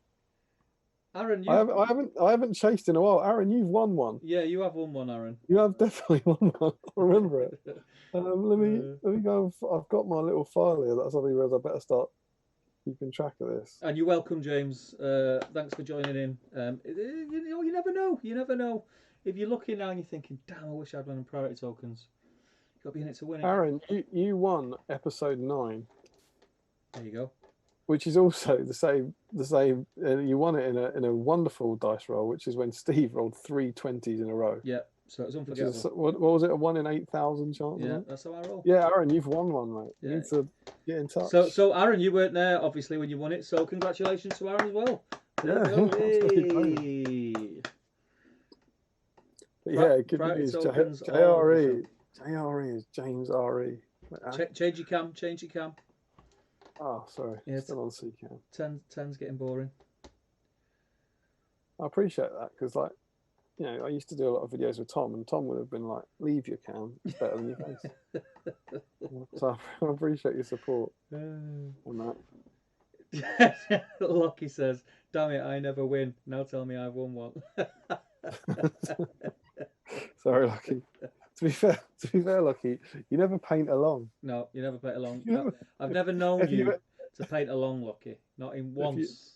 If you painted, you'd be in it, mate. Yeah, You'd be in it. not in 16 episodes have you painted along. Yeah. No. I crushed Luckies.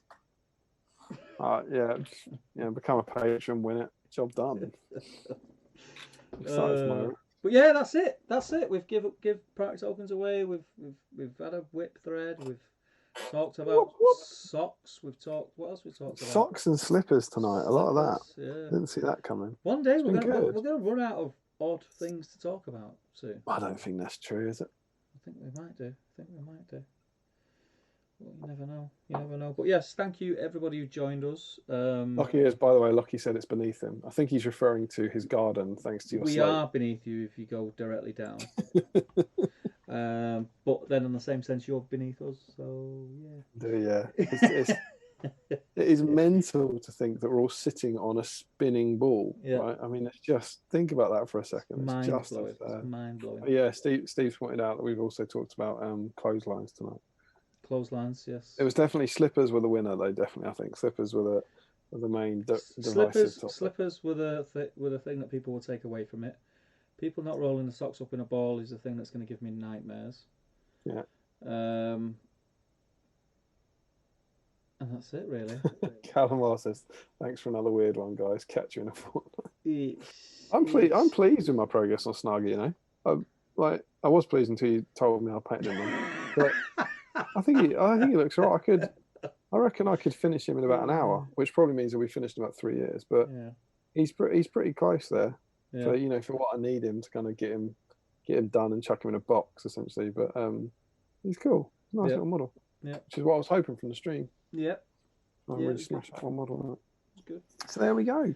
That's it. So Grishnak or Orcs next week. 2 weeks. 2 weeks. In a fortnight. 2 weeks time. Be a lot of fun. Look forward to it. I've been holding off painting him. I'm gonna have to find him.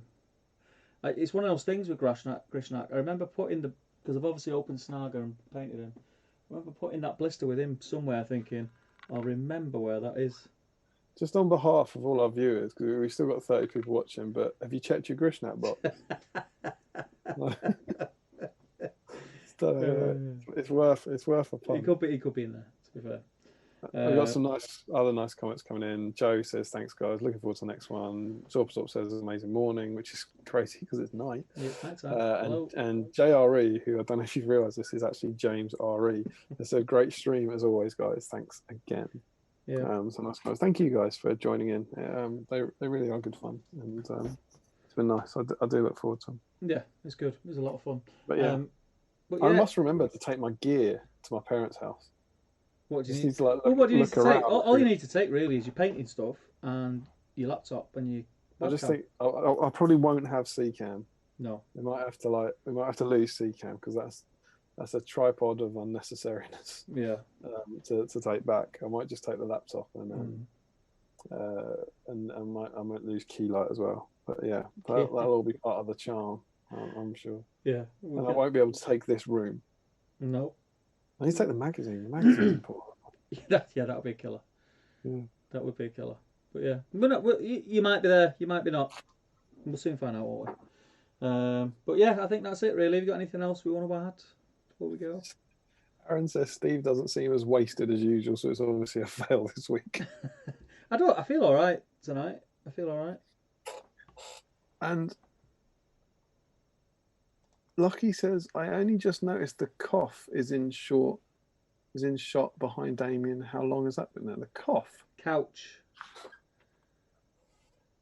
Couch? Yeah. How long has that been? Yeah, Palantir couch. Yeah, absolutely. How long has that been there? Tonight, 4 hours. It's been there on every single stream we've ever done. When you went for an Ugluks break, Lockie, Damian snuck out and brought a couch in. Yeah. That's what Emma. I think it was before you came in, but Emma did come in with a gin and a sofa. It's not something I just nip in every now and again. That's the couch. As you can probably see, I'm not doing much sitting on it at the moment. No. Garbage and crap. Yeah. Palantir couch. That's where it is. One day it'll be the Palantir couch again. Sadly, sans Palantir at the moment. One day. Right. Let's sign out then. Thank you everybody for watching yet again, and we will no doubt speak in the interim via the magic of Facebook, and we will see you in a fortnight. Take care, guys. Stay safe. Sleep tight.